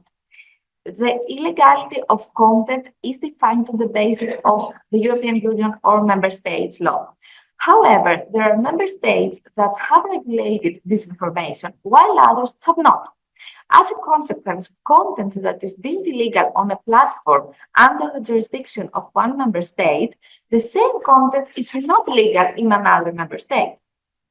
In addition, Article 16 provides that where a natural or legal person notifies a hosting service provider of the presence of information that they consider to constitute illegal content, such notifications shall be deemed to lead to actual knowledge or understanding of the content, resulting in the loss of the immunity provided for in Article 6, according to which the service provider shall not be liable for the information stored.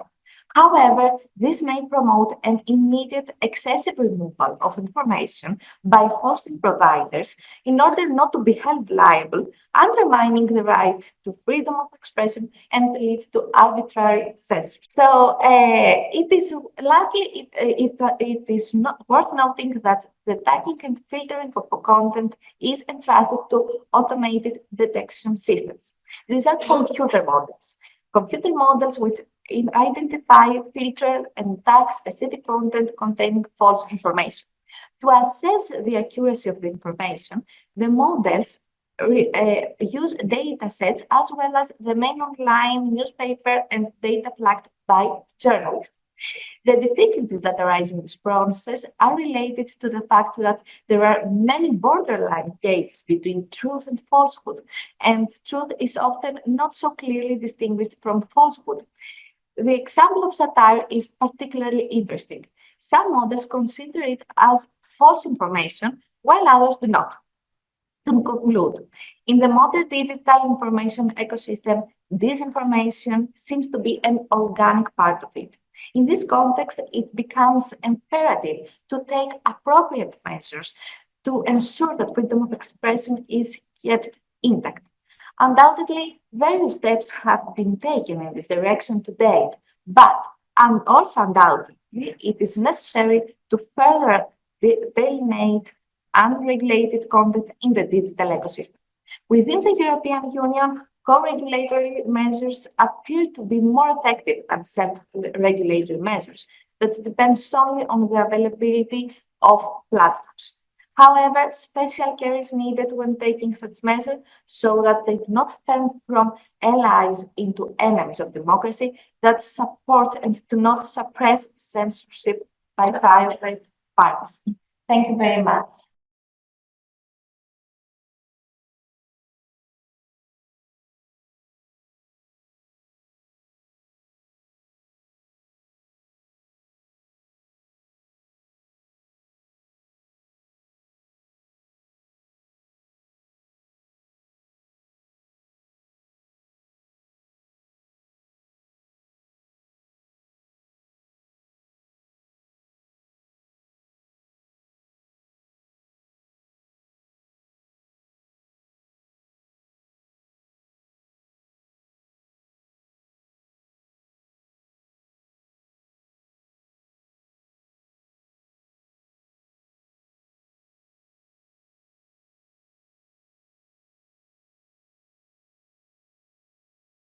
Thank you, Professor, and good afternoon to all.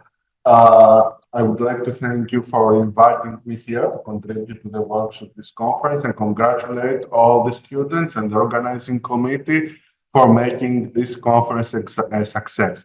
Now, I would like to touch upon the challenge of algorithmic radicalization. And since we are running out of time, I will skip many of the details in order to cover this topic thoroughly.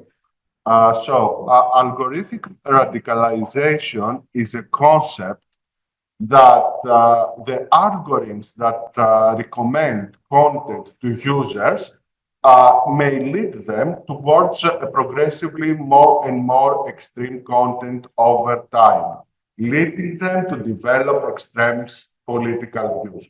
How these things work?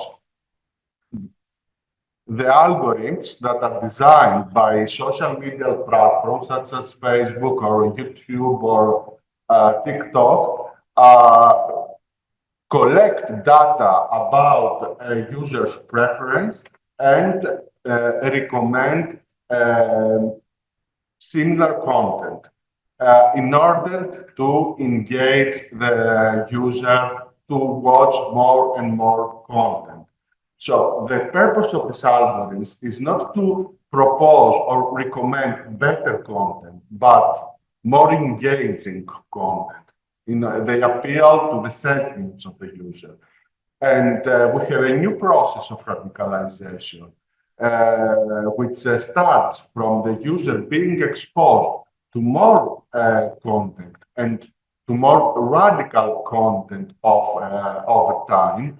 And it results in the creation of echo chambers and loopholes, or rabbit holes, as they call it in science, as the user has no alternative at the end. He has limited exposure to content of different opinions. So the only aspects he watches is the radical ones, which become more and more violent. So we have the creation of echo chambers, lonely or group polarization, and in extreme cases, even recruitment to terrorist activities. So this is a relatively new concern. Data and research on the subject is not yet conclusive about the extent these recommended algorithms can be held responsible for radicalization. Radicalization is a complex process that depends on many factors that concern society, a person's personality and vulnerabilities, etc., etc. It's a big topic to discuss, but we don't have the time. So, however, algorithmic radicalization has been raised as a concern in Europe. Even the counterterrorism coordinator has raised this concern about the amplification of harmful content which may be conducted to radicalization. As we said before, is still a concern as research is very new and not yet conclusive. Despite this, the European regulatory framework is adequate in order to address directly or indirectly algorithmic radicalization. First of all, we have the framework decision on combating racism and xenophobia, which criminalizes the public incitement to violence or hatred directed against a group of persons or a member of such a group defined by race, color, religion, descent, national or ethnic origin. There is the Code of Conduct on countering illegal hate speech online. It's a collaboration between European Union and several platforms. And as soon as hateful content is detected, this must be removed immediately. There is also the directive of 2018, which is about the liability of internet service providers. All these regulations are subject to deep analysis, but we don't have the time at this stage to examine them in depth, just to have a thorough overview. There is the regulation of 2021, which aims to combat the spread of terrorist content online. And as soon as this content is detected, it must be removed immediately, or else the platform is liable.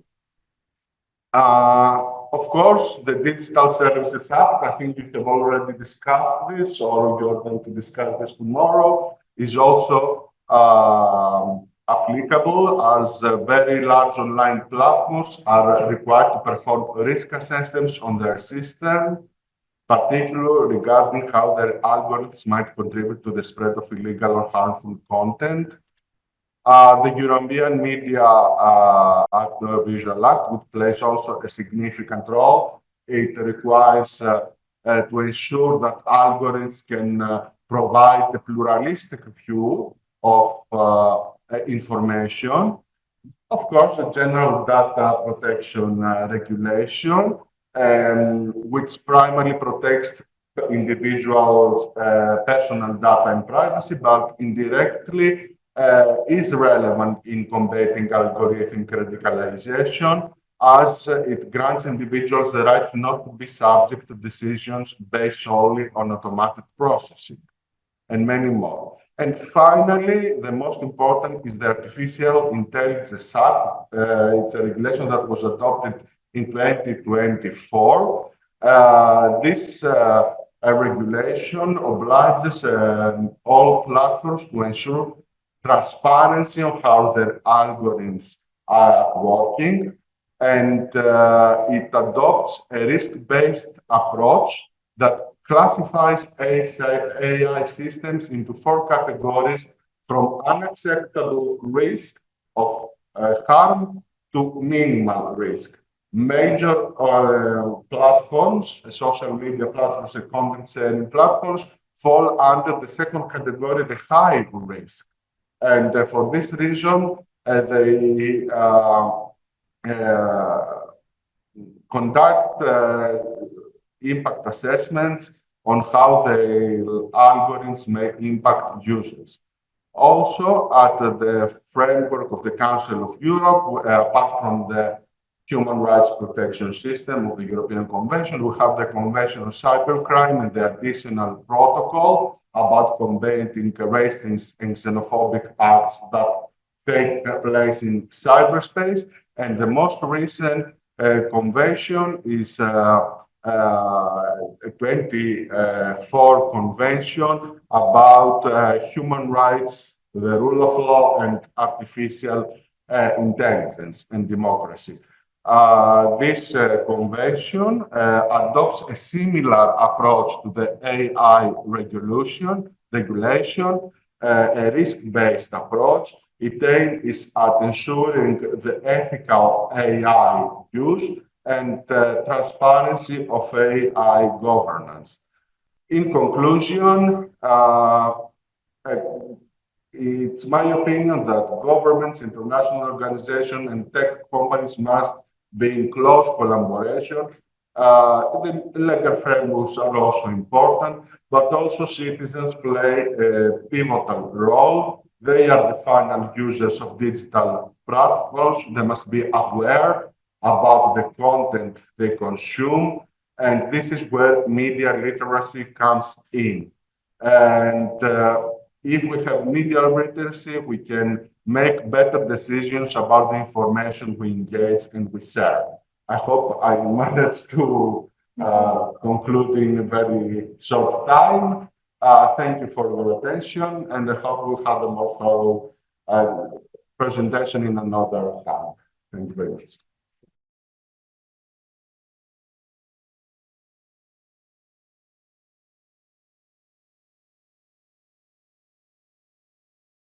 Good afternoon, everyone. Again, thank you very much for giving me the floor. According to the structure of my presentation, I will present firstly a few things about the World Summit and Rome X indicators, and I will show how they are connected to action lines. On the second part of my presentation, I will talk about the Tasking Declaration and its significance. First and foremost, the World Summit on the Information Society. It is a significant initiative organized by the United Nations aimed at addressing the challenges and opportunities presented by the information and communication technologies. It was held in 2 phases, the first in Geneva in 2003 and the second in Tunis in 2005. The main goal was to develop a framework for building an inclusive, people-centered information society focusing on bridging the digital divide between developed and developing nations. UNESCO plays a crucial role in the World Summit on the Information Society process, particularly in promoting access to information and knowledge as fundamental human rights.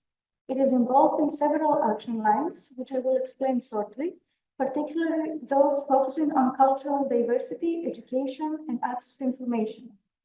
In addition, UNESCO collaborates with other UN agencies, such as the International Telecommunication Union, also known as ITU, and UNSTAD, to coordinate efforts and monitor the implementation of the World Summit on the Information Society outcomes. This collaboration is vital for ensuring that the goals of the World Summit on the Information Society align with broader international development agendas, including the Sustainable Development Goals set by the United Nations. The World Summit on the Information Society Plus 10 initiative focused on reviewing the progress made in implementing the outcomes of the summit from its original phases in 2003 and 2005. The event assessed the advancements made in the last decade regarding action lines, which encompass various aspects of the information society. Also, the Plus 10 statement on the implementation of the aforementioned outcomes was endorsed, and the Plus 10 vision for the World Summit on the Information Society beyond 2015 was developed during the event. The Plus 10 Forum High-Level Event 2024 was held from 27 to 31st of May 2024, and it marked a significant milestone of 20 years of progress made in the implementation of the outcomes of the World Summit on the Information Society. ROMEX indicators are essentially UNESCO's position in the digital age when it comes to accessibility. They are a framework developed by UNESCO to assess how well countries are adhering to the principles of rights, openness, accessibility, and multi-stakeholder participation in their internet environments. The X represents various aspects that can be measured, such as the quality of internet access and the protection of users' rights. UNESCO uses them as tools to promote access to information, education, and cultural diversity. These indicators are a holistic, evidence-based framework which respects, protects, and promotes all human rights, enabling inclusive connectivity. UNESCO also works to encourage interested member states and all stakeholders to support and conduct national assessments of internet development on a voluntary basis with the ROMEX indicators. The aim is to develop a clear understanding of the national internet environment and of the internet policies contributing to sustainable development. It is also to assess this environment and such policies in relation to the implementation of UNESCO's Rome principles and to formulate policy recommendations that can help improve internet development. To put the World Summit on the Information Society commitments into practice, 11 action lines were agreed upon in 2005, with several UN agencies appointed as facilitators for their implementation. The action lines serve as foundational principles for fostering knowledge societies and advancing inclusive information access. With the growing importance of information and communication technologies across the economy and society, these action lines play a vital role in achieving the Sustainable Development Goals. These are all the action lines, and UNESCO serves as the lead facilitator for 5 of them, which is the access to information and knowledge, ICT applications, cultural diversity and identity, linguistic diversity and local content, media, and ethical dimensions of the information society. Initially, the International Day for Universal Access to Information, commonly called the Access to Information Day, was designated by the UNESCO General Conference. It was inaugurated in November 2015 and was first held on September 28, 2016. Then, 3 years later, on October 15th, the 74th UN General Assembly decided that this event would be held every year on September 28th. On September 28th, 2022, the Tashkent Declaration on Universal Access to Information was adopted by participants at the Global Conference celebrating the International Day for Universal Access to Information, which was held in Tashkent Uzbekistan. The declaration takes into account the input of more than 100 high-level events since the proclamation of the International Day for Universal Access to Information. UNESCO, as the UN Custodian Agency for Sustainable Development Goals 16.10 Indicator 2, which has to do with access to information, conducts the Global Survey on Public Access to Information annually. The International Programme for the Development of Communication has been mandated by its member states to monitor and report progress on this indicator worldwide. The declaration took the findings of the 2022 survey into account.